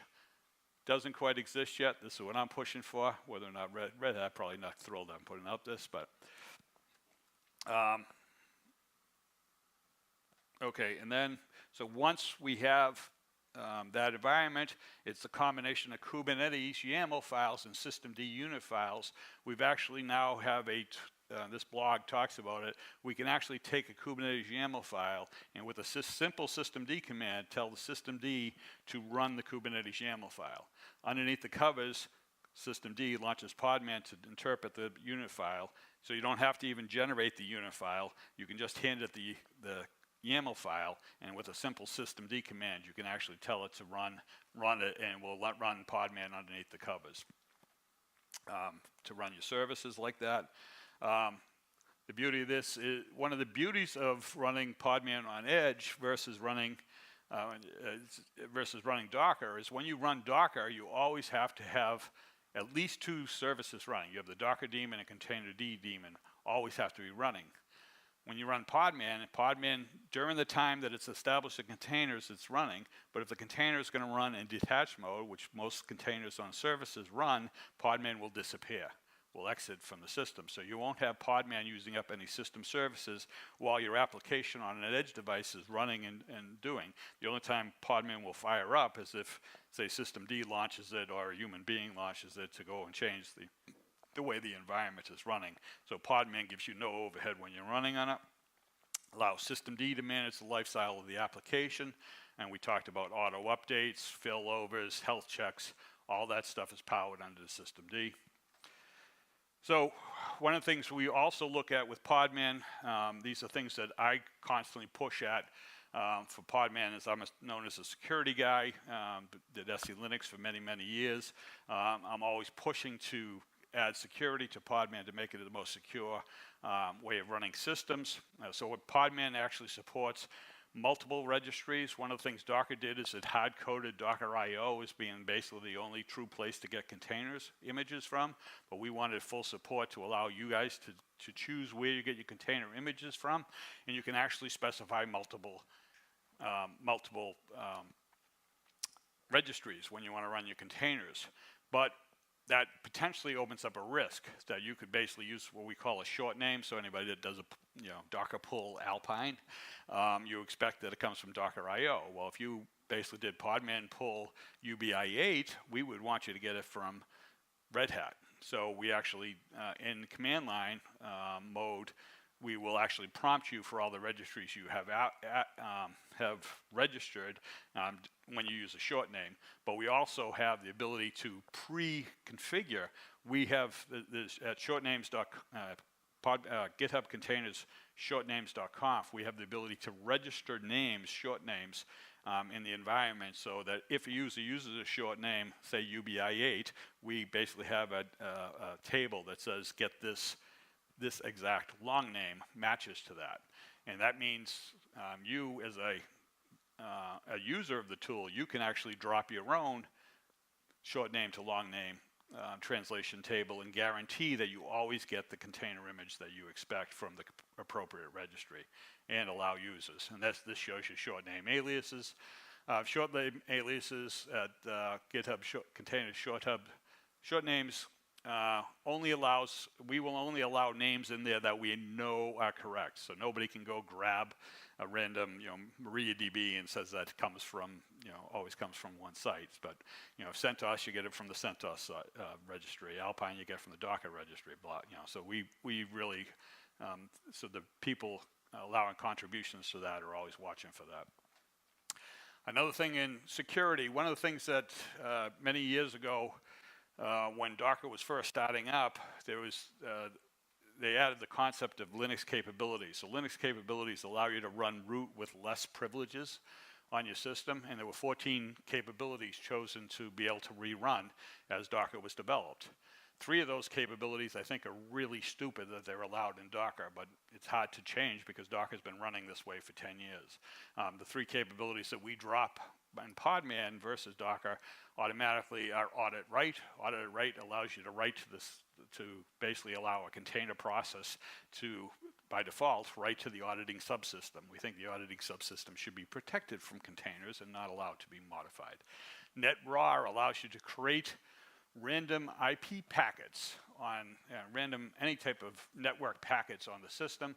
The only reason that's allowed by default is so you can ping.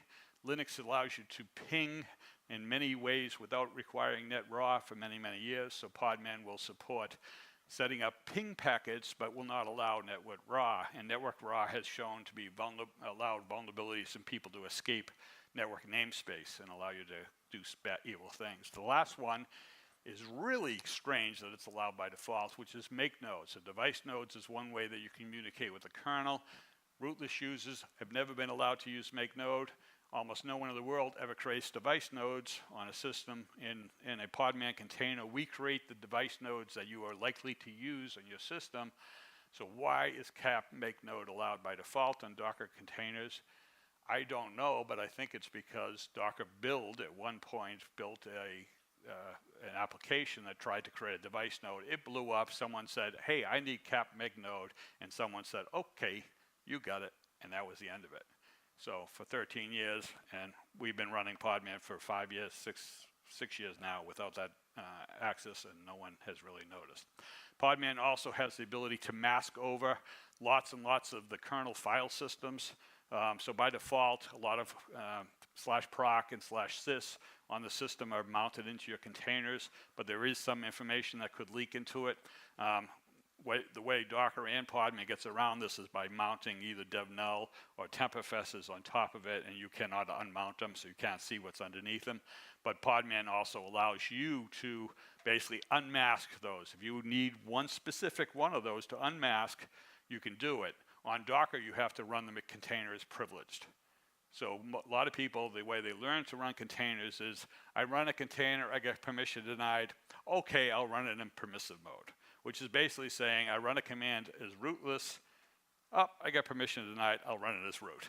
Okay, and that's basically what happens. So we want to allow people to figure out and help them figure out how to basically lessen the security in order to get their application to run without turning security off altogether.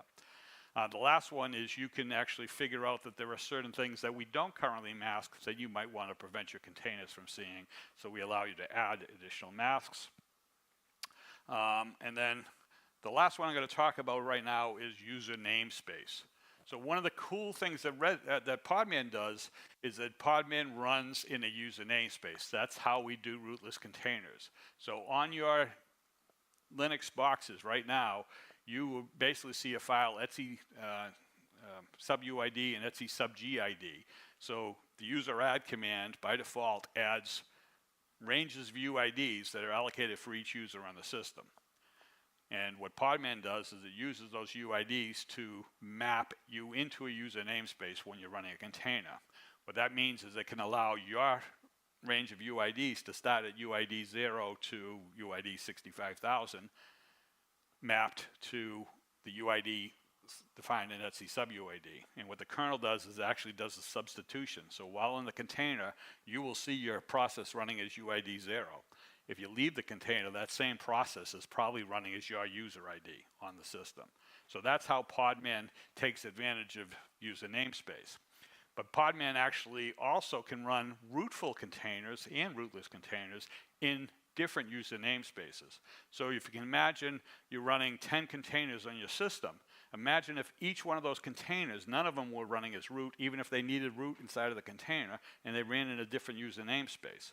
So each one of them got allocated, say, 10,000 UIDs, and then you just ran each one of them independently. So Podman -- user namespace auto will figure out the minimum amount of UIDs you need for your container and will launch each one of them. So in the future, I believe that if you're running your, again, edge device or service that's just running Podman containers, you should be using user namespace that equals auto, even if you're running rootful containers, and it will run them all in a different user namespace. The reason I don't recommend that all the time for rootless mode is because we only allocate 65,000 UIDs. So if you're running multiple containers in rootless mode, you need to allocate a whole bunch more UIDs. But anyways, it's a really cool feature. User namespace has been around a huge amount of time.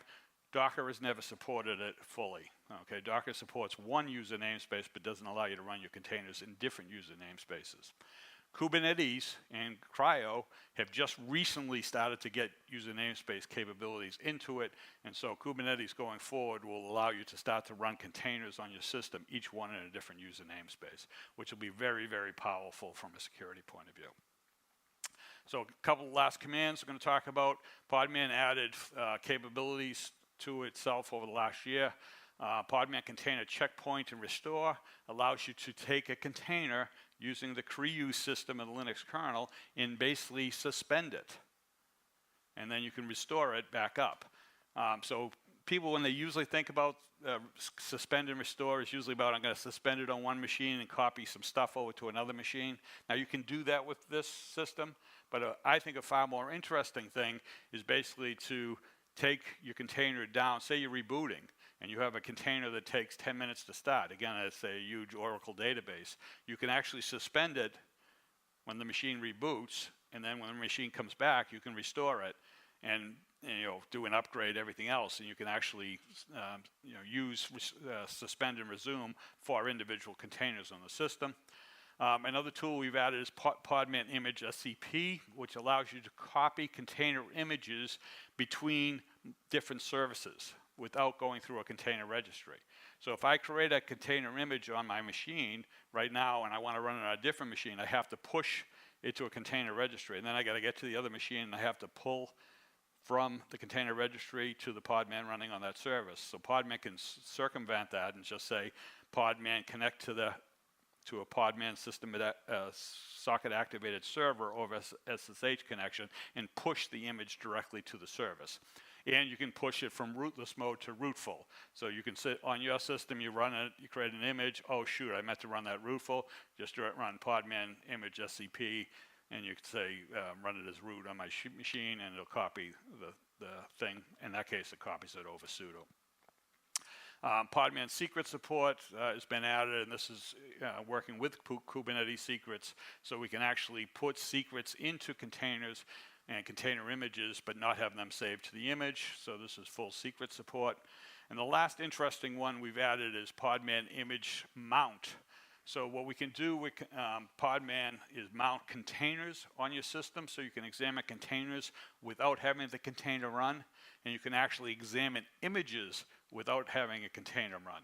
So if you would want to run scanning tools, usually the scanning tools have to basically pull down, use Docker to pull down the container, and then in order to get the container mounted up, they sort of have to run a container on it and then enter. Well, we think that running containers or processes on an image make the image at risk. So we basically allow you to just mount up the image, get you a mount point, and then you can run tools on the system to actually examine what's in an image.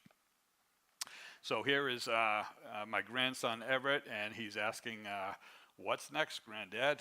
And even though he doesn't call me that yet, but I gotta love this picture, so I have to stick it in my presentations. So the Podman future. So one of the things we're looking at right now is the ability to, remember I said that Podman is not a runtime, it is an engine. There's differences that engines are things that go to container registries, pull down images, set them up, set up storage, and then generate an OCI runtime specification. And at that point, Podman, Docker, Containerd, CRI-O launch a runtime. Runtimes are things like crun, runc, kata, gvisor. Those are little tools that read an OCI runtime, translate it into something in the kernel that actually runs the container. So what Podman is, by default, is moving away from runc to a tool called crun. Runc was written in Go originally. Almost all containers in the world run with runc at this point, but crun was a rewrite of the Go code into C, and it's much more efficient, much better for running under Kubernetes, but also because it's using a standard C library, we can easily add additional libraries to it. So we've added a WASM engine, so we're going to have crun WASM, we're going to have crun krun, and we're going to be able to run different workloads under different types of OCI runtimes.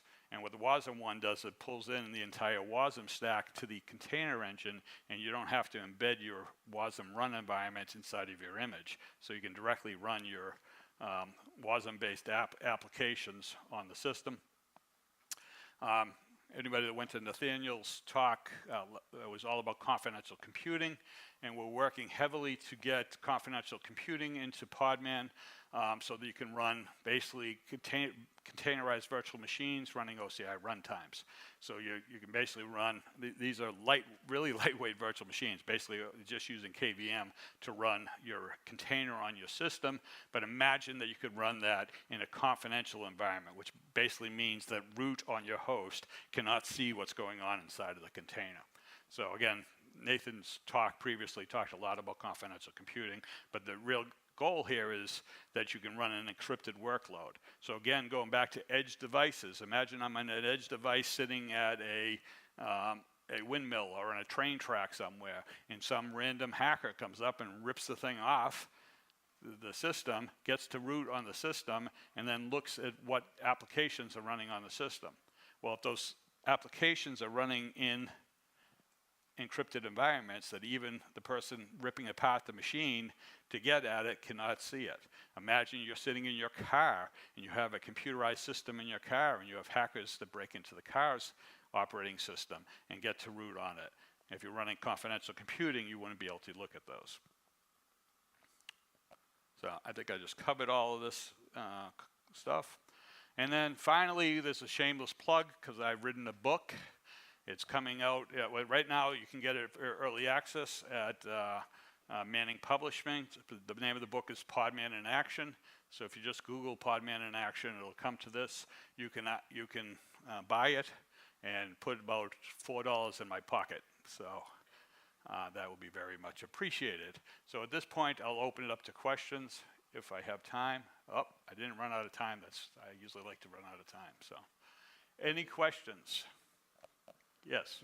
Let me get to you with the mic so everybody can hear. Does the kubeplay support customize mode? Does it support customize? This is when I reveal that I really don't know Kubernetes all that well, so I have no idea what a customize is. The Kubernetes client, kubectl, yeah. -k, and it does some templating.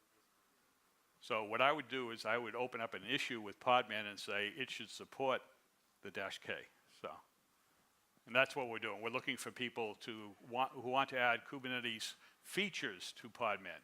One thing I've been told is I can't make Podman compete against OpenShift, so we will not make Podman into a Kubernetes competitor. Yeah. So what is the status of GPU acceleration in Podman? Because that's the one feature that was in Docker that prevented me from fully moving to Podman. To what is it? GPU acceleration? CPU. GPU? Like NVIDIA GPU acceleration for inference models? It should fully work. I don't know. So the problem with the GPUs is the world of GPUs is probably the most hacked up universe. So what probably is happening is you were comparing Podman rootless mode to Docker rootful mode. And I will guarantee you that the NVIDIA and whoever's built it, the GPU mode, basically did not take user namespace into. So if you ran Podman rootful mode, it would have worked perfectly. What happens why don't we talk afterwards, because I could spend 15 minutes talking about the insanity of GPUs and the way that the vendors are handling it. So let's move on. Other questions? Yes. Shout it out.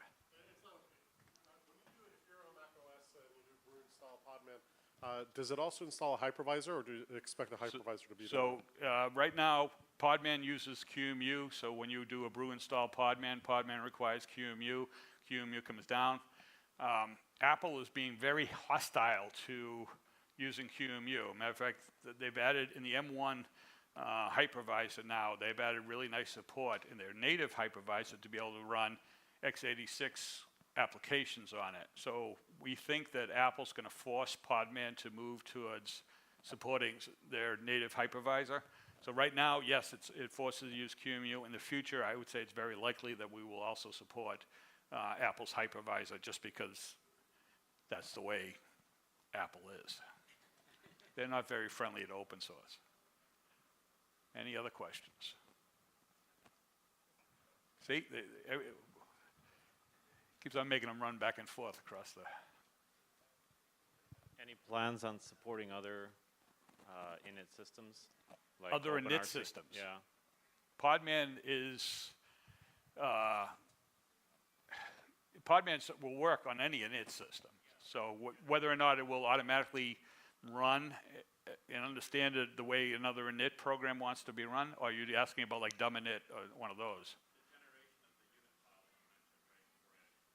Yeah, well, I mean, right now, if it's a fully open source project, so if you had other types of generates that you wanted to generate from containers, and you were nice enough to open up a pull request, we would not block it. So, but yeah, right now, we've only done the init system that pretty much everybody uses. Any other questions? Oh, same side. Do Podman still supports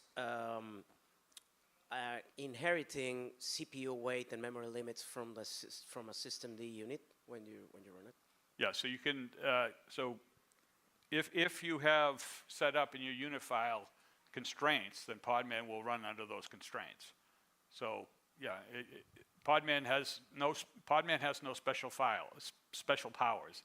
So if you say in a unit file that Podman has to run underneath this C group, and you're using C groups v2, then Podman will use a subset. So if you basically put it into a C group that can only use, say, CPU 2 on the system, then when Podman runs, it cannot put the container on CPU 1. It would be locked into CPU 2. So yeah, we will follow all the rules that the unit file tells us. And that's just because Podman doesn't have powers. It's not magical. Last question. Oh, by the way, I do have Podman stickers if anybody wants afterwards. If you don't mind, since you have extra credit for time because of the AV things, I had 3 questions. First one was, when you go in the cube play mode, I'm wondering what the support is for persistent volumes. Does it? So it will translate. If you have a volume defined in your Kubernetes YAML file, it will create a local volume based on that name. So it will automatically create a persistent volume on the system. Okay, but it's local volumes. It's local. It's not going to go out Docker and volume drivers or Docker volume and Podman volume support services, so you can create other types of volumes, but by default, all we create is a local volume for it. Okay, another quickie mentioning Windows and Mac support. How about BSD, since this is so actually, it's funny you should ask. So again, since this is a fully open source project, over the last month, we've had BSD people coming in and opening up all sorts of pull requests for us to be able to support Podman on BSD using jails. So it's like BSD machines don't have any concept of a container, but they do have concept of jails. So Podman will be able to pull down an OCI image container for BSD and be able to run it on that. I don't think that he's completed his effort yet, but it's pretty close. He's got it pretty much into all the underlying libraries. Okay, and final one from me. I was just curious about the use case for why you did that image SCP. Is that related to Edge in some way that you thought it was valuable there, or was it something else? See, the number one goal of engineers is to be lazy, and we hated pushing to a registry. It came up all the time. People basically doing something in rootful mode and then rootless mode, and they wanted to copy the image from rootful to rootless without having to do a Podman build again. And then the other use case was basically, but it will work for edge devices. You can imagine just SCPing or plugging this all into, say, Ansible scripts where you can basically preload, pre-install all the machines out there with images already ready to run. So you can, it just was a handy tool, and since we have SSH connections, it made sense to use some kind, and that's why it's called SCP, because it's using SSH under the covers. Okay, with Anybody else? Yeah, I'll be around for, I'll probably go downstairs, but I can sit up here for, I don't know, another 10 minutes or so before, if anybody wants to walk up and ask me. And I don't have the lovely Podman shirts, sorry, and they're not available online, but. Okay, let's thank Dan. That was a great presentation. And we're going to take a 30-minute break on the container track, but since we went into Edge, the next speaker is actually going to be talking about Edge. Really impressive. in relation to Kubernetes, so you might want to stick around for that. Thank you.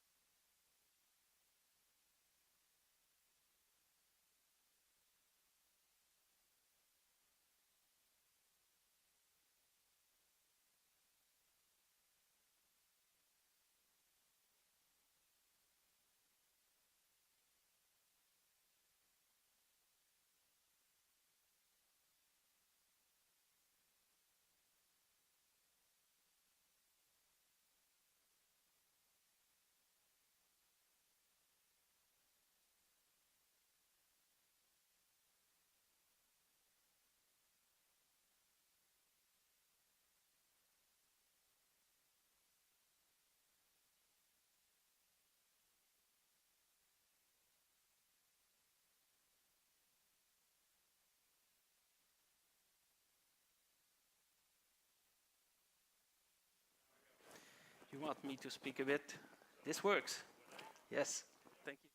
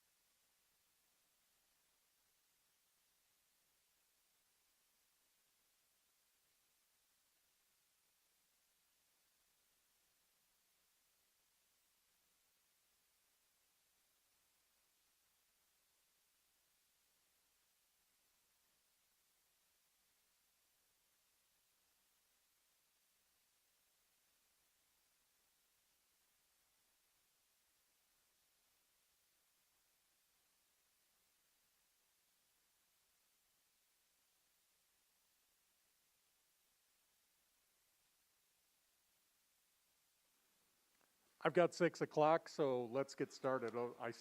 I'll let somebody get seated here.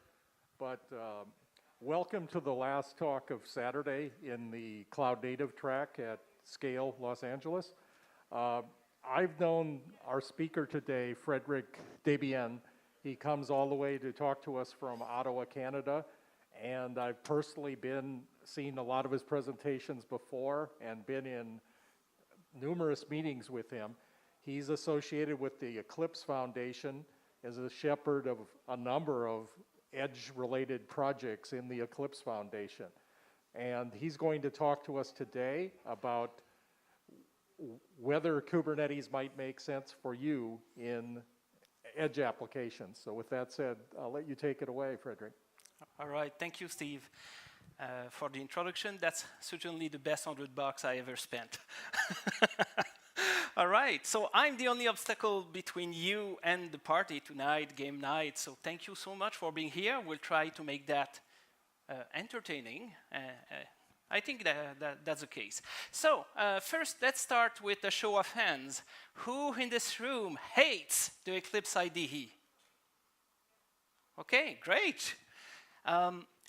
Who in this room knew that the Eclipse Foundation is much more than the Eclipse IDE?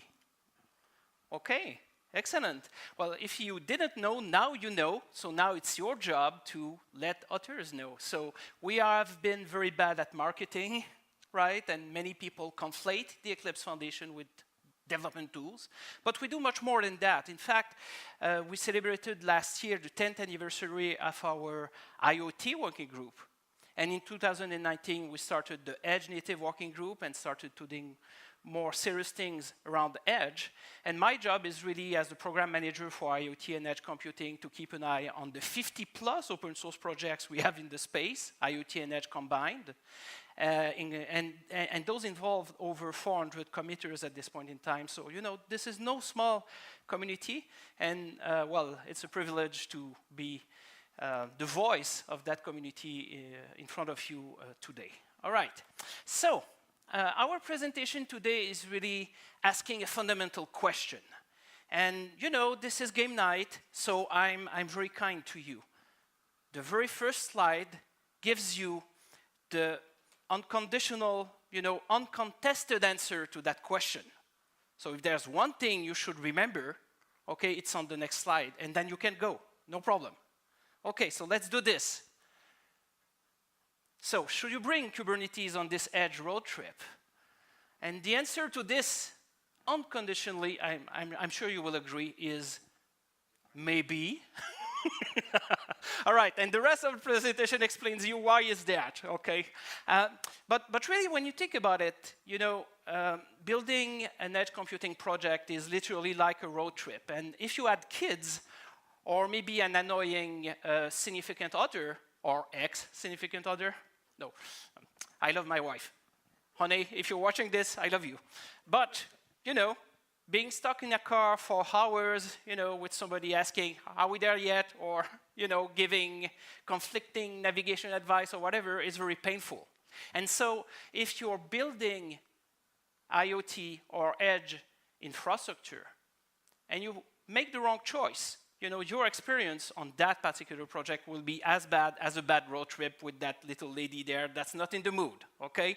So my goal today is to give you rule of thumbs, advice, you know, coming not unfortunately from my personal experience, because I don't have the time to be in the field building stuff, but this is what I heard from our community members and their partners and their customers. And really, you know, believe me when I report that, but I'm more than happy to put you in touch directly with them if you don't believe me directly. All right, so the structure of presentation, really simple. First, we'll take a step back and really take the time to agree on what edge computing is and how it is different from cloud computing. I think that's really important. Then, we'll have a look at the kind of workloads you run at the edge. And this is really critical because a container is a container is a container. Yeah, maybe.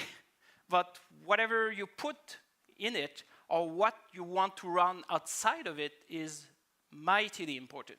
So we'll take the time to really take a look at the edge landscape. Then we'll dig into options to run Kubernetes at the edge. You can do it. Sometimes, okay, it's a good option, sometimes not. So we'll take the time to see what's available, not exhaustively, so I won't list every option, but have a high-level look at possible ways to achieve that. And finally, we'll take some time. We've been working on a number of open source projects at the Eclipse Foundation, so I will tell you about edge ops, the way that we see edge computing, and how those projects very briefly fit into that, and whether you should consider them with Kubernetes or instead of Kubernetes in some cases. All right. So, we talk about edge, but edge is really, you know, something that lives in parallel with the cloud. And so when we talk about cloud computing, this is really an environment where you have on-demand availability of resources. You know, if we try to give the simplest definition of it, you demand and you get resources.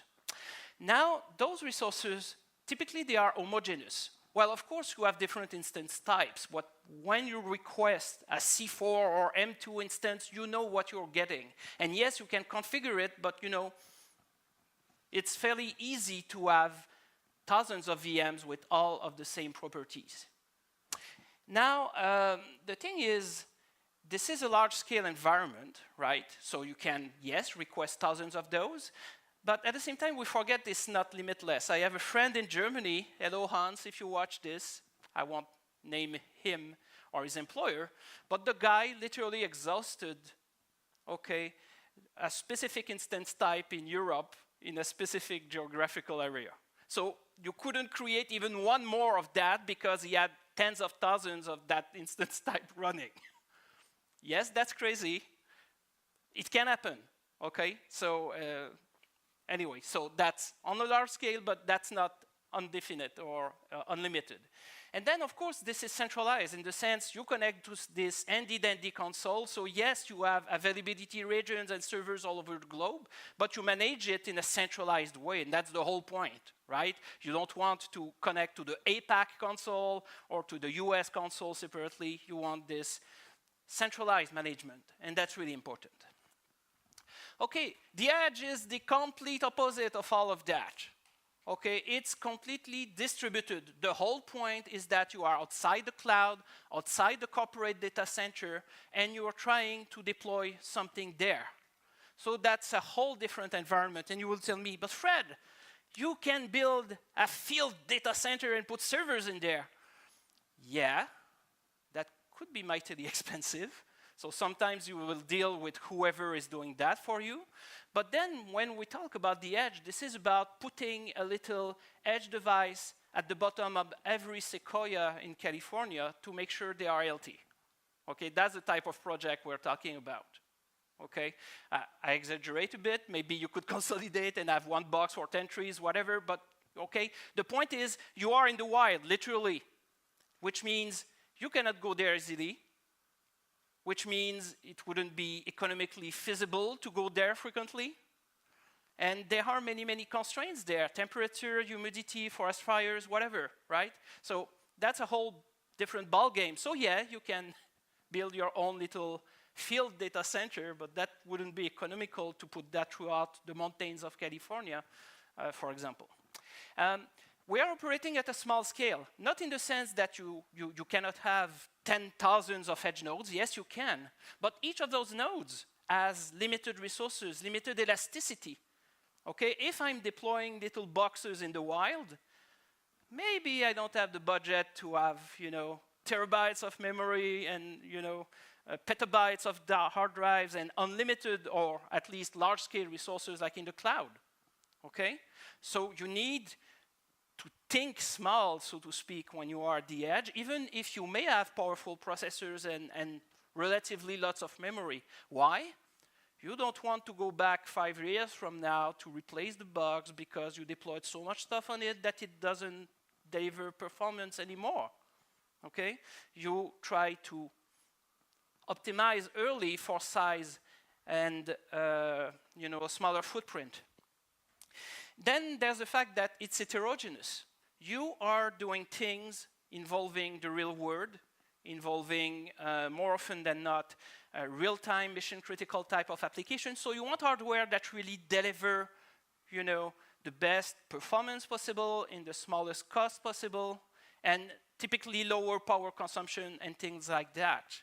Which means you may not have a very heterogeneous environment. You will have those little ARM or RISC-V processors that you will leverage in order to really have the best bang for the buck. You will use AI accelerators in specific types of applications. And all of that is something that, if you work with containers, you will have to tailor container images for all of those possible combinations. That can be painful, believe me. Okay? But that's something that you need to take into account.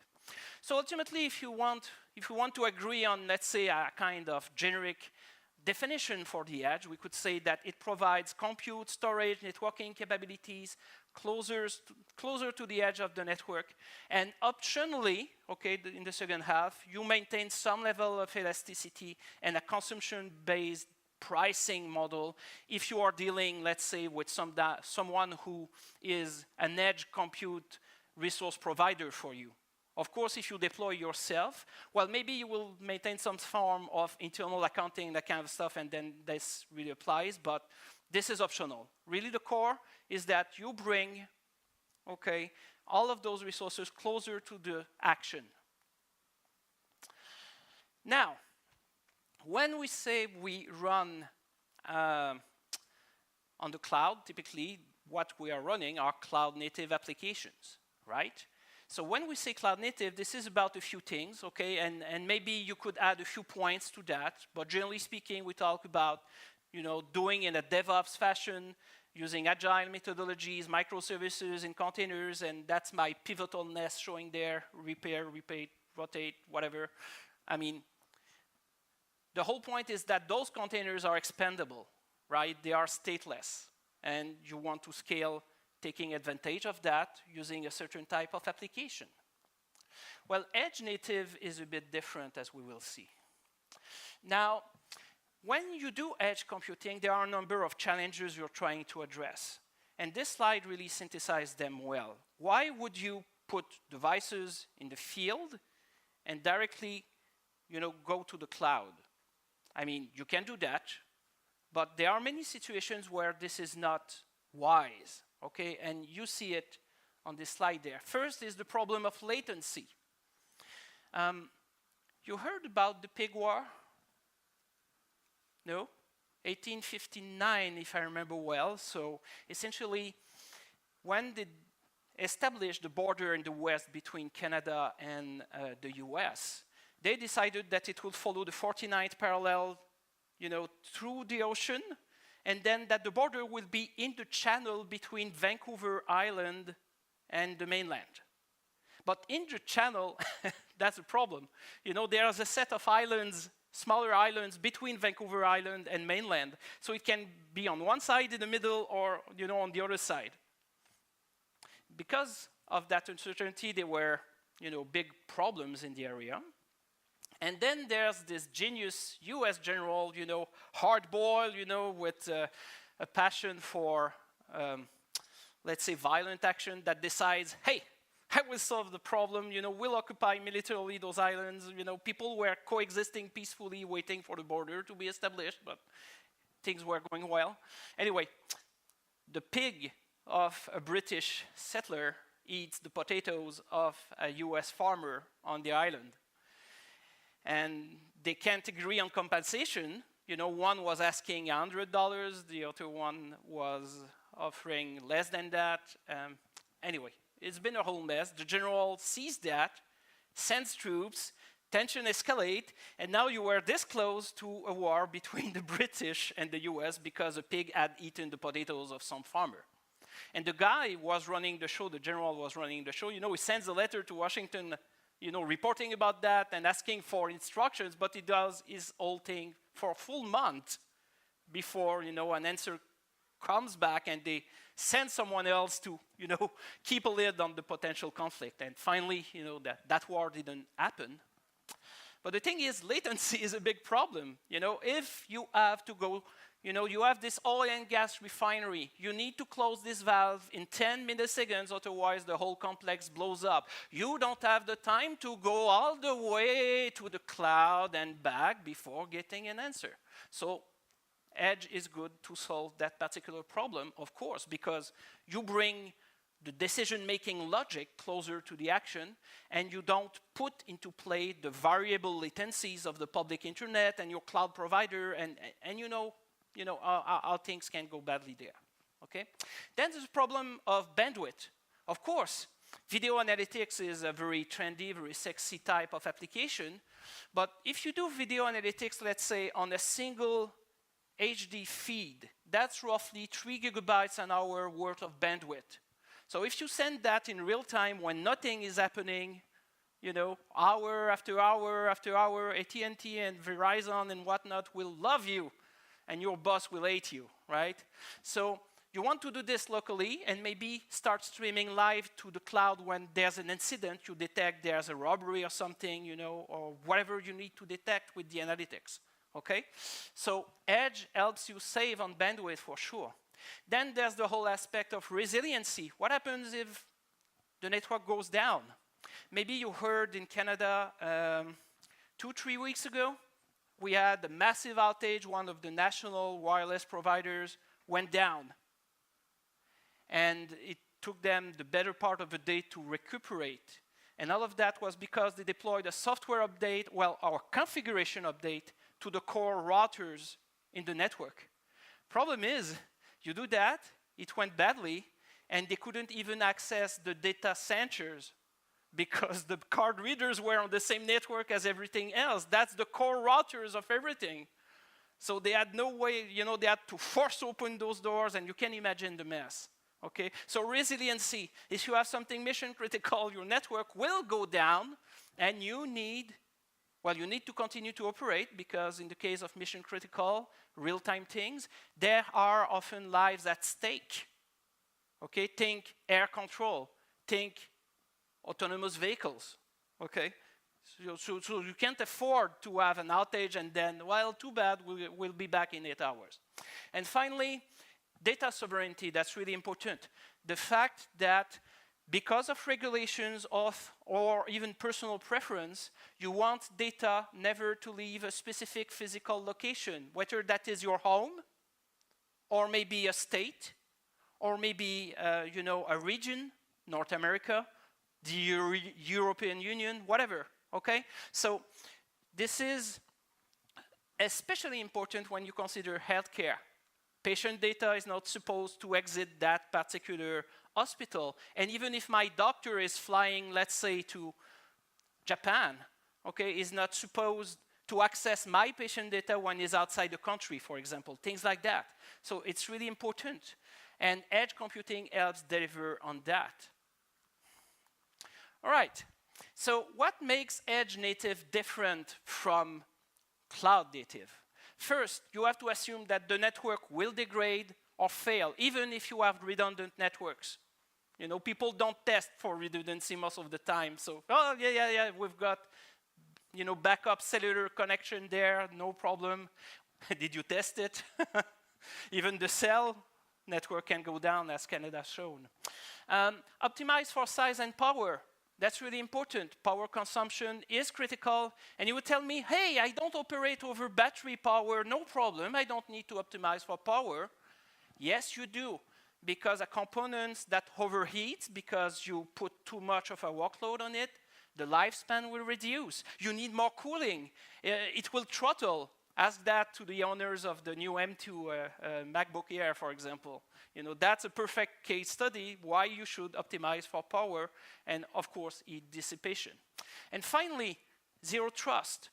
You know, when you put devices in the wild like that, someone at some point will steal one or more, okay? And this means, by default, you shouldn't trust any device. And then you have strategies in order to quarantine or maybe flag data that comes from devices that could have been compromised and that kind of stuff.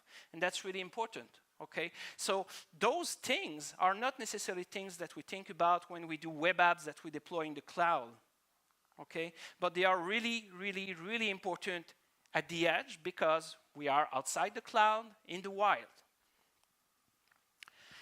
Okay, now let's have a look at those edge computing workloads. What are we running at the edge? How do we package it? And how it influences the kind of platform we will pick. First, okay, when you talk about edge computing, people will tell you, oh, there's the telco edge, there are 2 edges, 3 edges, whatever, you know, and depending what they're trying to sell you, okay, the answer will vary. Our vision at the Eclipse Foundation, there, or at least in our Edge Native Working Group, is this. The space between the edge and the cloud is really a continuum. And whatever you're trying to deploy, the components for the solution will live in various physical places, all the way up and including the cloud. Okay? And that's true for all 3 planes: management plane, control plane, data plane. Okay? Depending on what you're trying to build, okay, your components will literally be all over the place. So the edge, so to speak, is anywhere and everywhere. Okay? And that's really an important consideration. When we say the edge is really distributed, you see it right there. Okay? Now, that's for people maybe less familiar with the planes, just, you know, reminding you what this is about. So the data plane are the actual software components, right? The control plane is really about controlling the application themselves and the real-time monitoring. And finally, the management plane manages the rest and does the device configuration. So every year, we at the Eclipse Foundation run an annual IoT and Edge developer survey, and we have a parallel commercial adoption survey for business types. And those are the numbers from the 2021 edition, but we'll publish the 2022 stuff for developers early October and the commercial adoption one in January. By the way, all of those surveys are on our website, and they are all licensed under Creative Commons, so feel free to pick a slide or pick a number and put that in your own deck, okay? That's something that we do on behalf of the open source community, you know, as public service, as part of our mission. So we asked people in that 2021 edition, hey, what are you doing at the edge? What are you deploying? And in that particular version of the survey, we were distinguishing between edge gateways and edge servers. We removed that. I mean, the numbers are pretty equivalent on both sides, as you will see. But the interesting thing there is the variety of things. Okay, yes, AI is at the top, but you have control logic, you know, for industrial automation and things like that. So driving actual robots, assembling a car, whatever. Then data analytics and sensor fusion, the fact that you assemble and aggregate all of that data to push something, maybe in real time, maybe at regular intervals somewhere else.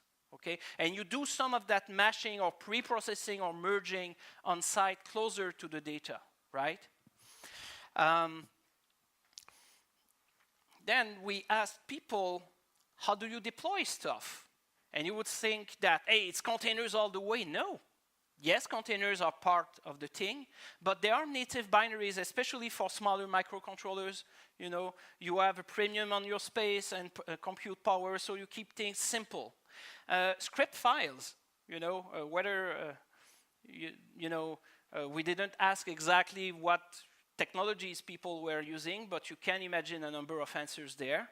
Serverless functions, you know, some people do it, and it's certainly a good model there. And even virtual machines or virtual images on edge servers play a role as well. So, of course, you want to maximize the utilization of the hardware that you want, that you deploy. Of course, you want to have the security benefits of isolation and things like that, but there are many ways to achieve that, and depending on the workload, you don't necessarily always do it with containers. So already when I said, when I was asking, do we need Kubernetes on that road trip? Well, not always, because there are more efficient ways, to run some of those workloads without Kubernetes involved, right? And I keep saying Kubernetes. That's my French showing up. I apologize for that. So that's Kubernetes. So please alias Kubernetes to Kubernetes, okay? Sorry. That's a bad tick. I'm trying to correct it. Anyway. Another important consideration, you are at the edge, and people keep forgetting a whole half of the universe, in the sense, we've been using Linux, FreeBSD, macOS, Windows, whatever. All of those are, going back to the roots of the Unix time-sharing system, right? Okay, time-sharing type of operating systems, where essentially you tiny slice your processor time and distribute that along all of the processors on the machine. That's a great model, especially to maximize utilization of the resources that you have. The problem with that is that, yes, you maximize performance, you maximize resource utilization, but the latencies are very variable. Right? And the problem, once again, is if you have a very mission-critical, life-threatening type of application, like, let's say, the ABS brakes in your car, you don't want to do time sharing, okay? You need some form of real-time system or operating system in there where you guarantee the latencies for every operation. So that's a completely different mindset. And that's really important because, when I was coding, I'm still coding a bit, unfortunately not as much as I want, but in my really coding days, we were really focused on those types of applications that really take advantage of time sharing capabilities. Right, the fact that you scale in a certain way and all of that, but in real time, it's a completely different thing. I'm true and true an IT guy, information technology, but if you go on the factory floor, if you go on an oil field, okay, if you go in the wild where you deploy those edge solutions, you will meet operational technology people, the guys that support industrial processes, process automation, industrial automation, and things like that. And their mindset is completely different. You crave for cutting edge, right? The presentation right before, new stuff in Podman and things like that. Those guys are obsessed with stability. The fact that if this particular robot in the factory, has downtime, you will lose 16 million in production value this afternoon. Okay, so this means you are very, very careful about what you do, right? Because that's directly related to the production capacities of an organization, or even, once again, to lives. If a pipeline fails, if an aqueduct for water distribution fails, this has massive consequences, and you will be in the news quite fast, right? It can happen in IT as well, but the mindset is different. So the people around operational technology, they are developers like you and me, right?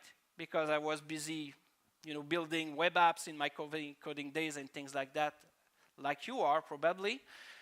But their mindset is completely different, okay? And this is why you need to keep that into account, take that into account when you do edge computing, but because you are much closer to this gap between OT and IT, and you want to bridge it, which means you need to slow down on cutting edge sometimes and listen to their specific requirements in order to deliver something that makes sense.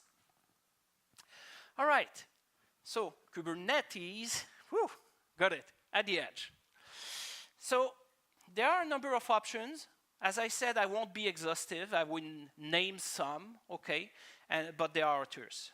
Now, when you try to contrast the approaches, there are essentially three approaches to run Kubernetes at the edge. The first one is run plain Kubernetes at the edge, right? You just deploy the open source version, or they changed the name, but OpenShift Open Source Edition. What's the name for that? Anyway, whatever, you take that and put a number of servers, and then you fail, and that's not a good approach. So you have alternative approaches that have emerged in the last few years, right?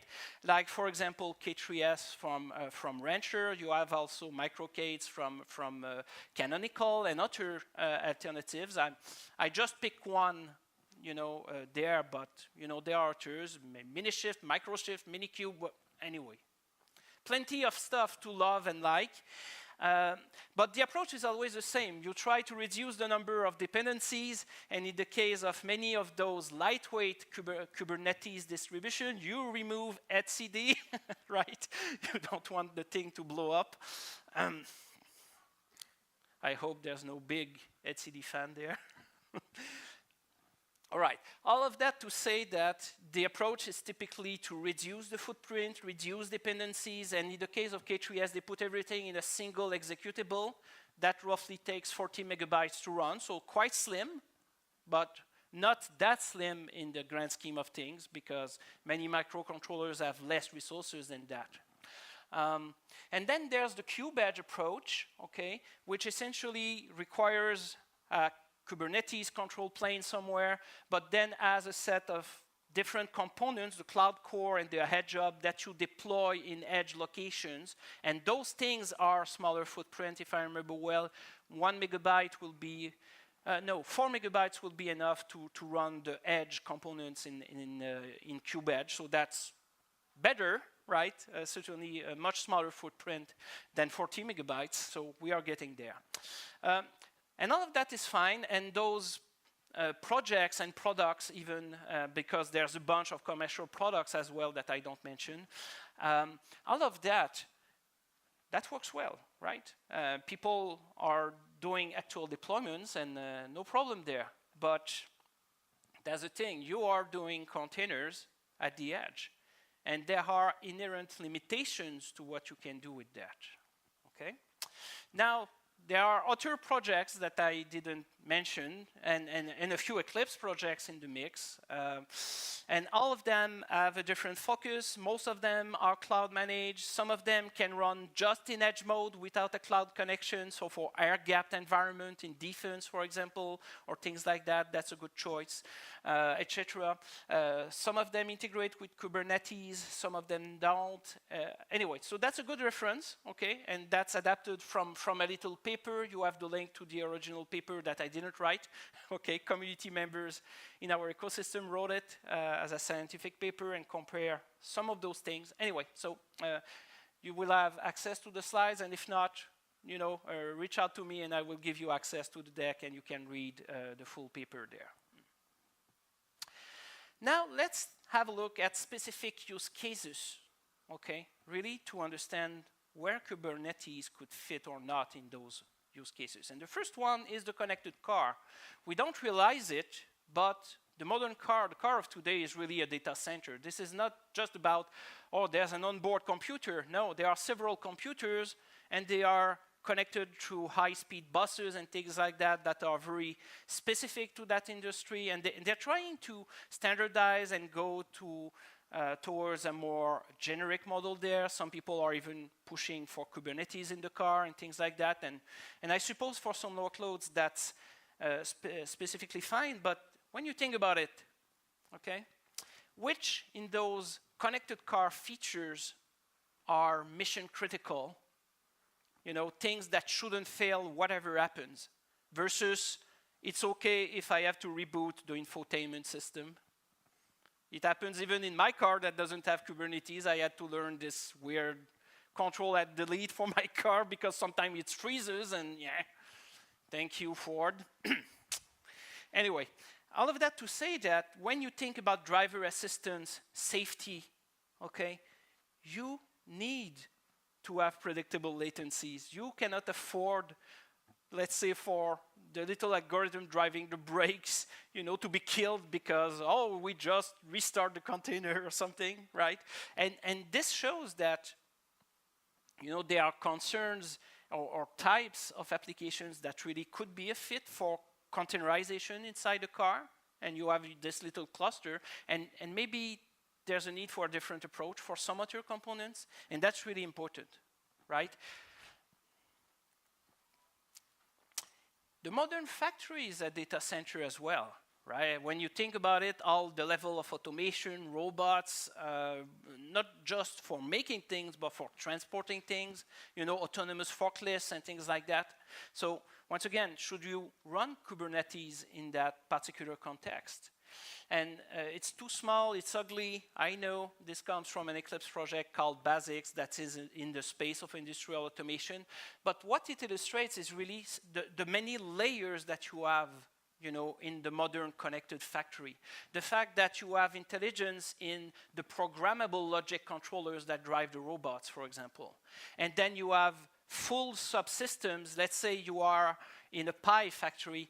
You have a full system that's really, okay, baking the pies, and then, you know, you have this huge conveyor that will bring them to the cooling tower and all of that. So you have sensors to watch all of that, and the packaging system at the other end. So many of those things are not only machines, but full subsystems, you know, with various levels of components. And all of that is automated by operational technology people. They have their own networks, they have their whole set of standards, protocol, connectivity, technologies, all of that, right? And the level of complexity is staggering. But once again, some of those things can fail, no problem. Let's say the system with little screens that remind employees that they should smile because they have a job and things like that, that can fail, right? But whatever is at the core of the production, for example, shouldn't fail because you have lots of potential financial losses at play. You can ruin, you know, a $80,000 car very easily with a robot that doesn't complete its welding at the very precise moment it's supposed to do. So once again, you need more robustness than a typical container-based system will provide you because you have so many levels of interaction in there. So, and we spoke about AI. AI is not about one specific industry, but there are certainly things that are very specific to AI types of applications at the edge that you need to take into account. For example, when you deploy AI at the edge, you operate on a fragment locally of the full data set. And that's really important because you need some ways to bring that back at some point to the cloud in a way that makes sense.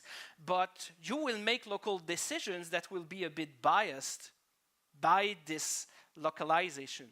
Then you have always this concept of an error function. If you have data that doesn't make sense or you need to validate something, you will call up, you know, to the cloud and try to figure things out there. But as we said, you have to assume that the network will go down. So once again, you need to design around that fact. And then optimization of that particular model and data set, you know, of those particular algorithms will depend on local conditions. And there, let's say you analyze humidity in the air, and there's a broken water main above your little sensor and it drips on it. You have completely falsified whatever comes out of that particular node. And you need to prevent, well, you cannot prevent such incidents. You will detect them after the fact. So how do you flag potentially suspicious data, you know, that's not in line with the trends and things like that, right? And that, when you are at the edge, you need to be able to do it autonomously without a connection to the cloud because you never know when the network will go down. Okay, so that's really an important design consideration there. So, in terms of architecture, what kind of questions should you ask yourself on whether, you know, you will pick Kubernetes or not? First, there's the element of latency, how predictable it is. You know, you're driving a nuclear power plant, you're driving a very complex industrial process with precise timings. You're literally deciding when to brake in a connected car. Once again, you know, those are things that cannot be interrupted and should operate on a predictable time frame, okay? Then there's a question of whether you can afford to lose your data or not, okay? In many applications, let's say a connected building, a smart hotel, let's say, you put sensors all over the place, you measure temperature, humidity, room occupancy. Can you drop 15 seconds worth of data? Probably. It won't kill anyone. You know, we can maintain the temperature in this room without any problem. Of course, if that's the International Space Station, you cannot afford to drop any microsecond of data, right? Because at any time you may need to correct altitude and things like that. So that's a whole different ballgame. And then there's the unicity of your instances. So we said, in a stateless model, containers, it's like in a big family, you can lose a kid, no problem. You don't hesitate. Okay, maybe not. Bad example. No, all of that to say that in the case of typical Kubernetes types of application, any given container doesn't have any particular significance. You try to be as stateless as possible. Well, in the case of industrial automation and many processes like that, or even real-time trading on Wall Street, you cannot afford to lose anything, and you cannot afford to lose what any specific container would be containing at that point in time as state. So that's really an important consideration. Then how constrained is your hardware and your overall infrastructure? That's really important. And as I said, you have to assume that even if you have headroom, you have to be conservative about the way you use those resources, because you never know when someone at head office will have a bright idea and they will ask you, oh, you have those nodes, put that on them too. You never know when that will happen, so you need to be conservative about whatever you are using, especially to prolong the lifespan of the equipment. Right? So if you put too many things, you overheat. If you overheat, the equipment will fail faster.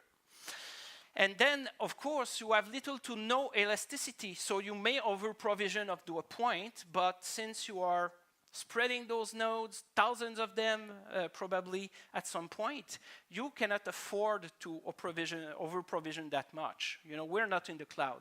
And finally, how far your control plane should be compared to the actual edge devices. So once again, the farther you are, the more unpredictable latency you are introducing in the whole system. So in some applications you can afford it, in some others you can't. And those are really important considerations in designing the whole solution and deciding whether you want Kubernetes in the mix or not. And yeah, one important thing is people have been doing or trying to do stateful containers or Kubernetes. IMAX Pivotal, we are trying to run databases there. I wasn't involved in those efforts, but really, you are either the guy walking away from the explosion or you're the one stuck in it, and most people that tried it are stuck in it, okay? So, and really this makes sense. When you think about it, Kubernetes from the very beginning has been engineered as a way to scale stateless workloads, right? That's the religion that you should have, the mindset that you should have. Okay, you can try to shoehorn something that's stateful. That's not necessarily the best model, especially at scale. So, that's one important thing. If you have state, and most real-time mission-critical types of application have local state, then you should be careful about this. You don't want the guy to be stuck inside that fiery explosion. Okay, so if we try to synthesize, where is Kubernetes a bad fit? Real-time, mission-critical, constrained devices, right? Even if K3S, let's say, is only 40 megabytes, you can go much lower, with other types of solutions, okay? And finally, there's heterogeneity. Yes, people are starting to say, yeah, we mix and match x86 and ARM in our clusters. And then you look at the documentation for that, and it's scary. It's not mature. We're not there yet. Maybe 5 years from now, it will be mature enough to do something mission critical that would be on a hybrid cluster. We'll see, but don't do it. Don't do it. Yeah. All right. Out of this to say that overall, when you think about it, Edge is not about one particular technology, but picking the right platforms and tools from the extensive open source toolkit that exists. So this is from our white paper on EdgeOps, and the logos in color are from Eclipse. The authors grayed out are from author provenance, typically Linux Foundation, LF-Edge, and things like that. Not that I don't like them, we were just trying to illustrate our own footprint here. And you may argue with me to no end about the placement of one specific icon, or logo for a particular project you like on this. The whole point is just to try to illustrate them in relation to each other. And of course, that's the typical deployment. Okay, so we argued among ourselves to no end on this, but don't do this. The whole point is to show that even though we are still known for the desktop IDE and all of that, the footprint that we have at Eclipse is really, spread all over, the edge to cloud continuum and the DevOps continuum in the other dimension. And what we don't have, we integrate with. So of course, OpenStack, of course, Kubernetes, of course, things like Podman or whatnot, projects like Fledge and EdgeX Foundry, all of that is highly relevant and interesting depending on what we're trying to build. There's no one-stop shop in Edge. And it's even truer in IoT and Edge because people will tell you, hey, I can provide you everything from the sensor to the data center. Yeah, through their network of partners and all of that, no one makes all of those things and tests them in advance, right? So it's more often than not an adventure. And in building your open source architecture and all of that for any particular solution, you have to keep that into account. So please don't limit yourself. Explore what's available, and there are plenty of mature, well-maintained open source projects in the space at the Eclipse Foundation, at the Linux Foundation, and elsewhere. Don't forget OpenStack and the Open Infrastructure Foundation there. All right, now I will focus to conclude this talk about the way we see things at the Eclipse Foundation. And when I say we, I'm just the voice there, right? I'm speaking on the behalf of our community. So we may be right, we may be wrong, but that's what we agreed on, and you are more than welcome to join and show us the right direction if you feel we are wrong. First, so the full story, this could have been a 3-hour talk, is in this handy-dandy white paper, so you have the QR code or the link to download it. So what I will do is really synthesize it a bit in the context of our conversation today, okay?